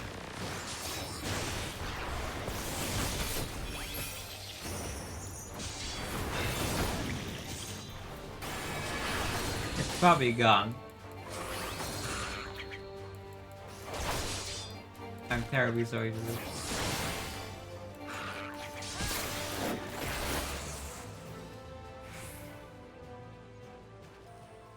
Ah, chicken, I mean to be rude, but I'm in the middle of another task. How can I need to capture his college victims? You wish to help me with this too? But your time in unusual ways, my friend. Still, 2 hunters are generally better than one. Very well. Apparently he is the common gathering spot for brewers of all kinds. The one I'm after today is the hornbill. Feathers are green and his quiet, distinctive caw. Sing one out and shoot with his dipping dart. Specs are short-lived, so I'll lie a maid down with the riverbank to clear my quarry. I'm sure they hit the right one.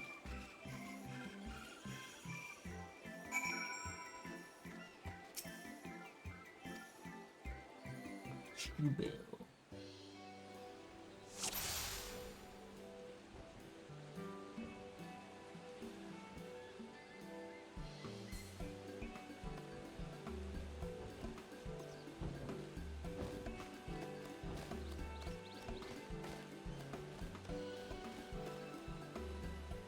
Oh god.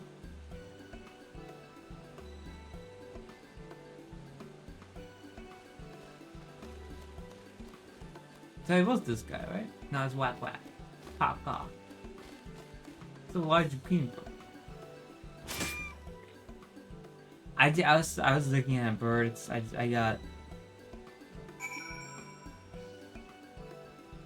had to remind myself while I was on a mission.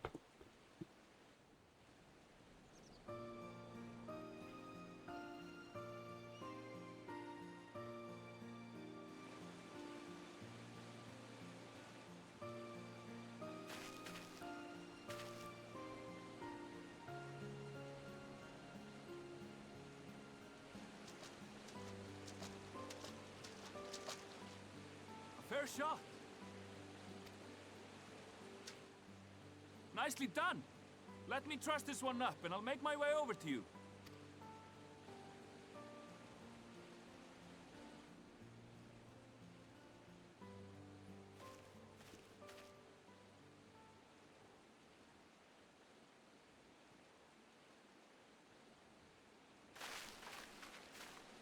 There you are. Any new revelations?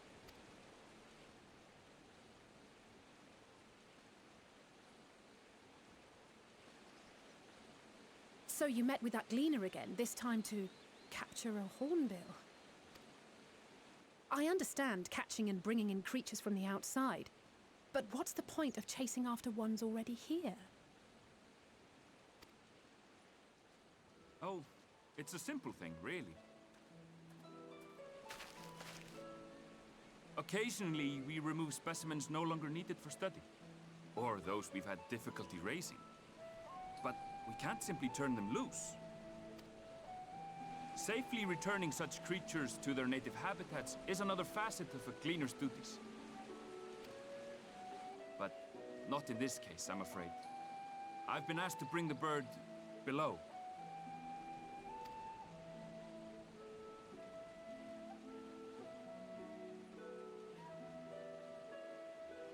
The restricted section in the lower levels of Labyrinthos. Open only to a select few researchers handpicked by the Forum. The projects down there are the subject of rumor and hearsay. Forbidden magics. Advanced technologies that can never be allowed to fall into outside hands. Even Archons are not privy to the truth. Those who are, the researchers involved in this secretive work, are not permitted to walk freely in the city, and are instead required to live in isolated quarters. What could a facility subject to such strict security protocols possibly need with a hornbill? An experiment? Possibly. I wasn't afforded an explanation. But judging by the requisition list given to me and my colleagues, I doubt it's for any kind of advanced research. I'd be more inclined to believe we were making preparations to migrate to the south. Mericidia or thereabouts. What? Why would you say that? Much of the flora and fauna we were asked to procure could serve as reliable sources of sustenance. They're comparatively hardy species too, able to endure harsh climates. And among them are specimens known to be effective in improving soil quality and purifying water. When you put it that way, migration does sound like a reasonable assumption. That's all it is, though. An assumption. Through our tasks, we gleaners glimpse only bits and pieces of the Forum's plans. Our prime concern is that our requisitions, be they living or otherwise, are properly preserved for the knowledge of future generations. Now, I really must be going. I regret that I cannot reward you as you deserve.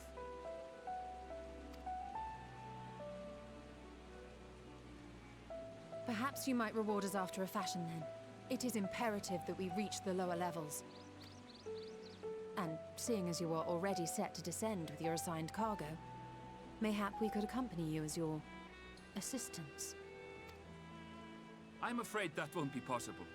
Once the animals have been prepared for transport, we send them down separately via the lift. I will of course follow after to make my report, but I can hardly pass you off as porters when there's nothing left to carry. Indeed. Pray forget I said anything.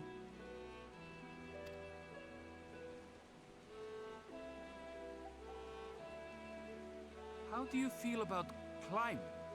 If you've strength and the courage to brave it, then there is another way down.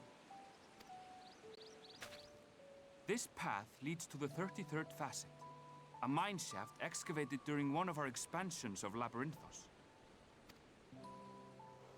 While I cannot guarantee that the passage is safe to traverse, it should provide access to the medial circuit below. I never even knew such a place existed. Thank you. This is the perfect solution. You're quite welcome, but consider yourselves warned. If the going proves too treacherous, you do well to turn back. I bid you... Oh, boy.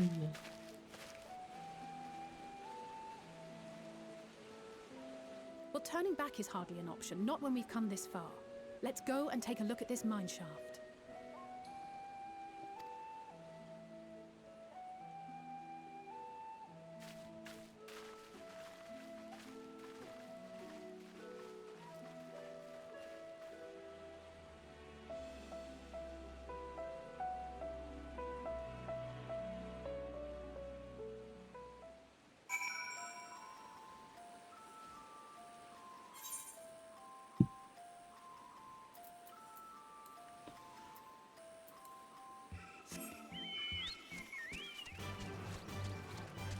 Sneaking around, using the illegal route. Let's go.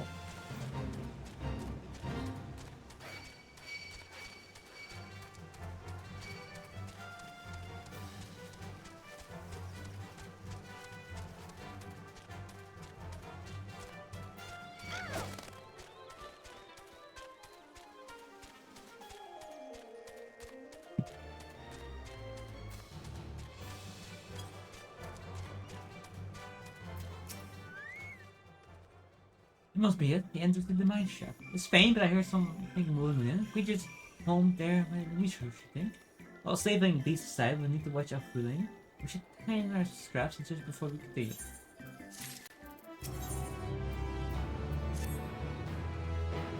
Assuming everyone's hiding their scraps and check their gear, then I say we head on. Given the trade I had, it might be I still leave some discipline enough. Don't need one to be stumbling over each other if it comes to a fight. Take it so, don't forget to check the ground from time to time. You can meet them again at the end of the other side if you don't know.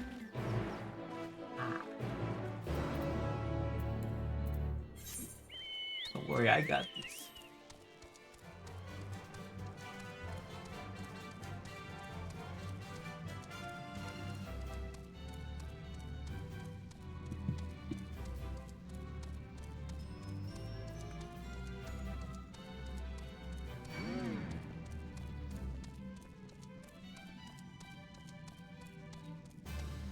technology.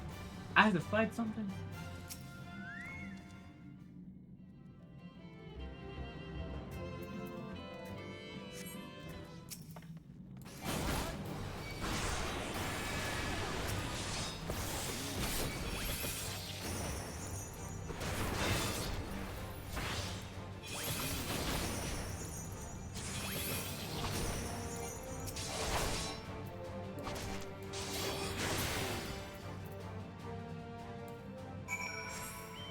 We keep moving.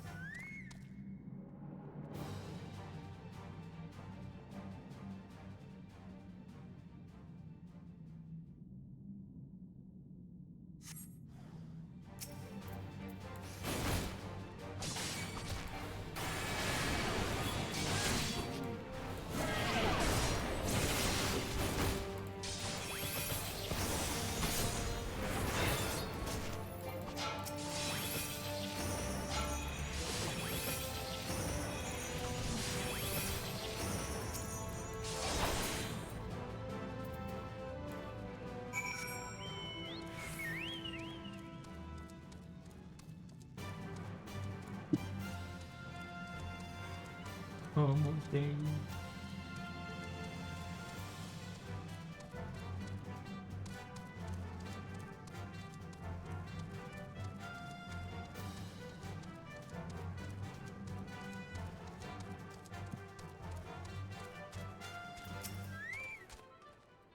Everyone seems to be half made through without incident. Nothing of consequence at least. And as promised, the tunnel has lifted us into the medial circuit.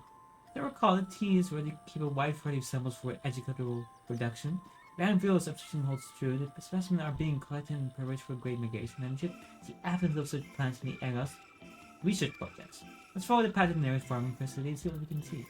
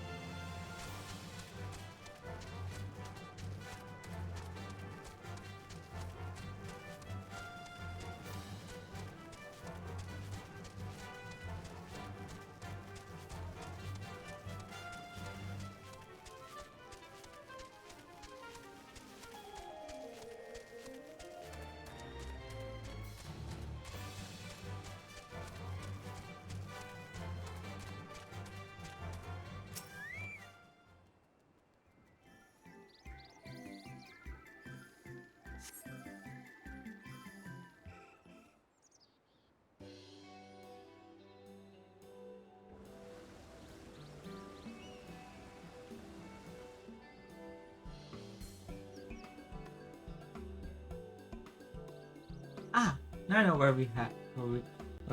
It's Romeo Argonauta.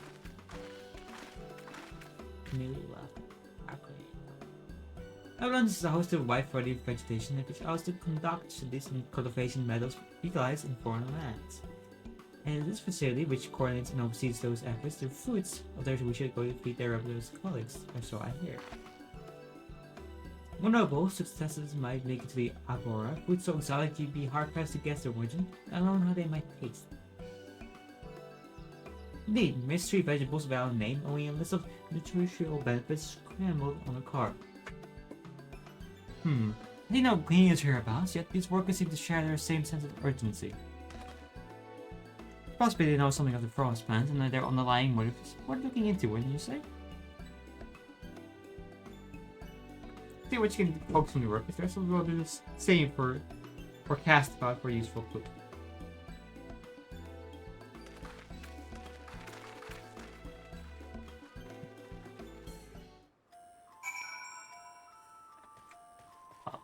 Let's see.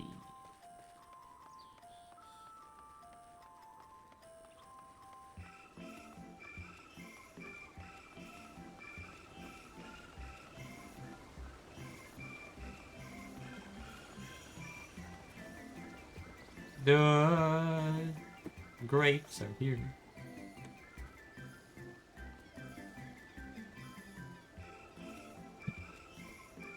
right? For crops are reading, why you can see it's a variety of gray. All he needs is a good source of sunlight to grow, and the conditions here are nothing short of perfect. Are you surprising that, given that's native to particular local in the very place upon which Davios was modeled, a region in the side of Ilzaba? It boasts remarkable in habitat diversity, allowing for myriad flora and fauna to thrive. Cherry Peak in the north gives way to swaths of temperate plains, which transition into a hot, humid coastline. These bountiful territories ever possessed my span used to be called Corfus before the Imperials named it Locus Amulas.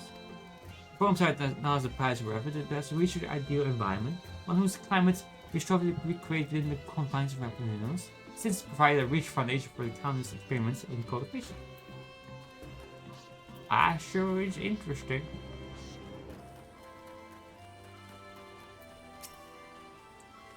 We have all to be taken down below, more than I can carry in and so. Most of our stock is sent off via the cargo lift, but someone has been earmarked for aerial transport. Has a stack of crates atop the hill over there. God's hauling that lot up to that so was a drop and a half.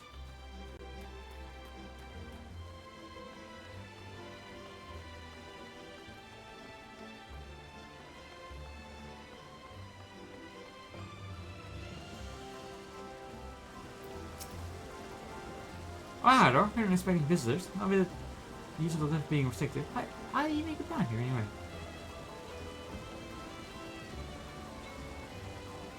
In my step, you say? Well, you're much harder your soul than I.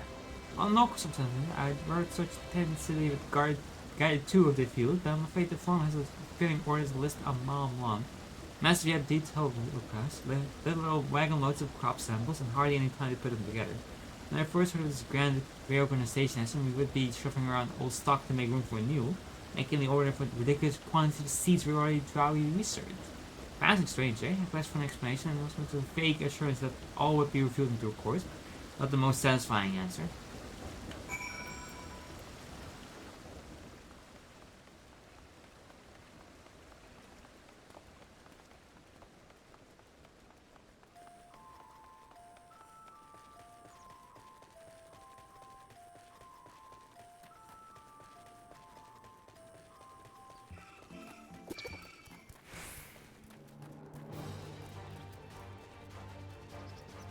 Where are you, crowd? Oh, just that box. Waves on these crates tell the story of the Kananas, bundles of common seed and saplings accompanied by sheaven of reports.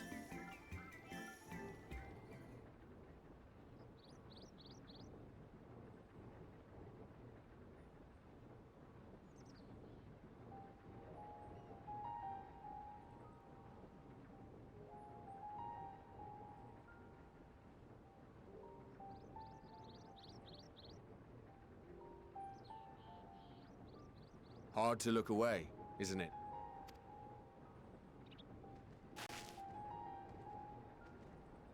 But they're more than pretty flowers. Heart blooms are attuned to ambient emotion.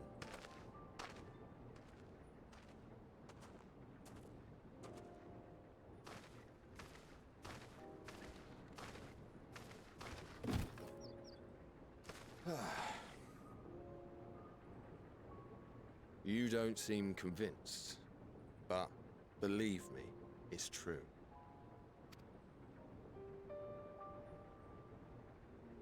This ashen grey, for instance, it mirrors the anxiety and urgency of those working nearby as they rush to fulfill sudden orders.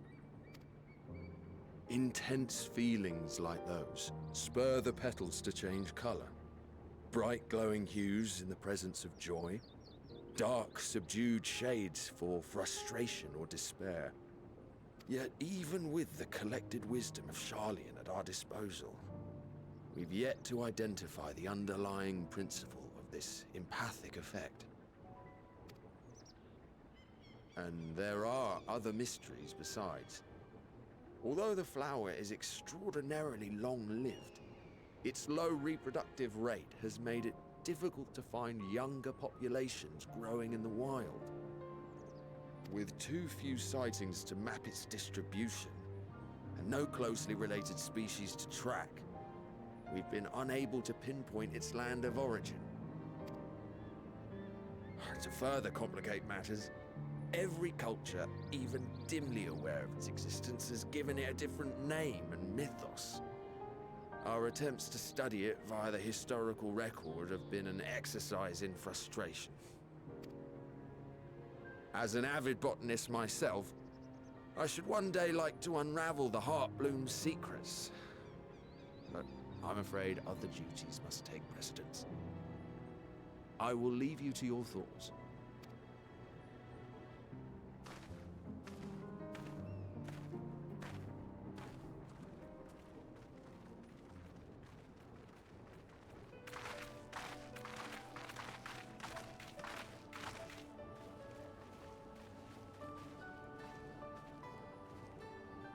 Have you learned aught of interest?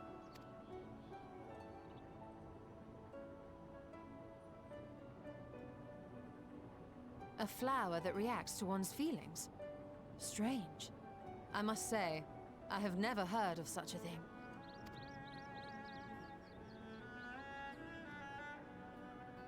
This is all very fascinating. But as it stands, we fail to gain any significant insight into the Forum's undertaking. Indeed. While there is certainly enough activity to support Erenville's supposition that a priority has been placed on improving food production,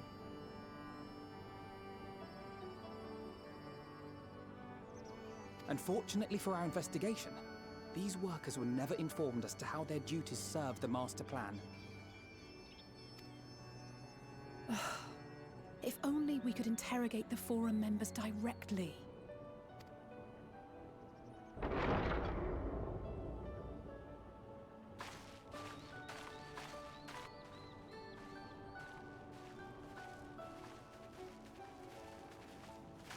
Isn't that the entrance to the Archaeum?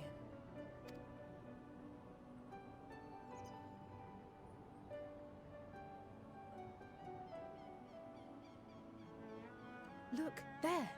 I think that's Erenville.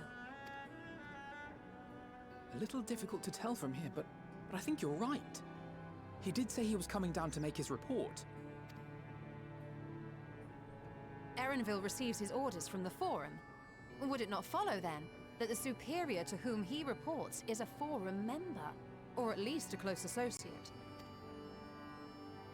You mean to eavesdrop on their conversation? What of the risks? Ours alone to bear. We won't interfere with Erenville's work, nor will he be implicated as an accomplice. If you're not comfortable taking part, I can do this alone. Nay. I said myself that I wished to know Father's intentions. And no answers will be forthcoming should we simply ask nicely. We can apologize later, should it come to it. Right now, we need every crumb of information we can get our hands on. Consequences be damned. It might be best if you came along as well. In fact, we should all...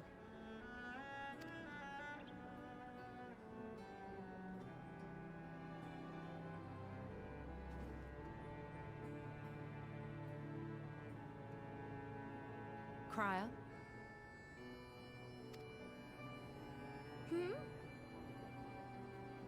Oh, yes. That certainly sounds like a plan. I'm glad you agree.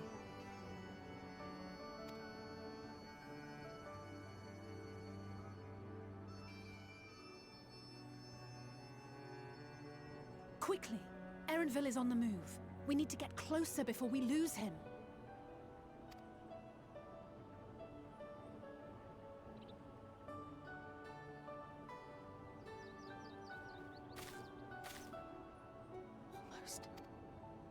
Oh god.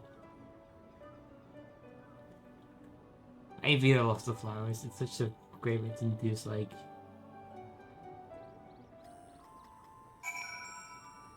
the flower is nice. I like the flower. I like flowers. I've always liked flowers as a kid and all that.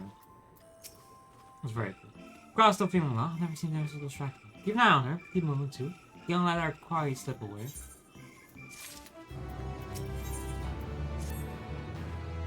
Everyone's headed west further along the path outside the arc. Come, we can still catch him.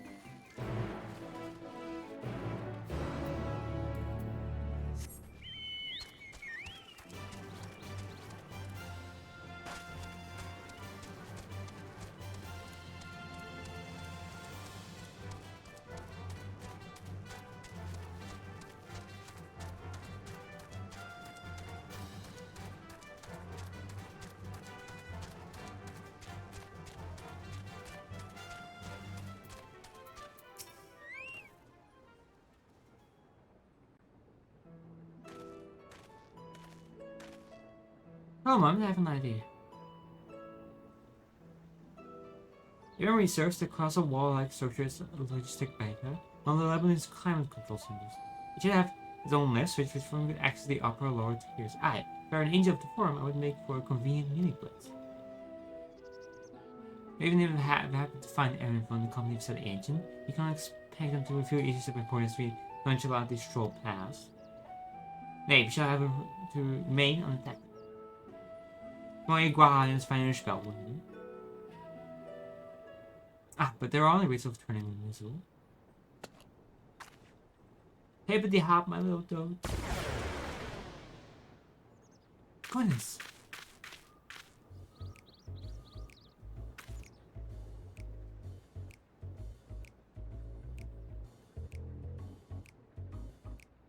On a constant identification? Probably not. It'll wear off with the passage of time.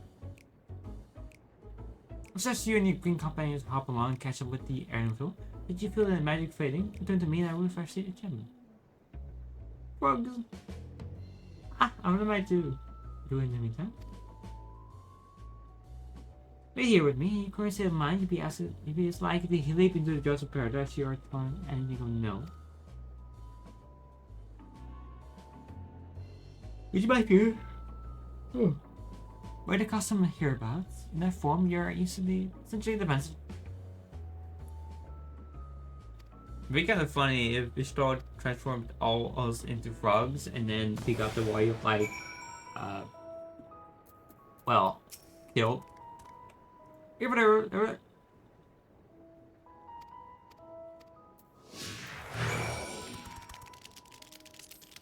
Would not be funny, but like, or walkthrough.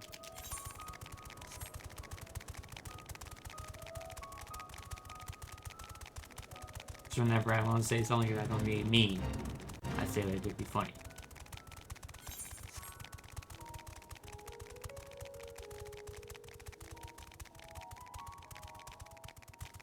Oh.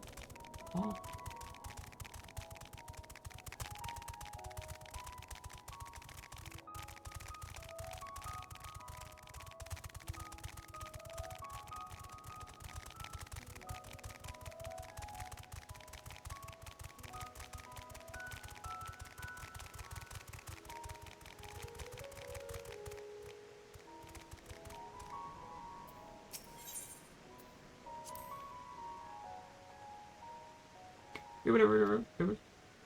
I'll leave told to the face to the north. Perhaps he's suggesting you cross the bridge. Whatever. Over the times it feels him to shake his head, but he nevertheless, sometimes he's telling you it's the wrong way.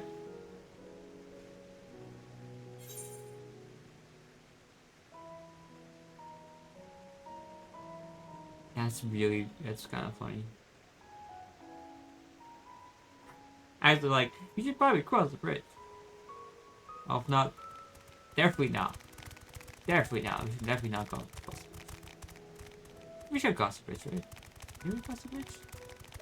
I'm actually kind of... That's where we come from, right? Oh, I'm going crazy.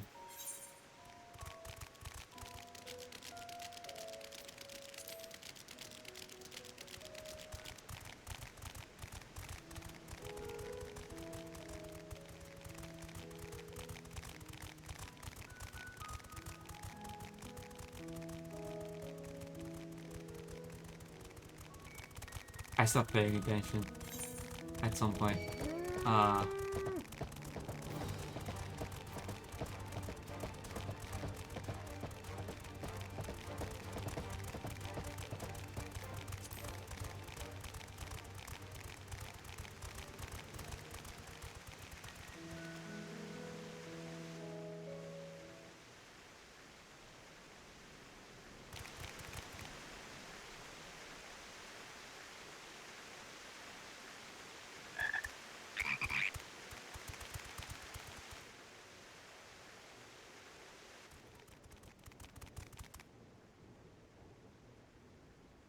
I trust you will find your compensation to be more than satisfactory.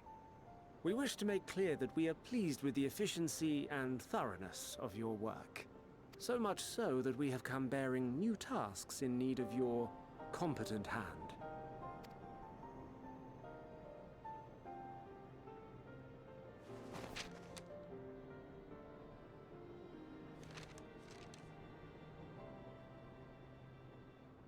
Another lengthy list. If I may speak frankly, the Gleaners have been pushed to the point of collapse by your unending demands. We are not familiars to be exploited. We are Sharlayan scholars, and we deserve an explanation for this unseemly treatment. What warrants such urgency?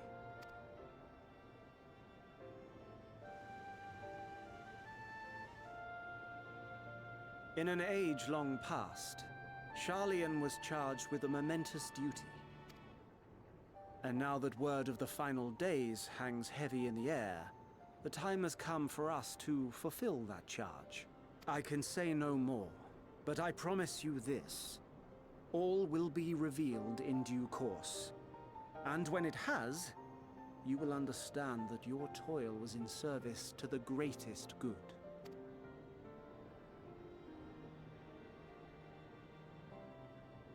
Then I will do your bidding. For now. But unless you wish the Gleaners to rise up in protest, I advise you to offer tangible improvements for our working conditions. Your promised revelation does nothing to address present circumstances. A fair point. Your concerns will be conveyed to the Forum.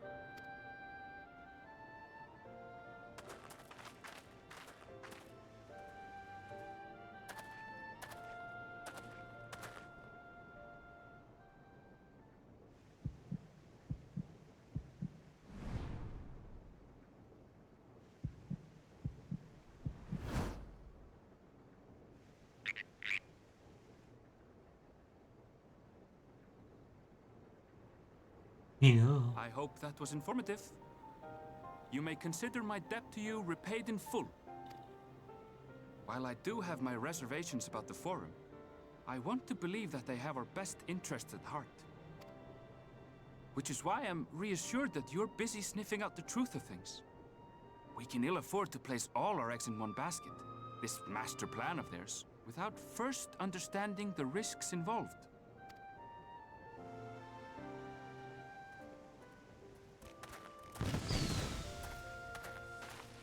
Wait! How did you know it was us? If you mean to impersonate a toad, try studying the real thing. And don't try to fool an expert. God, he's such a fun character. I'm so glad we're taking him. We're taking him to Dawntrail.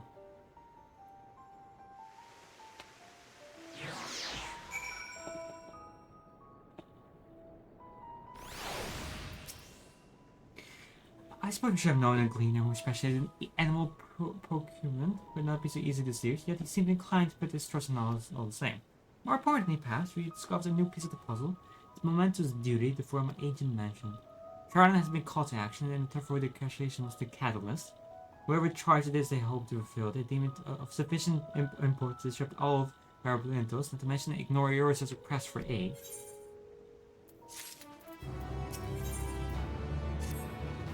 But it could wrong the direct involvement of the Forum and the commitment of all its resources. By judging on what we just heard, no one could clean us of any kind of explanation. At this point, it seems abundantly clear that we all learn nothing but not by passing them further. Then head back to your stall and quiver for a moment to see what they think of this.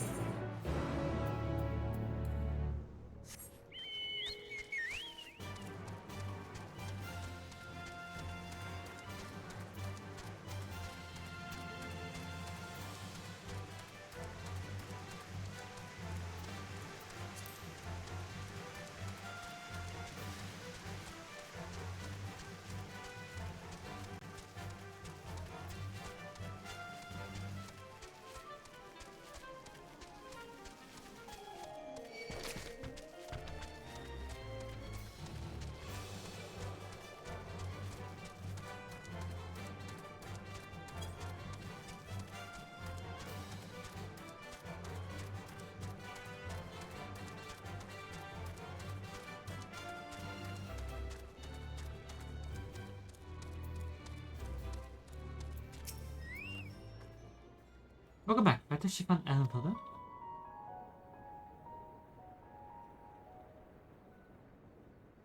Interesting. I had a feeling you would learn something important, even if that something was simply a confirmation that no one knows much of anything. Share this with the crowd and see how we see. Didn't find her back at the farm. You should still by him oddly, so I paid her return the nest here. Perhaps not the best decision in hindsight. Would you mind checking near those flowers? See what's transfers by.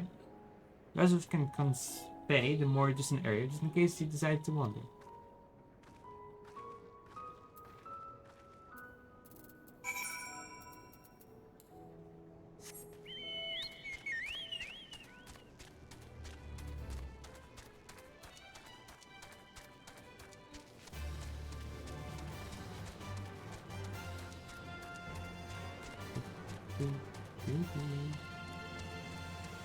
Notice he was high up. So we can get the flowers.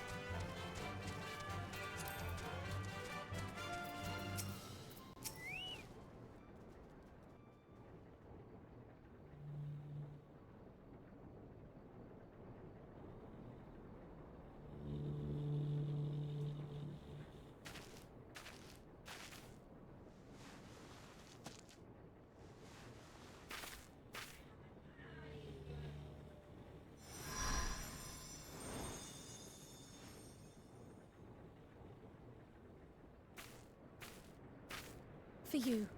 The spell will keep it from wilting. She said you would need it for the journey ahead.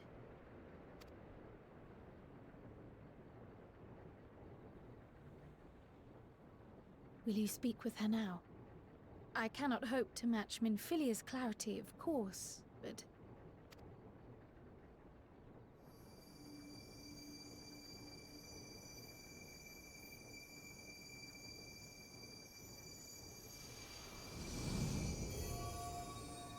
Thank you.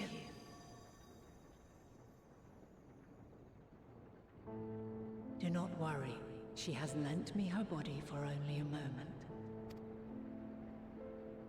Just as I could not save the first from the flood of light, it has become arduous for me to interact with the physical world without assistance. Though I might converse with you for a time, the incorporeal form I assumed on the ship would be incapable of casting even the simplest enchantment. It is in the depths of the ethereal sea, the place to which all life returns, where my influence is greatest. After Minfilia's sacrifice on the first, it was to the sea, here in the source, where I ferried her soul. I wished that gentle spirit to find rest in the world she loved so well. Her, and another who may yet have a part to play, though that will depend on you. Take the flower, walk free, for you are free to go where you wish, to believe what you will. That bloom will be your guide, test and proof of your conviction. In darkness, seek joy. Surrender not to sadness, and see beyond despair. Walk free, and bear the light for others to follow.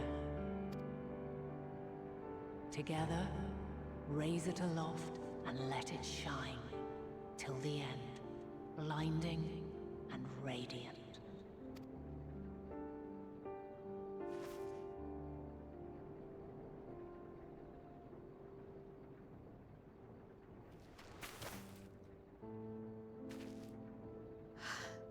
That was all too brief.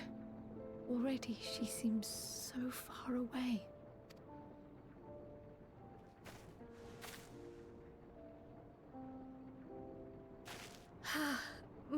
Apologies if I startled you. Ever since we began our descent into Labyrinthos, I had sensed another's will, straining to reach out. Even with my particular talents, though, I was unable to make a connection at first, so weak and tenuous it was. Once I took hold of that wispy thread, imagine my surprise to discover it was Heidelin herself. Needless to say, it seemed wise to learn what we could before letting go. Her answers were more cryptic than I would have liked, but at least she left us with a guide of sorts, that unusual flower.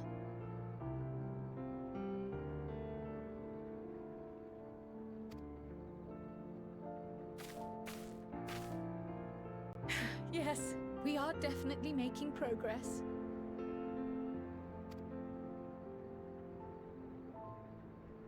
You can't be serious! We've done nothing wrong!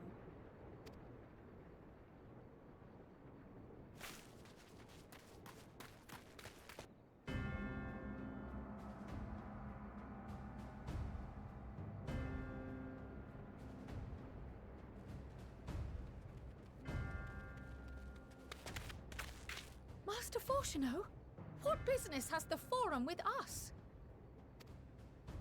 Obstruction and suppression, apparently. Mistress Baldessian, our records show you facilitated the Scions' entrance into Sharlayan by claiming them as assistants for your organization. We are aware of your investigations. After alerting the major institutions to the presence of potential troublemakers, we received word from an Archean custodian, a group operating under the auspices of the students, skulking about Labyrinthos and engaging in clandestine behavior. Clandestine? We may not have entered Sharlayan as Scions, but we did naught to conceal our identities. Our only purpose in this city is to seek the truth. I can think of no reason why our actions should warrant the Forum's intervention. It is not our way to discourage the pursuit of knowledge, but the timing of such pursuits must be considered, not to mention their potential impact. With the world in chaos, we, the true caretakers of wisdom, have committed ourselves to an undertaking that demands the utmost discretion. And we will not risk its success by turning a blind eye to disruptive foreign elements in our midst. What, then, is to be our fate? Will you put us on a ship back to Eorzea? The Forum will convene to examine your case. The results of said inquiry will determine your future in this city. As for your absent companion, he has already been detained. Raha? But why? Is reading a crime now, too? Reading is encouraged, celebrated even. Not, however, of the volumes shelved in the restricted section of the library.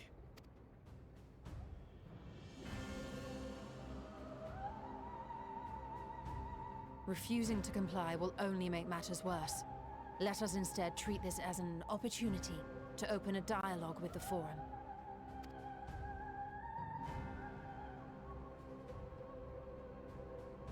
Silence is often one's best defense. I would advise against prolonging the proceedings with frivolous discourse.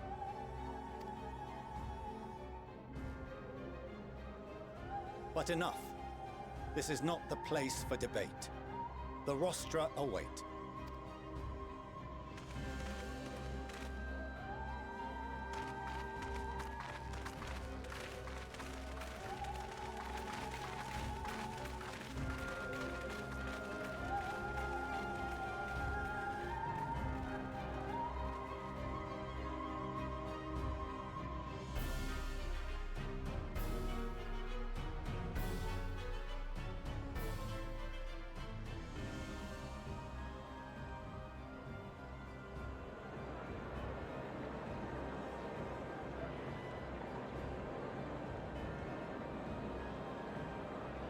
Look at him. He will be judged.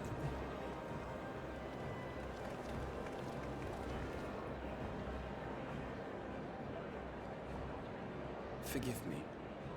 I was careless.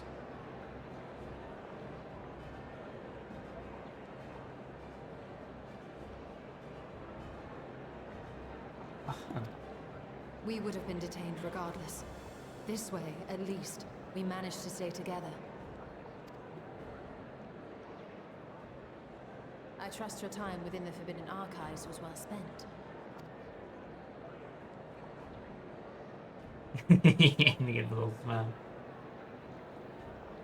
The forum will come to order.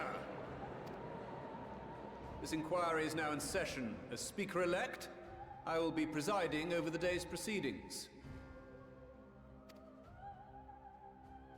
Master Fortuner, would you be so kind as to restate the matter which compelled you to summon your colleagues with such urgency? As you are all aware, we recently denied Eorzea's request for Sharlayan assistance. Since then, certain individuals dissatisfied with our decision have taken it upon themselves to interfere with our work. They entered our nation masquerading as associates of the students of Baldessian. But these malcontents are better known as the Scions of the Seventh Dawn. These militants wield influence with both the Eorzean and Eastern alliances, and are inextricably involved with the crises presently afflicting the world at large. Loose in our city, these warmongers sought to meddle with and expose matters of state secret.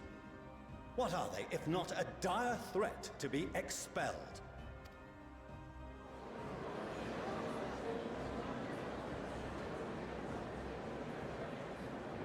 You have tarnished the good name of the students. Galuf would be ashamed.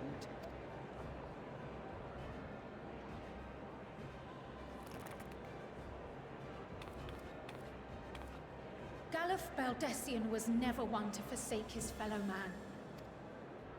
Even if this nation closed every door and retreated from the world, he would have found a way to help the Scions, help every soul of this star fight back against the coming doom.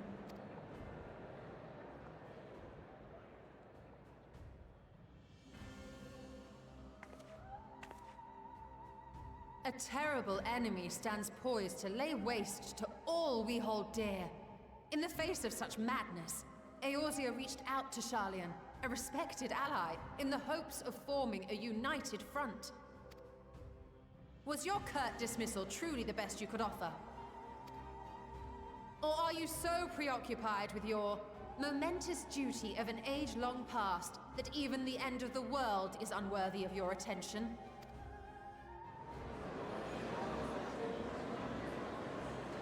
Whence came this revelation? From the mouth of a forum member within fortuitous earshot. Then it seems your findings support my own.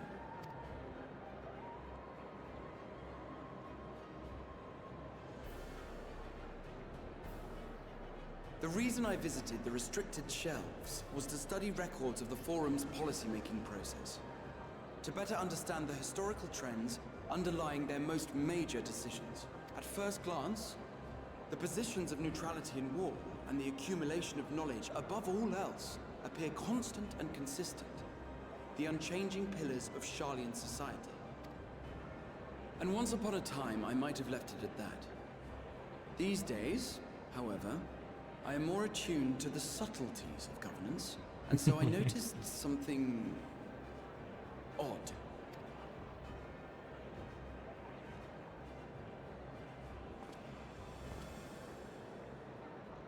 From a particular point in time, the purpose of these policies shifted. No longer was knowledge preserved for the benefit of society. Rather, society was to be gradually reshaped to ensure the preservation of knowledge.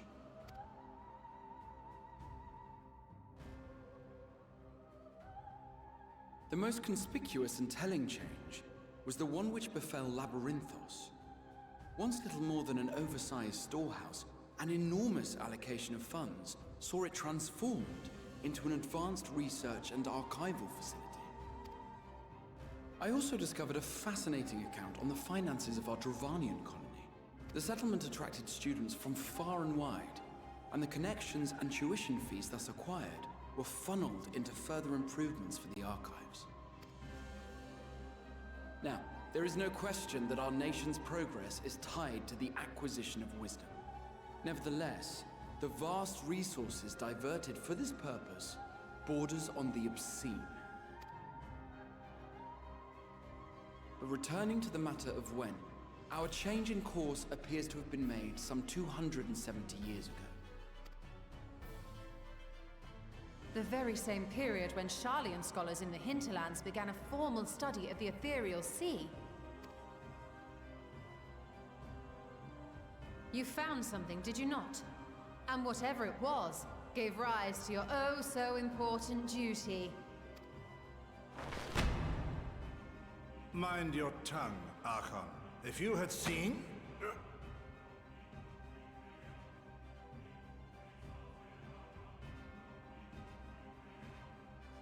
Yes. We are bound by a duty we cannot ignore. Knowing this, what would you have us do? Abandon our vital work and join you on the field of battle? We will never choose the way of the sword. We will fulfill our mission, not through strife and bloodshed, but survival. Come what may, we shall live on. We must. Do as you must, then. But we Scions will fight until the heavens fall, until our last breath.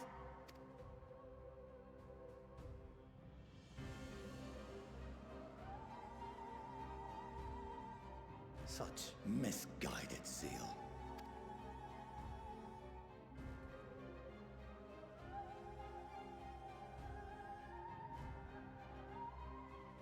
Father, Master Fortuno. I feel like it's, he said he used the analogy, which is the sword, right? Like putting on the sword, which is really fun because either next time, depends on like which course you take first, right? You either get before or afterwards, you get another visual of the sword, which is the stone on the other side, and you know there wasn't how people that are like all up using all that knowledge to combat it, and meanwhile Sharlayan's the opposite, which have like this like mirrored thing that always appears in this game, which is it's really fun. I fail to understand the stance you have elected to take. But by the same token, I have yet to find a compelling argument to counter the challenge you put to us in Gridania. Still, in the midst of my uncertainty,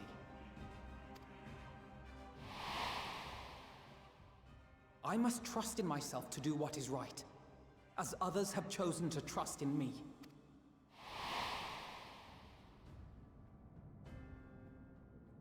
So I will continue, as I always have, weighing the consequences of my every action, and allowing my hope for the future to inform my decisions. That's quite enough. Have you all forgotten the reason for this assembly?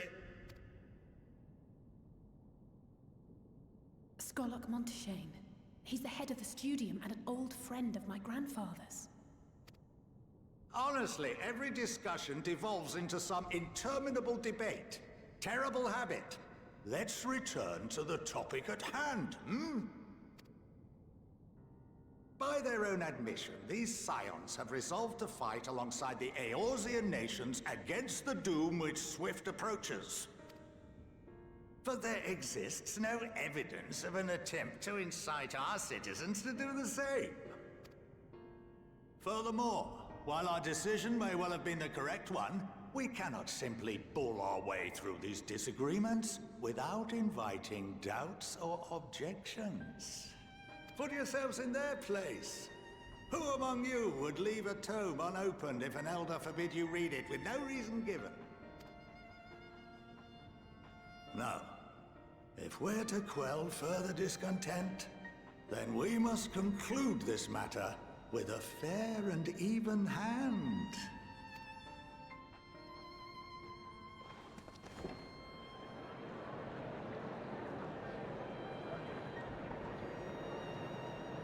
Order! We will have order! Master Montaigne raises some valid points. Keeping such concerns in mind, I propose we enforce the following measures. Until further notice, the students of Baldessian are to cease any and all activities within the domain of Sharlayan. You will also refrain from any further investigation into the Forum's decisions and duties. Failure to comply with these restrictions will result in the immediate expulsion of your Scion associates. Let us put this judgment to a vote. All in favor, raise your hand.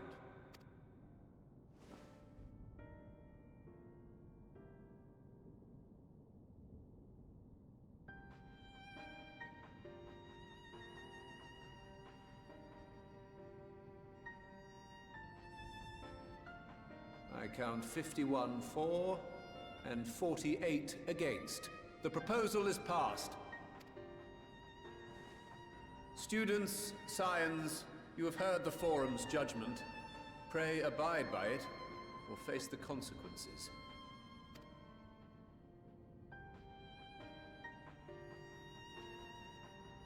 Honored members, I thank you for your time. This inquiry is concluded.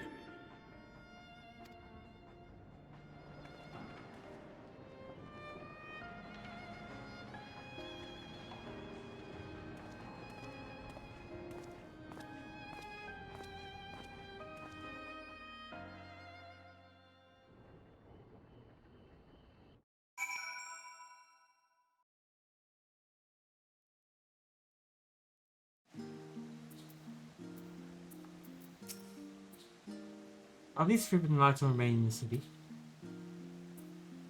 So our endless investigation have not been in vain. Now that this mysterious duty of theirs begins, whatever the Forum discovered in the interior sea. Yet our freedom so sorely curtailed her, you will struggle to learn out more of substance here in Shaw.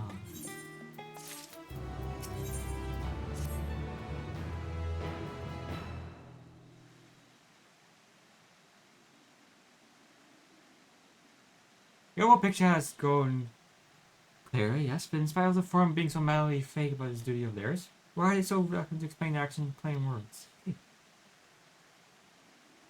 So I overcome what I may, as far as work so vital that takes precedence over his own family. Oh no, that has to miss you. Mother! And I heard you've been dragged about over the point when I came as swiftly as I caught. I'm so very glad that I could stay.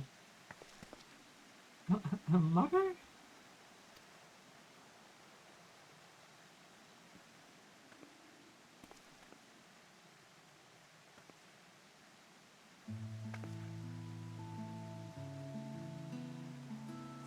Amelia's Levier at your service. And you find people must be the signs of the Son of Dawn. How lovely it is to finally meet you.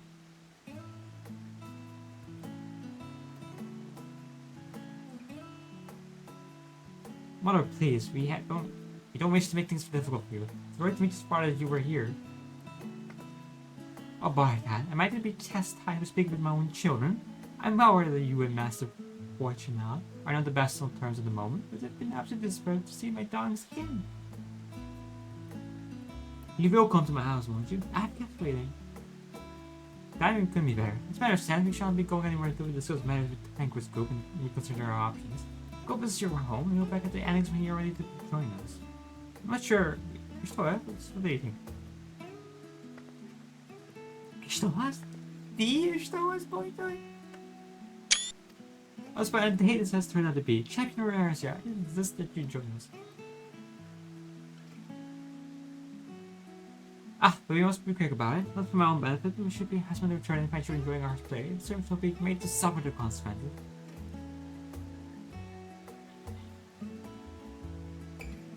Show us if you're so kind to escort my children to the estate.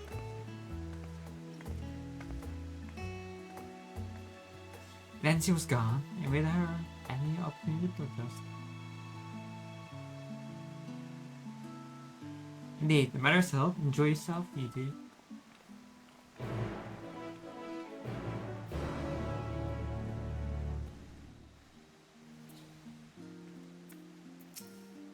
I apologize, my wife is not the one to take the moment for an answer. So I'm glad and relieved, even, to see you're in such high spirits. I'd say you're still lost, though it seems that you have a little enough time to enjoy it, but you accompany us, not our tone.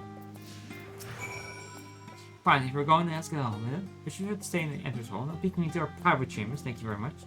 However, not, your room was always perfectly neat and tidy. Everyone has their things they have to keep to themselves, don't they? Chairs and mementos, you can bring yourself to away. Childhood toys. Never mind. Larios stays that way. Say it down the stairs. Come on.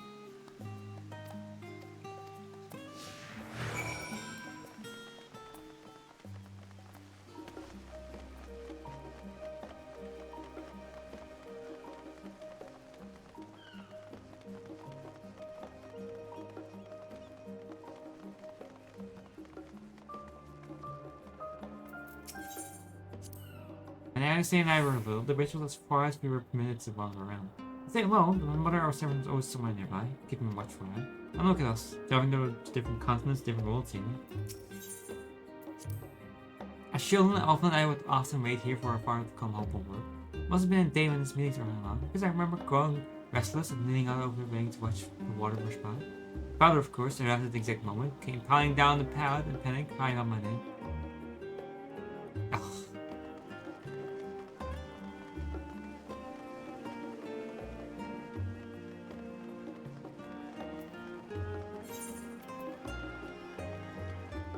Oh, hey.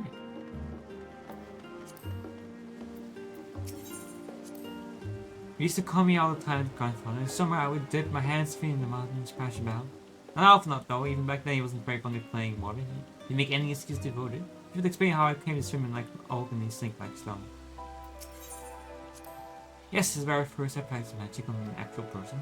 I was had fallen, you see, and skipping you quite badly, so I tried to cast a simple surface spell. I'd only just learned. As he smiled when the wood closed, the joy on me fell us. I believe for a merry mother choose the healing artist the main subject of my studies. Ah, I lost to it so much.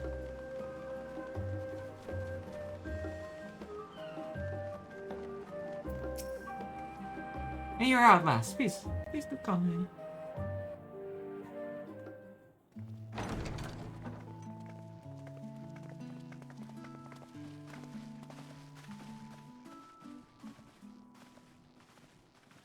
Welcome home, my lady. Oh my lord.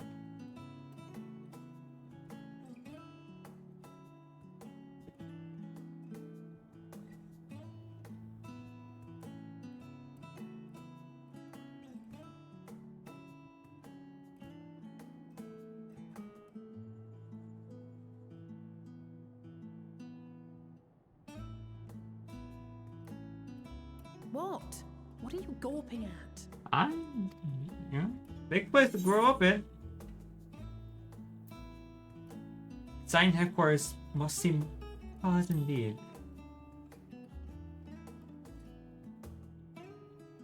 I'll have you know I'm quite fond of the Rising Stones.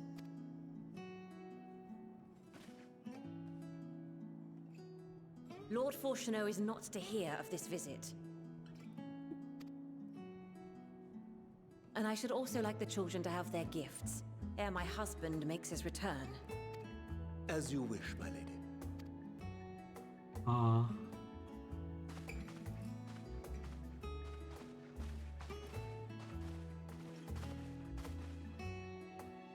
Master Alphino, Mistress Alice, if you'd accompany me upstairs.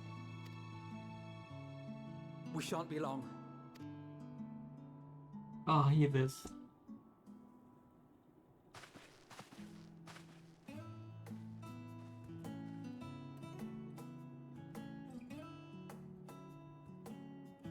The twins have been sending letters home from time to time, recounting their latest adventures.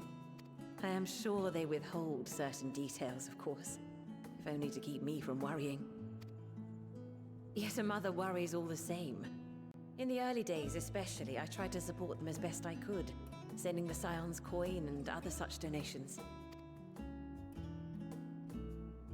Fortunately, they have found the strength to overcome adversity time and time again. Their words grow more confident with every letter, their depictions more vivid. The triumphs and defeats, the joys and sorrows. It is clear that they have come to find value in every experience. But of those they treasure most, it would seem that meeting you might be the most impactful. Why, since that fateful day, I do believe there has not been a single missive in which you were not mentioned by name.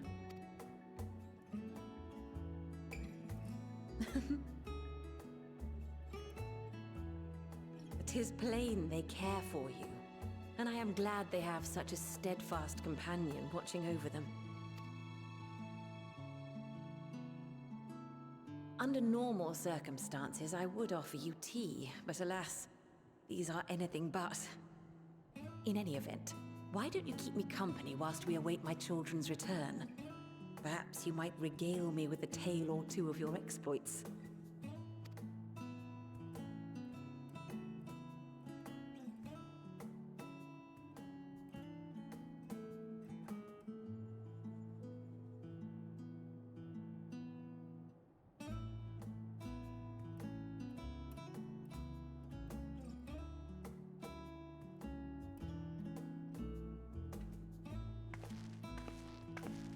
When you mentioned gifts, I wasn't sure what to expect. Mother,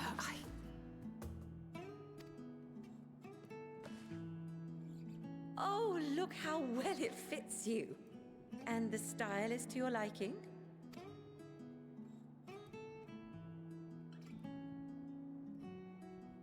It's perfect. Exactly what I would have chosen. But please, tell me you had something different made for Alphino. Naturally. You are hardly little children anymore. And while I shall miss dressing you in those precious matching outfits, I must respect the individuals you have grown to become. See for yourself.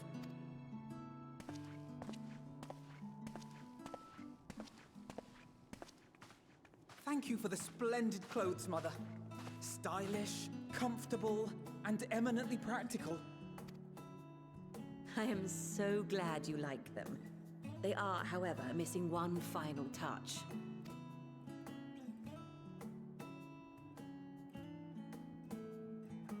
If you'd allow me, Master Alphino.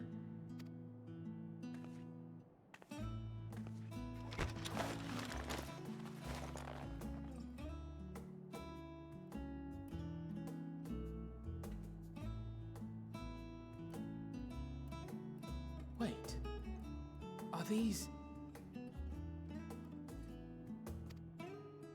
A sage's tools of the trade. They belonged to your father. That's crazy. Though he may as well be chained to his desk these days. As a student, he was often called upon to venture into the field. He wielded those armaments, both to heal and to harm in no few battles. None so fierce as those you two have braved, perhaps, but battles nonetheless. Thus did I pull them out of storage, to show you that he was not always the man who stands in vehement opposition to you now. And also because it would be a terrible waste of ridiculously expensive House Leveilleur commissioned artistry.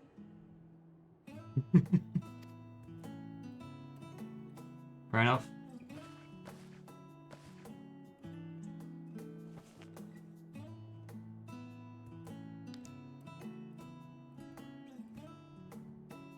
I am told these devices are quite difficult to master, but someone of your extensive experience should soon have them darting about with grace and aplomb.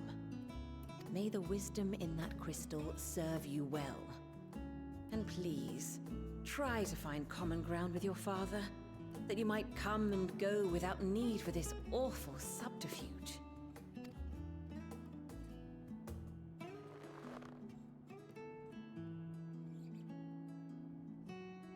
We will, Mother. I promise.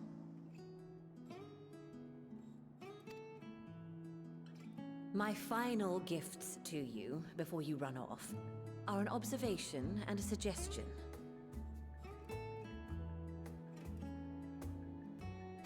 Okay. Firstly, Fortuno has ever been a serious man, but it was only after you were born that he truly lost himself in his work. I may not know the Forum's inner workings, but I know your father's. The timing of that change in him holds some significance. Secondly, do not seek to best your father with words. Far better that you simply show him. Let him discover the merit of your actions, after they cannot be undone.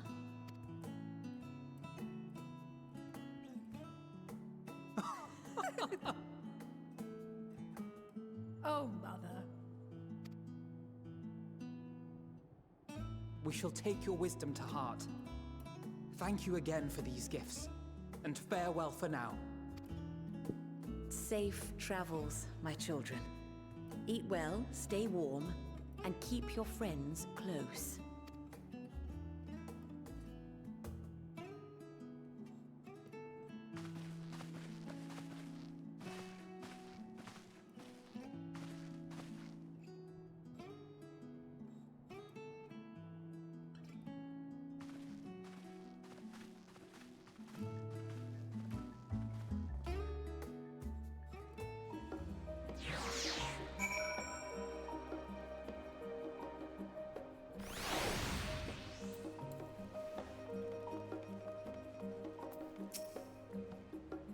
Thank you for indulging Mother's request. I can see it meant a lot to her. And I refrain from inquiring as to the content of your private conversation. This was all too brief for now, however, we would have to survive it. That's what this token of home will carry us. These gifts will help us from many arguments from the camp. Enough sentimentality, let's return to the annex and join our companions.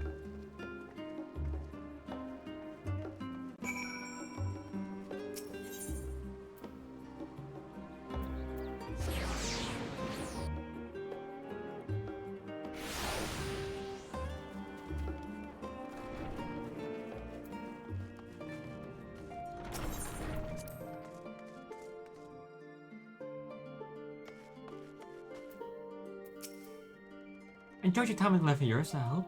You could ask how the twins fare, but then it's how they feel. I can only hope that we help to reconcile with their father, that they might return home one day with their heads held high. In the meantime, we edge ever closer to seek to the Forum Shining Hide, and the flower bequeathed to you by Hyden so the guide is going forward. I'm confident that we won't hurt you to report for Taverna, and we'll be equipped to plot our next move.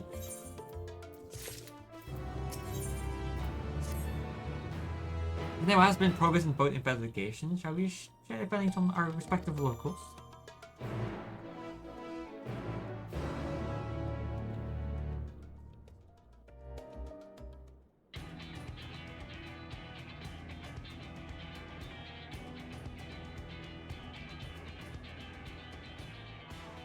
Your time in Thafnir has certainly been eventful. In my opinion, carrying out Vitra's request and assaulting the Tower of Zot should be our highest priority. I agree. While I still have questions concerning the Forum and their grand undertaking, we have all but exhausted our avenues of investigation. Simply pressing them any harder on the subject will almost certainly result in our expulsion. Therefore, I suggest we explore the ethereal sea connection by way of a letter to Master Motoya, then make our way to Thafnir. I wonder, even with the protection these talismans afford us, what can we hope to achieve once inside the tower? According to Orenvold and Fodola's report, they were unable to free the Emolja. Worse, their attempts triggered the tower's defenses, which led to a summoning of Luna Ifrit. What does it tell us that the Spires even have such defenses? Simply pulling a prisoner from the wall is fatal. Thus, the direct approach is doomed to failure from the outset. Any further measures to dissuade such actions seem unnecessary. Unless, of course, there is a way to free the prisoners without killing them. Then it stands to reason that any intruders would be met with overwhelming force. The towers appeared throughout the world in but the twinkling of an eye. 'Twas by magical means these structures were raised, I surmise. A spire thus conjured must needs be maintained, and I suspect an arcane catalyst, some manner of core, doth lie hidden within.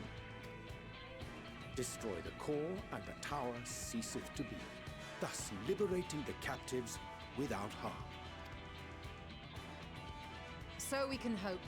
And I would prefer to enter the tower with a working theory than with no plan at all.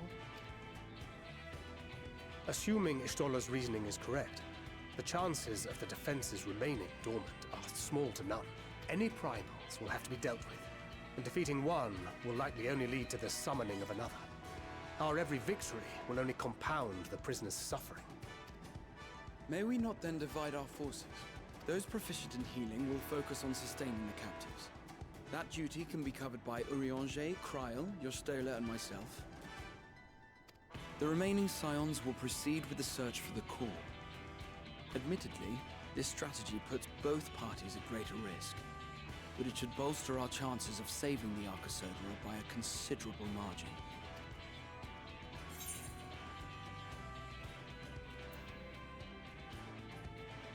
Are you sure Alpha's in the right group? If you're to fight primals, then you'd best have at least one healer with you. And I am more than happy to fulfill that role. I found wielding a sage's armaments to be rather intuitive, and look forward to testing them against a more challenging foe. It seems we have a plan. All that remains is to carry it out. I will inform Rads at Han of our movements, so let us make our preparations and regroup near the tower. The military post in what's left of the Hamsa hatchery should serve as a convenient staging point. That sounds perfect. And remember, the experimental aetherite at the confluence is there for those who need it, so there's no excuse for being late.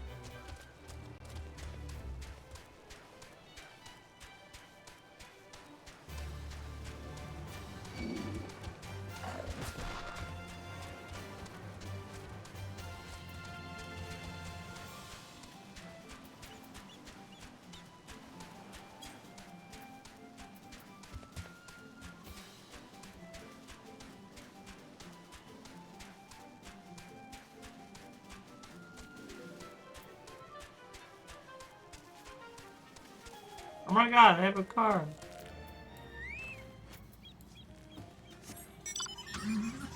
Run, run, run, run, run, run, run, run, run.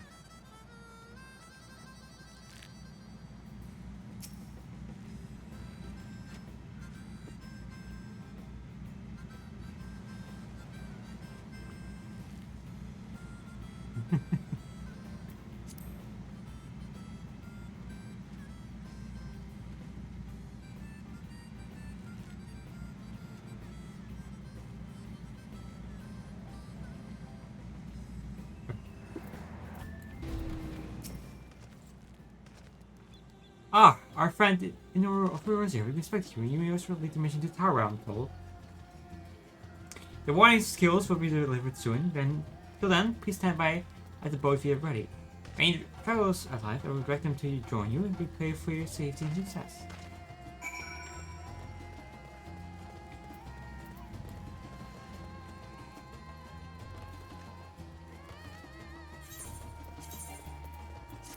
There it is.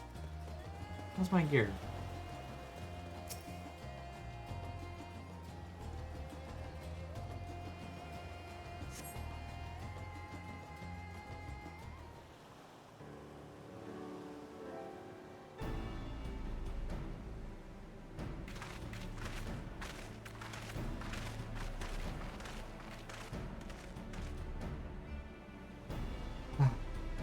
This is the future of HI travel. I think I'll stick to both.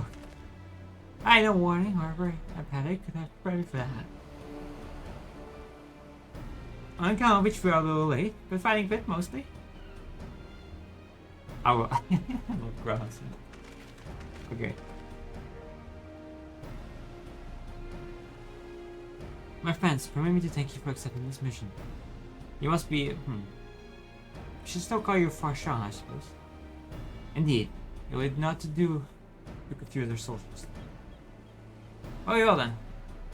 For our part, we are humbled you should see fit to entrust us with your learning skills. Please convey us as much with excellency. One for each of you. Please accept them with my blessings. Our thanks for these. We can go anywhere. But always with the blessing of I can go. Not only for this operation either, but all the ones to come, you can finally break your monopoly on the premise.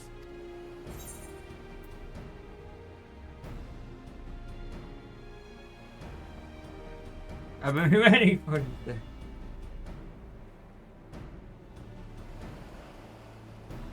So happy, my friend, so happy.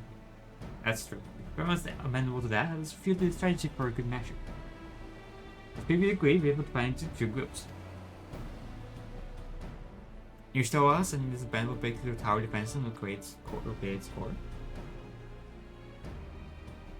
Meanwhile, the Testicles will tend to the prisoners who will doubtlessly want for healing due to the duress of repeated summonings. The camels which the tower brings forward try to beat the tavern in the mid. As we have no prior experience with such foes, we exercise them utmost caution in confronting them. We commence the operation at your word, my friend. For the people of Tavner and the entire world, we must prevail.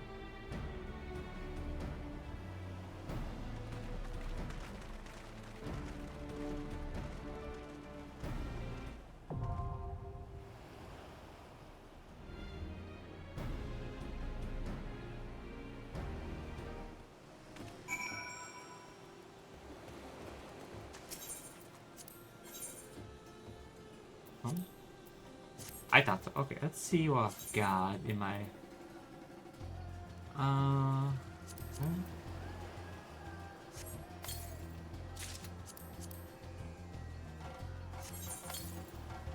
Oh yeah.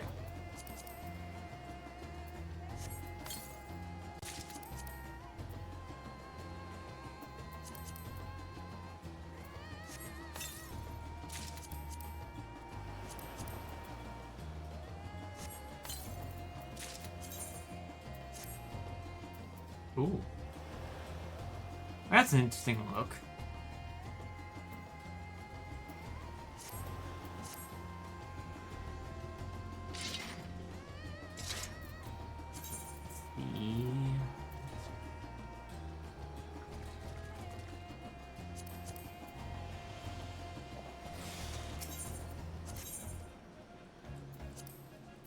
Endwalker. Where's the endwalker? Now, hopefully, these aren't too bad.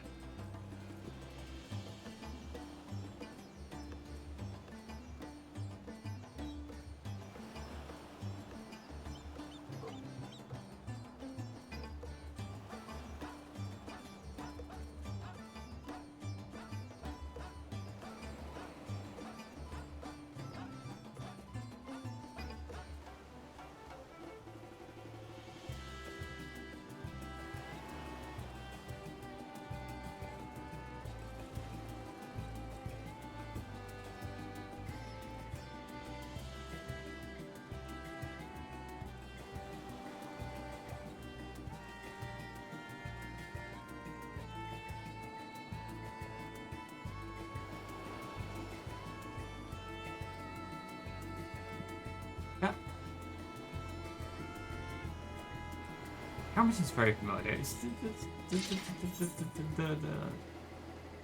I feel horrible. I don't remember his name. The Dark Knight. He wasn't looking like silver armor? That's right, he was.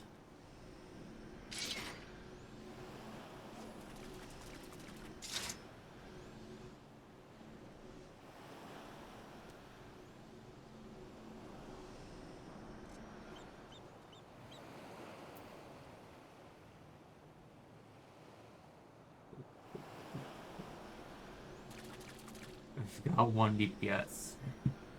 It better not be a red mage.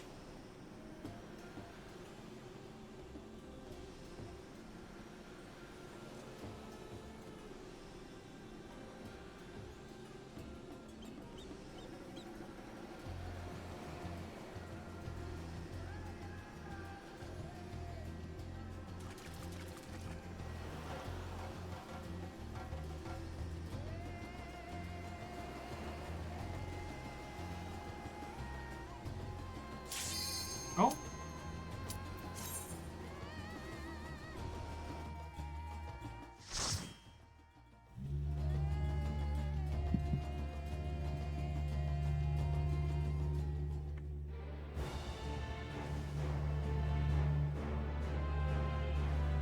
The tower is out. Alright, let's pull big and die. Woo.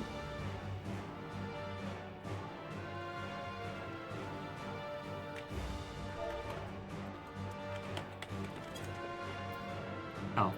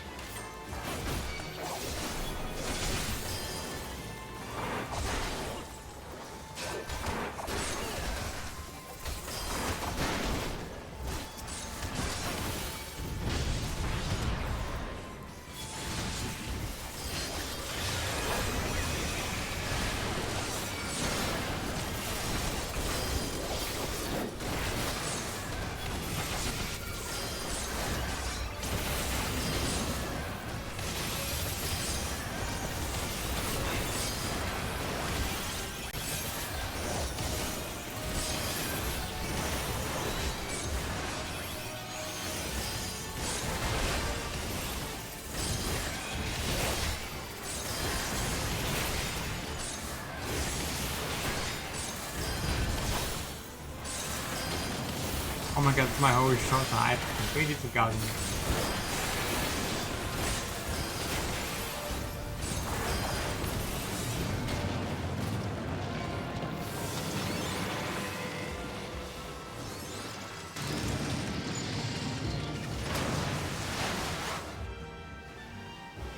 Alright.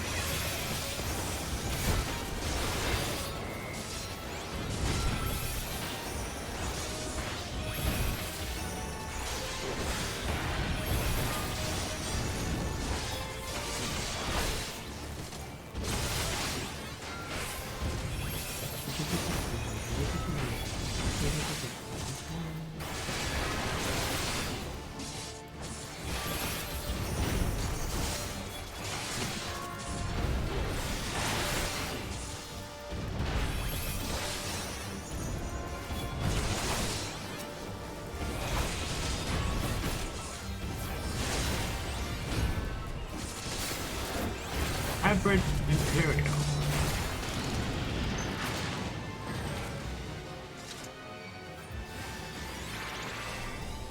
First plus 5 tools. Alright. That's.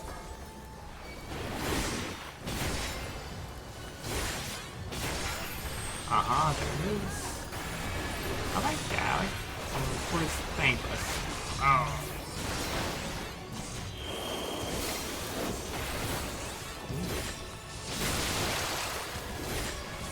That's an in.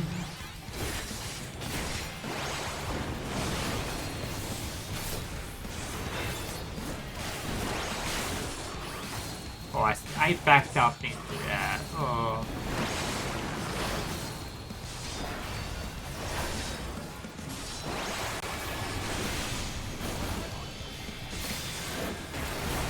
That seems tough, but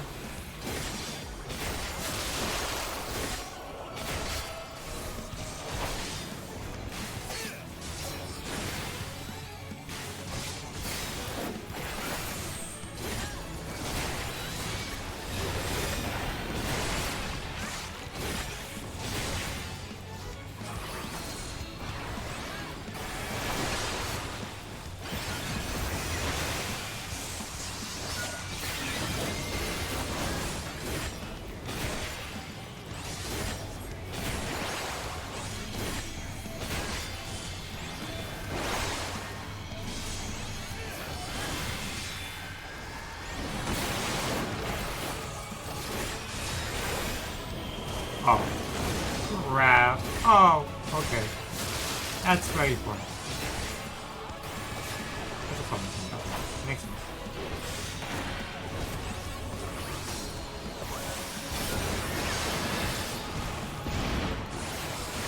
Gotta admit, if you know,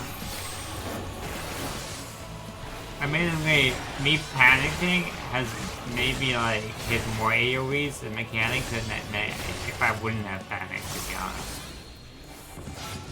If I go into dungeons very overconfident, like I'm amazing. It's weird how that works.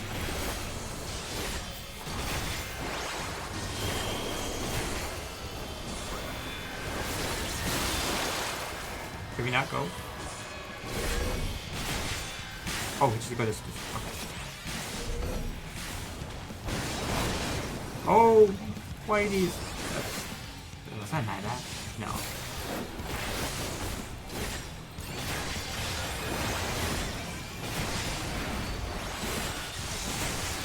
Look at all the shields I have. This is really funny.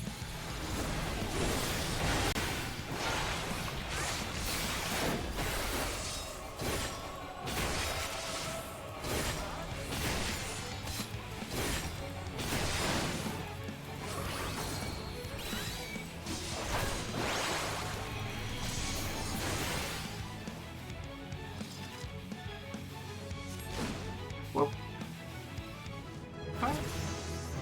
Oh, I love.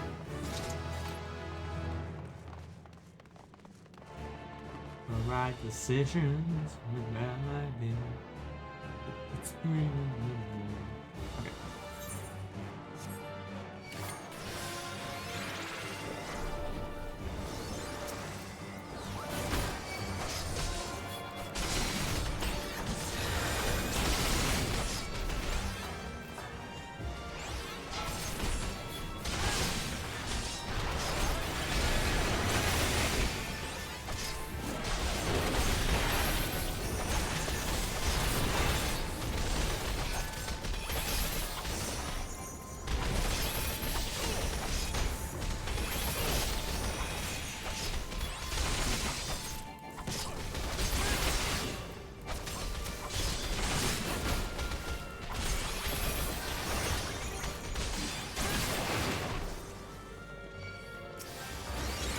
I swear to God, I'm always like, I should use my mitigation. I'm not using this. I'm always keeping it for like the full big, and then like certain dungeons they just don't have that.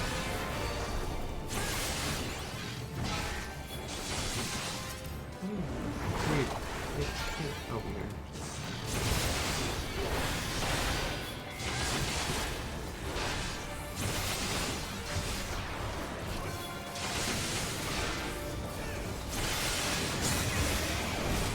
I got so much, but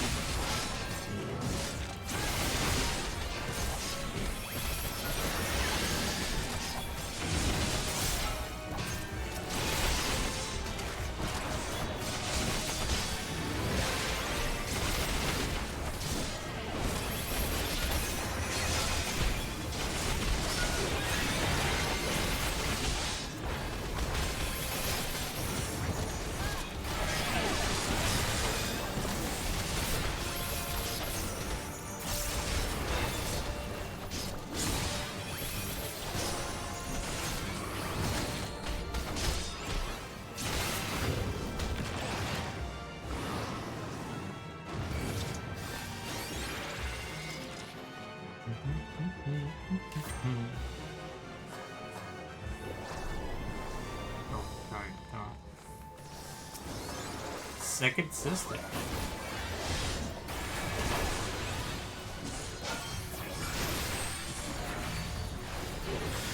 Navigation.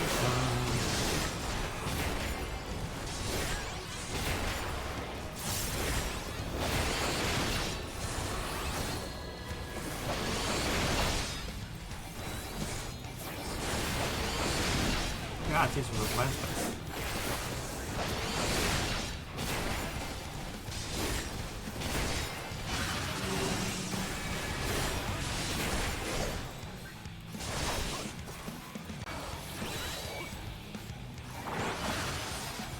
Oh wow, that's big.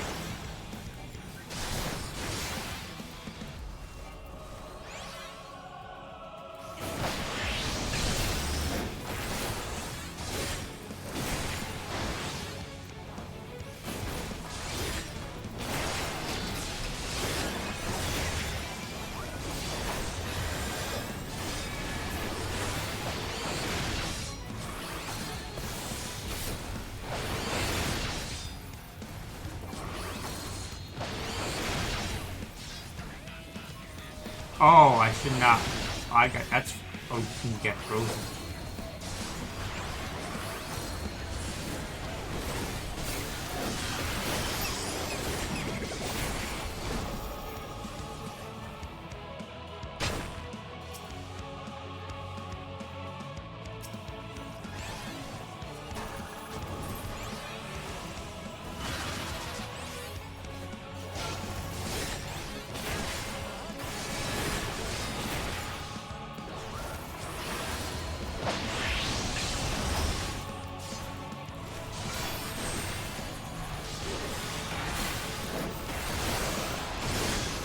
Well, what did he say?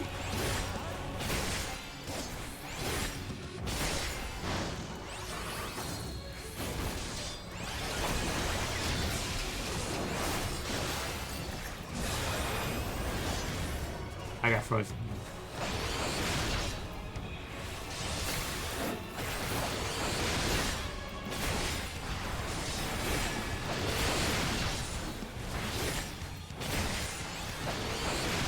I'm pretty sure the mechanic is probably don't attack her.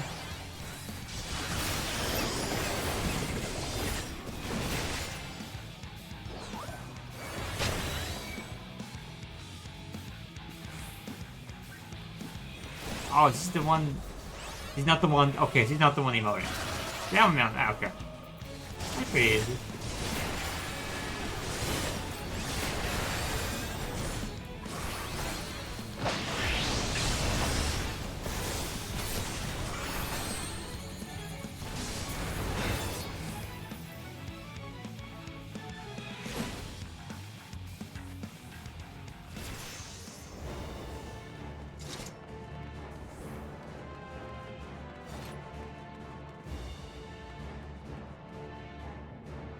What happened? I don't know, you said that's what he said, so I assume I said something, but I don't recall what I said.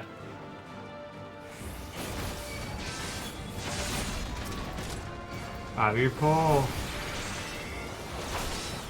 Up until here, I did not feel safe.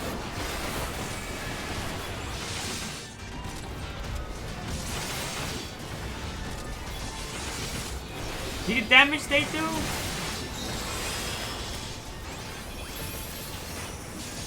What if I wanted to pull the entire thing? Yeah, I don't think so.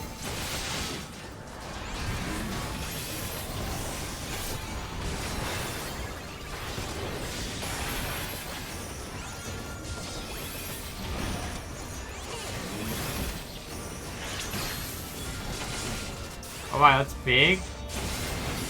Oh, that makes sense. Yeah, that would be what that's what he said.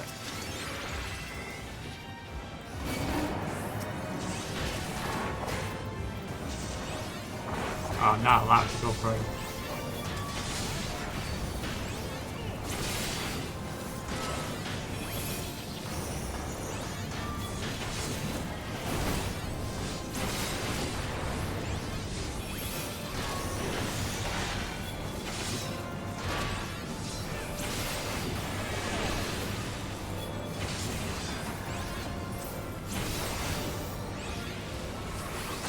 Yeah, I would have died if I fell through like phone. Yeah, I felt like. I mean, I feel like after Cave here, he probably saved me.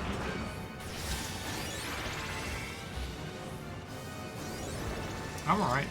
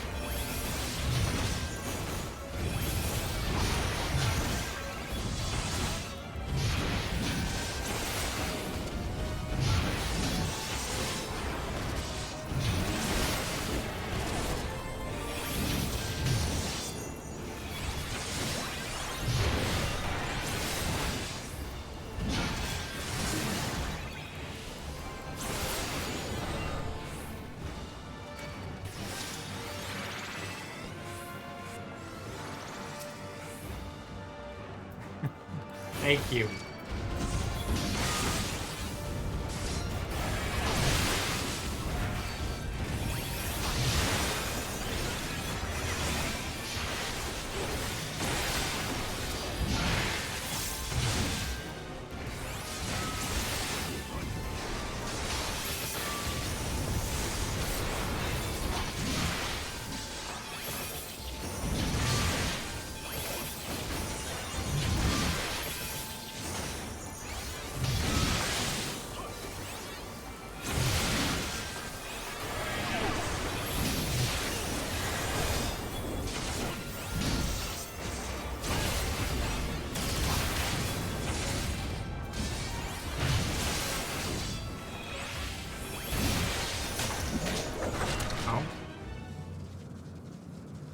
Oh yeah, no, the really designs are great. There's in next expansion, there's this like very futuristic place. I hope we get some very good, cool dungeons there. So.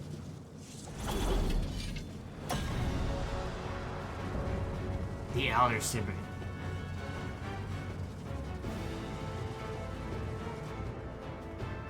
Alright, now I'm gonna get my ass kicked. Respectful way.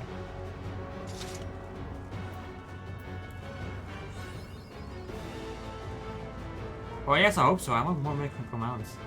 Ooh, that might go, yeah.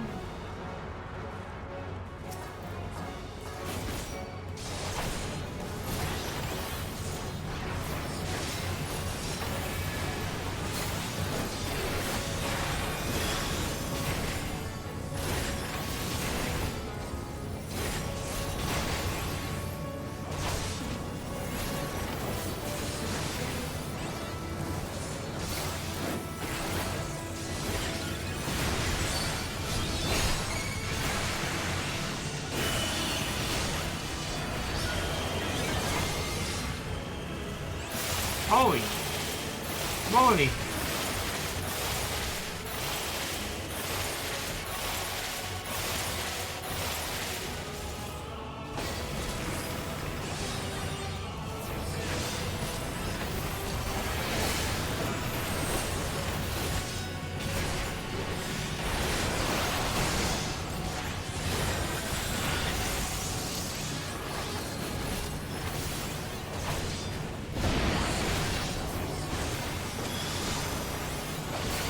I did not get my ass kicked. I dodged the entire thing. Here we go again.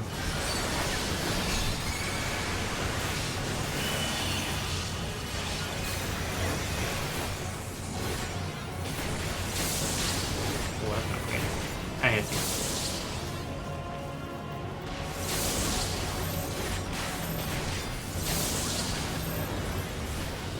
Oh, that was. Oh, God, that goes right here.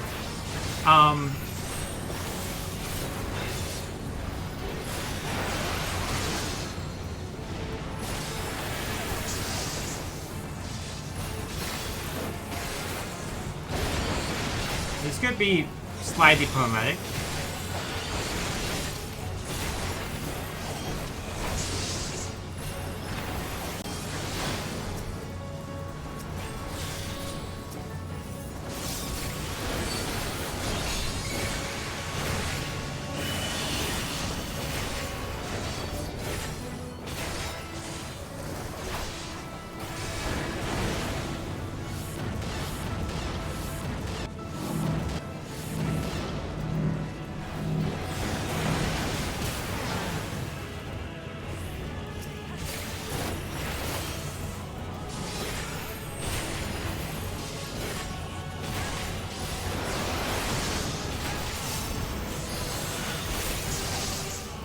I got this.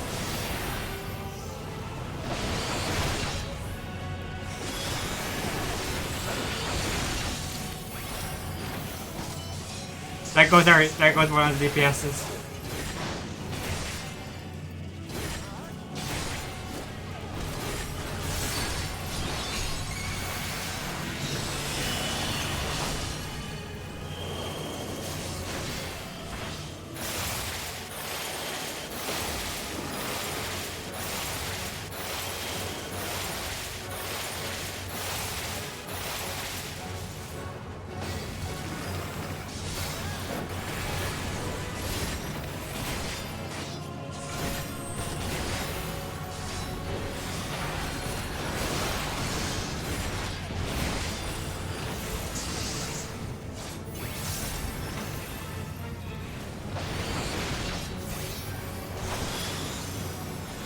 That's one. That's one down.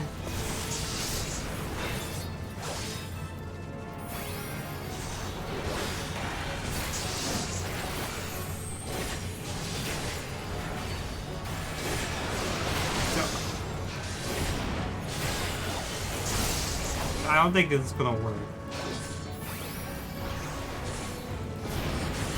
It's gonna take me ages first. Oh shit. There we go. Okay. I'm gonna do this. There we go.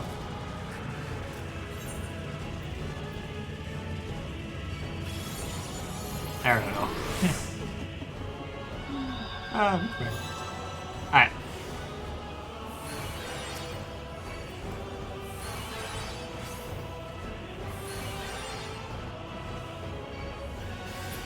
We tried. We got pretty far. We got one of them down. Okay. Okay, so this, I believe the second time they does it, it's gonna, I gotta hit that earlier. We gotta wait earlier. We gotta like stack up way earlier. What? When this fight is so much at this? I can make this way back. It's so much on screen. It's crazy.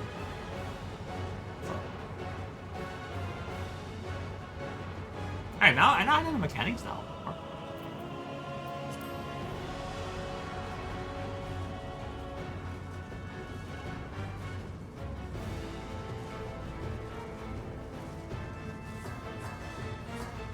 Okay, we're good.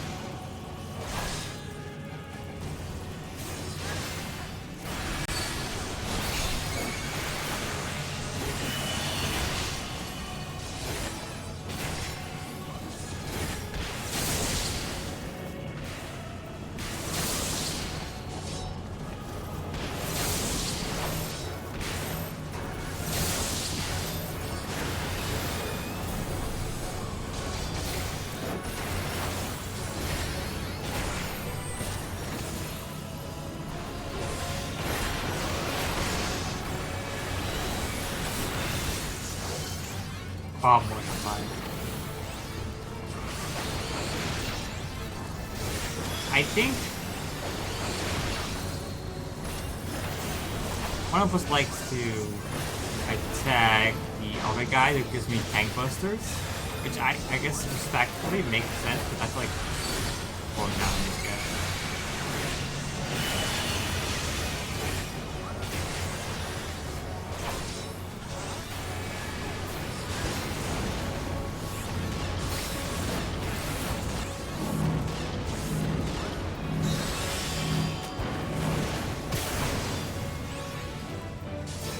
There we go. That worked. That was nice.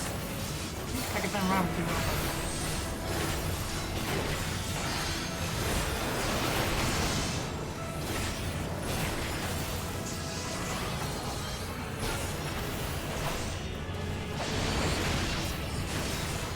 Okay, wait, that spell is called Zamzara? Oh my god, yeah, I love Zamzara.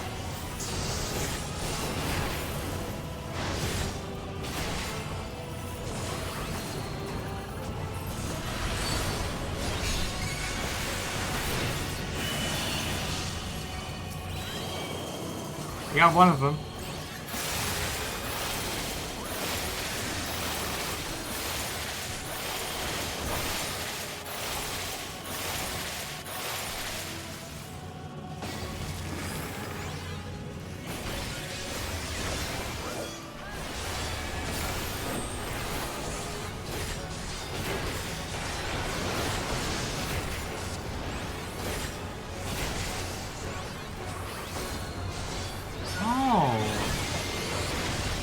I think you're supposed to, yeah, I think you're actually supposed to attack the other sisters first because they go down way quicker. Oopsie. Yeah, that makes like all more sense actually. Oh, wow, that's good to know for next time. But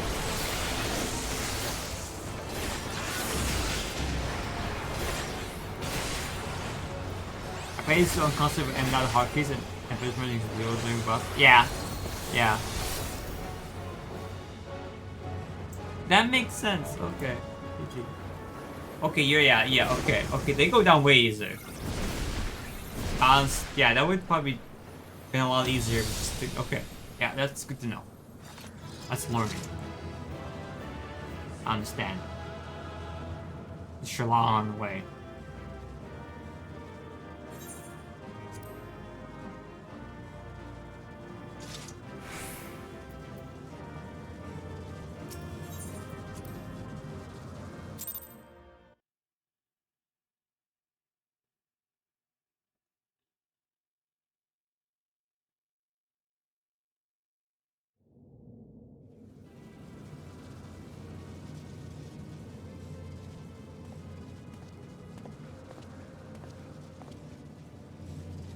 Is everyone all right?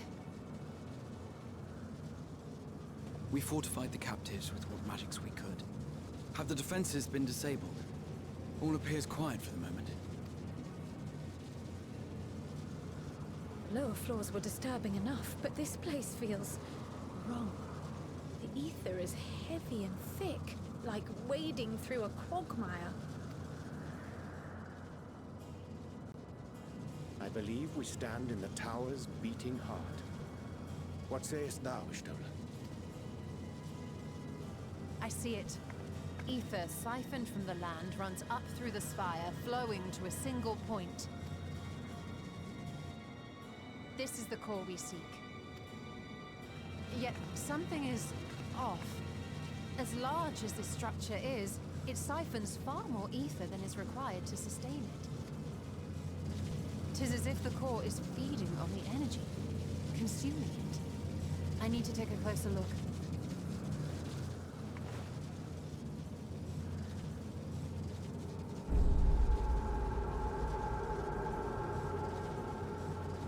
Curious. There is something there embedded inside the core. A man's limb. This is what we came to destroy? Yes, if you would be so kind. Yeah. That's fucked up.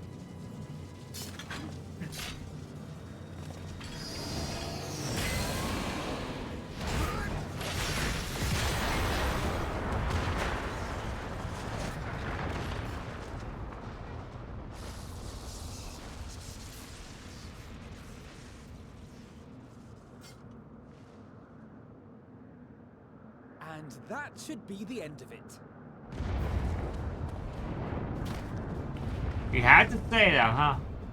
You had to say something. What now? My theory that the tower might come crashing down following the core's destruction doth appear to be correct. Bully for you! And how are we supposed to survive the fall?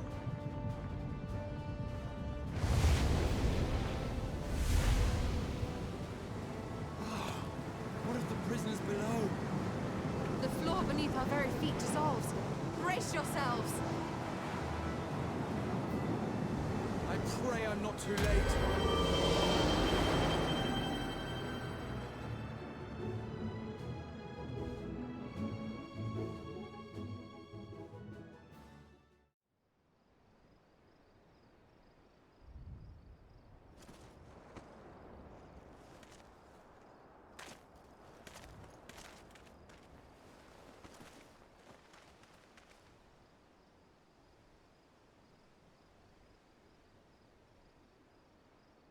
Oh, what happened? Where are we?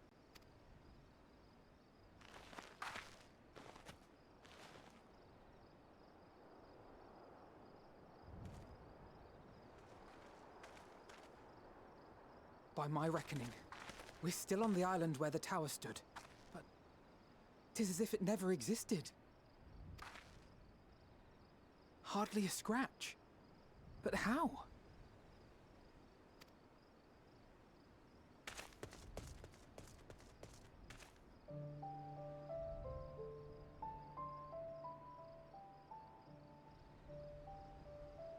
Graha wove a levitation spell at the last moment. Large enough to catch everyone, it would seem.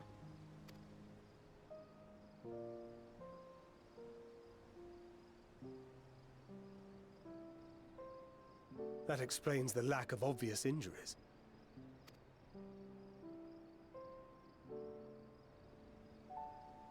The expenditure of so much ether has taken its toll. He will need plenty of rest, but should otherwise be none the worse for wear.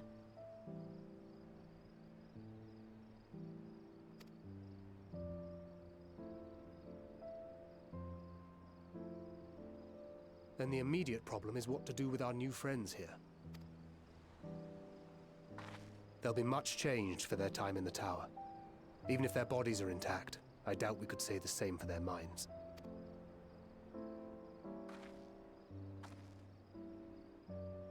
Angelo and I will take care of that. I have every faith in you, Alize, but there are just too many for you to treat alone.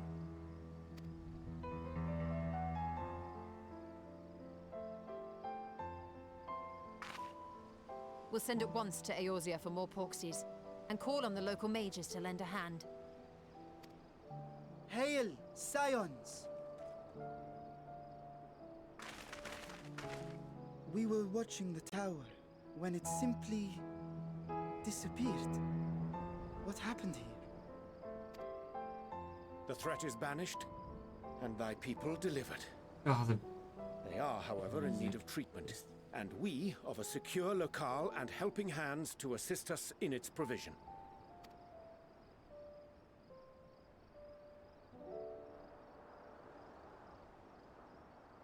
You shall have all this and more. Come, let us convey these unfortunate souls to the city.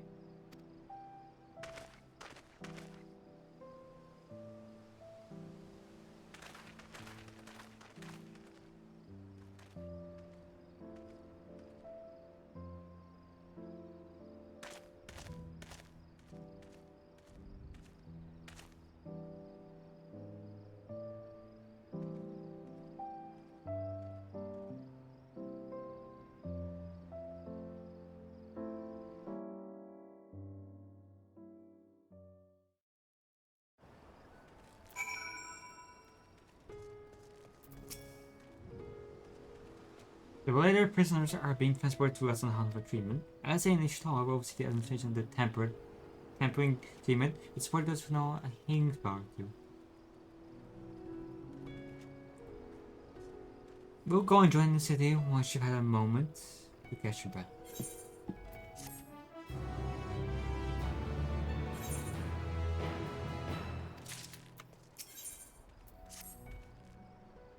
I don't know, Fresh, have you? You never won for being idle, right, Rashawn? Rados come to the Maga do that at earliest convenience. The others will join us there once we have finished tending to the prisoners. Oh wait, one second thought, you and Nessie here with Gonad. I need to make a quick tutu by the great work. Left Garhan the alchemist here, you see, but to fetch him before he's granted his sorcerer job. Must fetch him. Just do you mean him? Got my get your wafers too.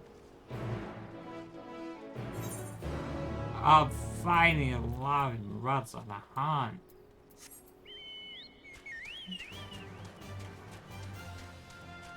You gotta look all the way back there.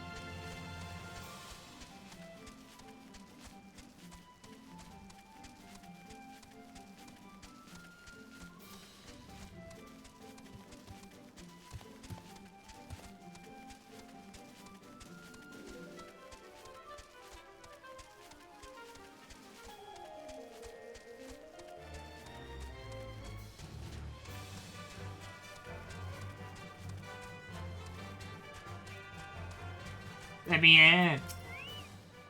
Out honor in silence, you are free to enter true leisure. As I cannot leave my post, I'm afraid you must take your own way. Since you require directions, send these station at the front and at the top of the steps should be grabbed to safety.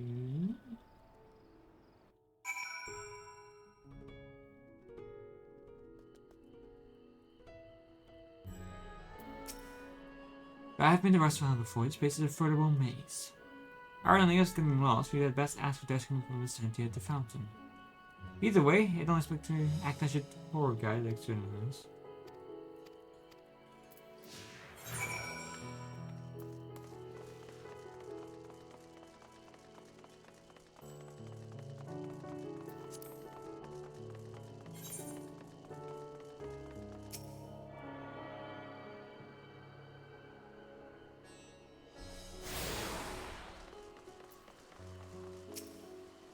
I'm actually Shawaz. I presume I'm you're here for an audience for the Sock Lab. You require reduction to Magaduda. I should be glad to provide them. Shadows specializes in Citrian drama, the highest part of the West of the Han. And to get there, I would ordinarily recommend the route that takes you by the Passage and City North. To disable Heart of Earth, however, most businesses are currently closed and the ATR disabled. Such, I would point you the alternate path. First, please ascend to the step next to this fountain and continue left. There will be more steps. Upon ascending them, you will emerge in the Huxa path, proceed to the large door on the right, and then you will arrive at Riverdale Fibers for the and will find out center will give you further guidance. In other words, you head up, sounds safer enough.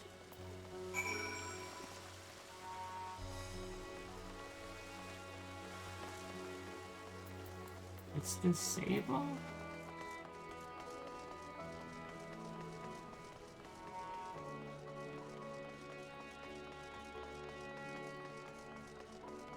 Well, my name? I feel like it's a fairly normal name, is it not? Hi to Magaduda, are you? In that case, people please follow this hallway to my right and go through the door at the top of the stairs. You'll emerge at the entrance to the airship landing, where another center should be on the hand to assist you. Incidentally, if you send the steps to the other side of me, you'll find the workshop with the rough arrivals, so you're free to observe the answer and you can push away.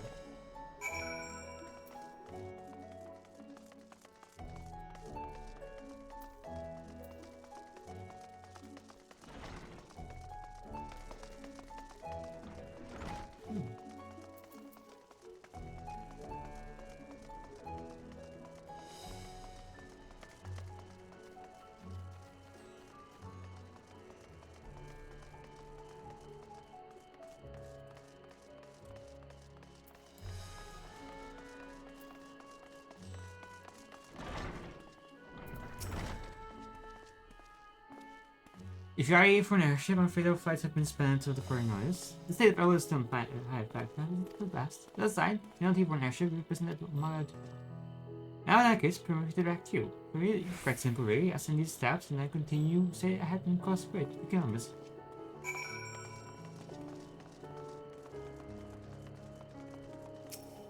Let me get this real quick. I have an account on North America, which I then started on first. And a lot of people moved to Europe service, and I was like, you know what? I like the story this much, and I also go through Realm of Born and Heavensward and Stormwood again, and then of course we'll Shadowrunner. So I just made a new account.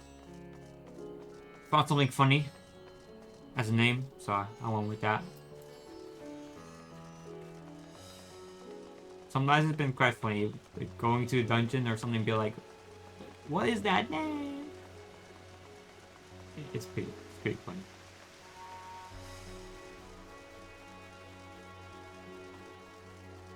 Yeah, I'm almost done with story again. I'm Endwalker.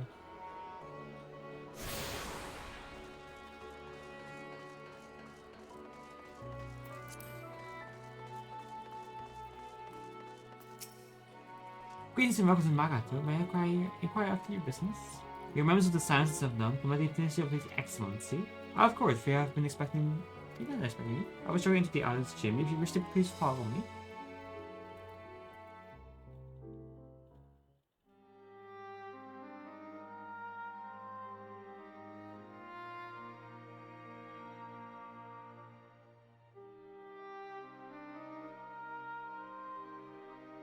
You should. It's in a month. You got a month left, I'm pretty sure.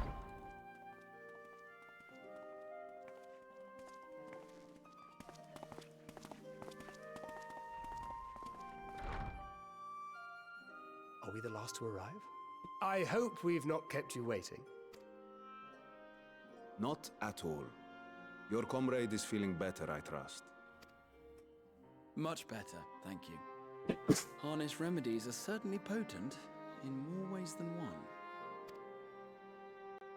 One becomes accustomed to the taste, although I hope you never have cause to do so. Pray, take your ease.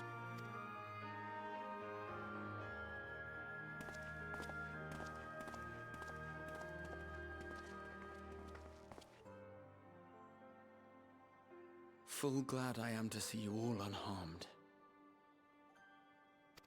No, play your spell. Valiant scions, for your heroism, you have my boundless gratitude. You cast down that dire tower and set free its hapless captives. You cleanse their souls of its corrupting influence. No words of thanks will suffice. In place of platitudes, I offer a bounty of warding scales. Pray accept your due reward, along with the goodwill of Radzathan. Alchemists throughout the land were put to work in the forging of your talismans. The finished ones have been collected, and now await you at the High Crucible of Alchemia. Present this letter when you are ready to take them into your possession.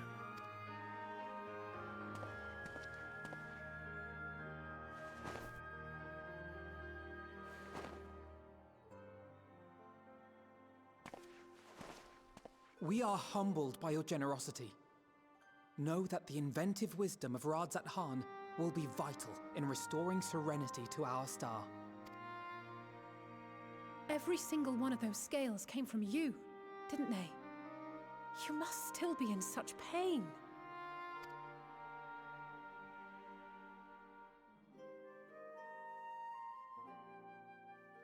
'Tis of no moment.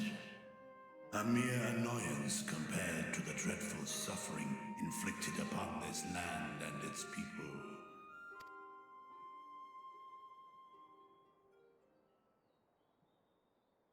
Albeit brief, my involvement in the Dragonsong War afforded me a glimpse of the myriad sorrows which consumed both dragon and man.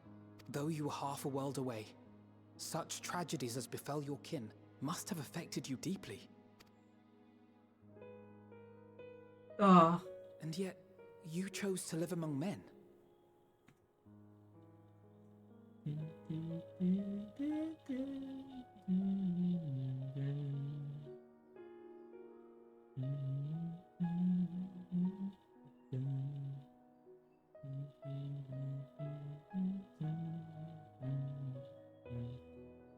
I love dragons. They're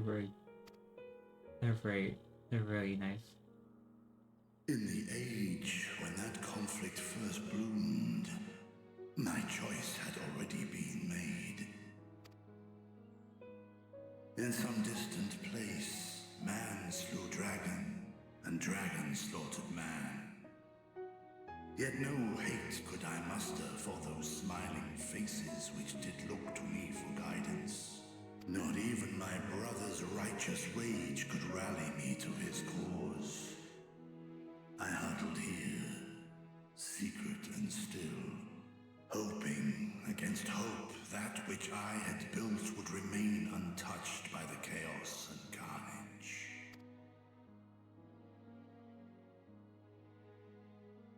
Twould seem we share the same desire for peace, great Vritra. To that end, I wonder if we might trouble you with another question. The Telophoroi are intent on recreating the final days, an apocalyptic event which we know to predate the sundering of the star. As the longest lived among us, know you aught of this terrible cataclysm?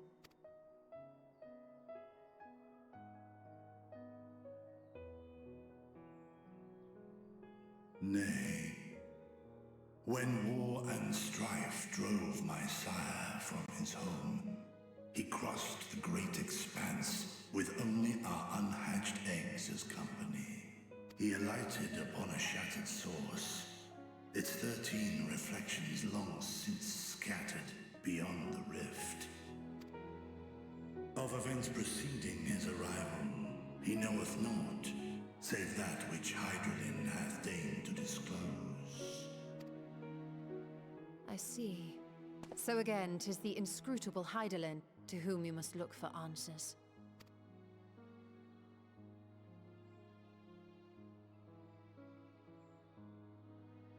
Seek you to divine the will of this star?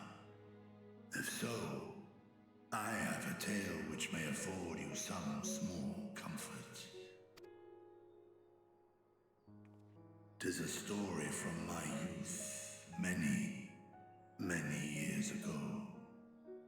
To my sire, I once posed the question, of all the stars in the sky, why didst thou settle upon this one? To which Midgardsummer did reply, 'twas the last bastion of hope. He believed so long as Hydaelyn endured, so too might dragonkind. Solemn and portentous were his words. What deeper meaning they held, I could not, dared not pursue. 'Tis a stone I've left unturned ever since. Yet take you solace in the knowledge that whatsoever Hydaelyn does strive towards, 'tis an ideal which hath earned my sire's conviction.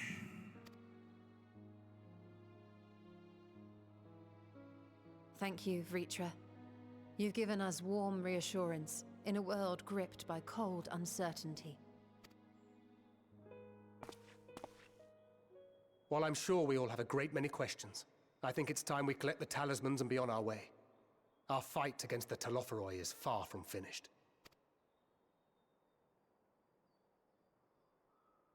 We must take our leave, but please do inform us if we can provide any further assistance.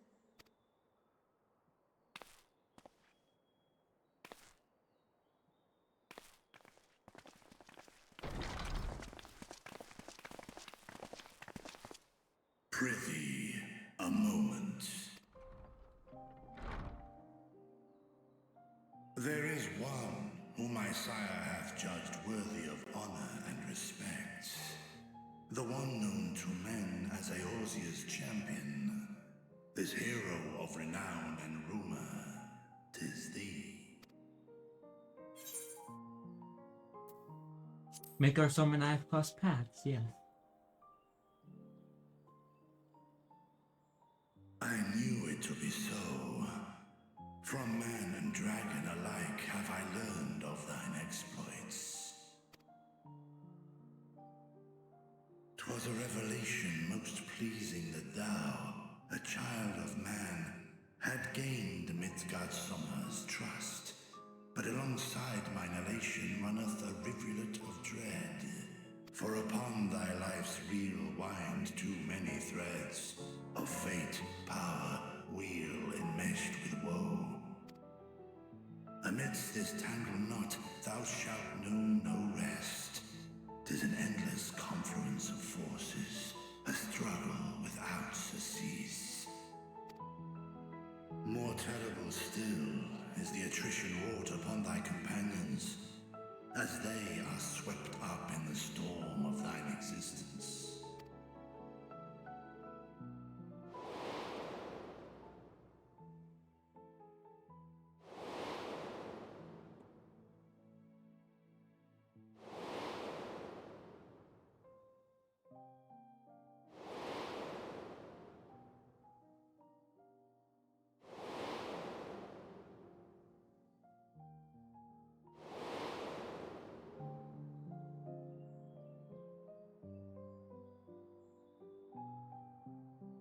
Take heart and protect them well. They will be your strength and your salvation. The hope thou wilt need come the end. Even cowering behind my curtain, I know the suffering of the powerful. I have watched my siblings driven mad by loss. Thus do I exhort thee to spare no effort to keep thy loved ones safe.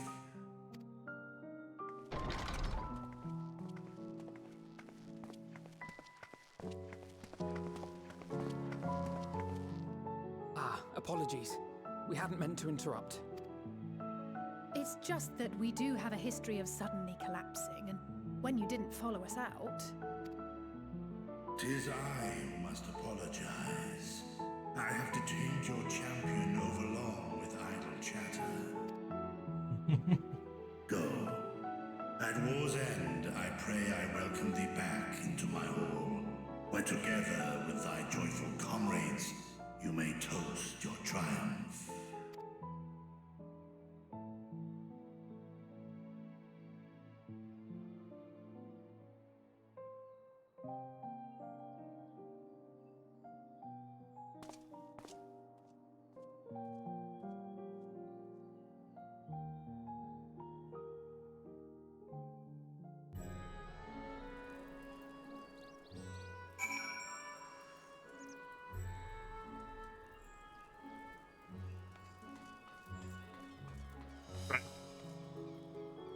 Okay, I got something to eat, drink. See who's see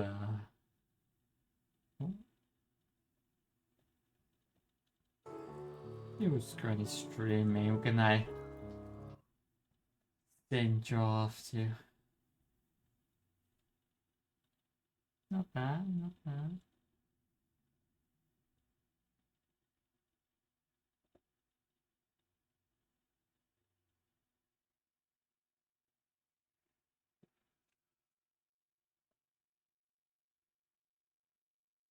There we go. Yeah, it's someone on mine already. I'll go eat. Easy, easy. Alright. Have a good one, Libra. Oh, it's nice seeing you. I'm gonna start the raid.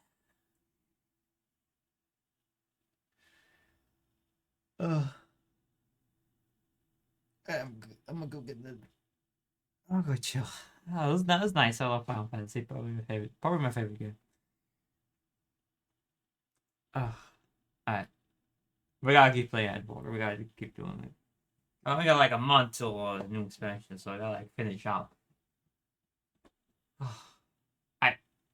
Love you all. Bye-bye.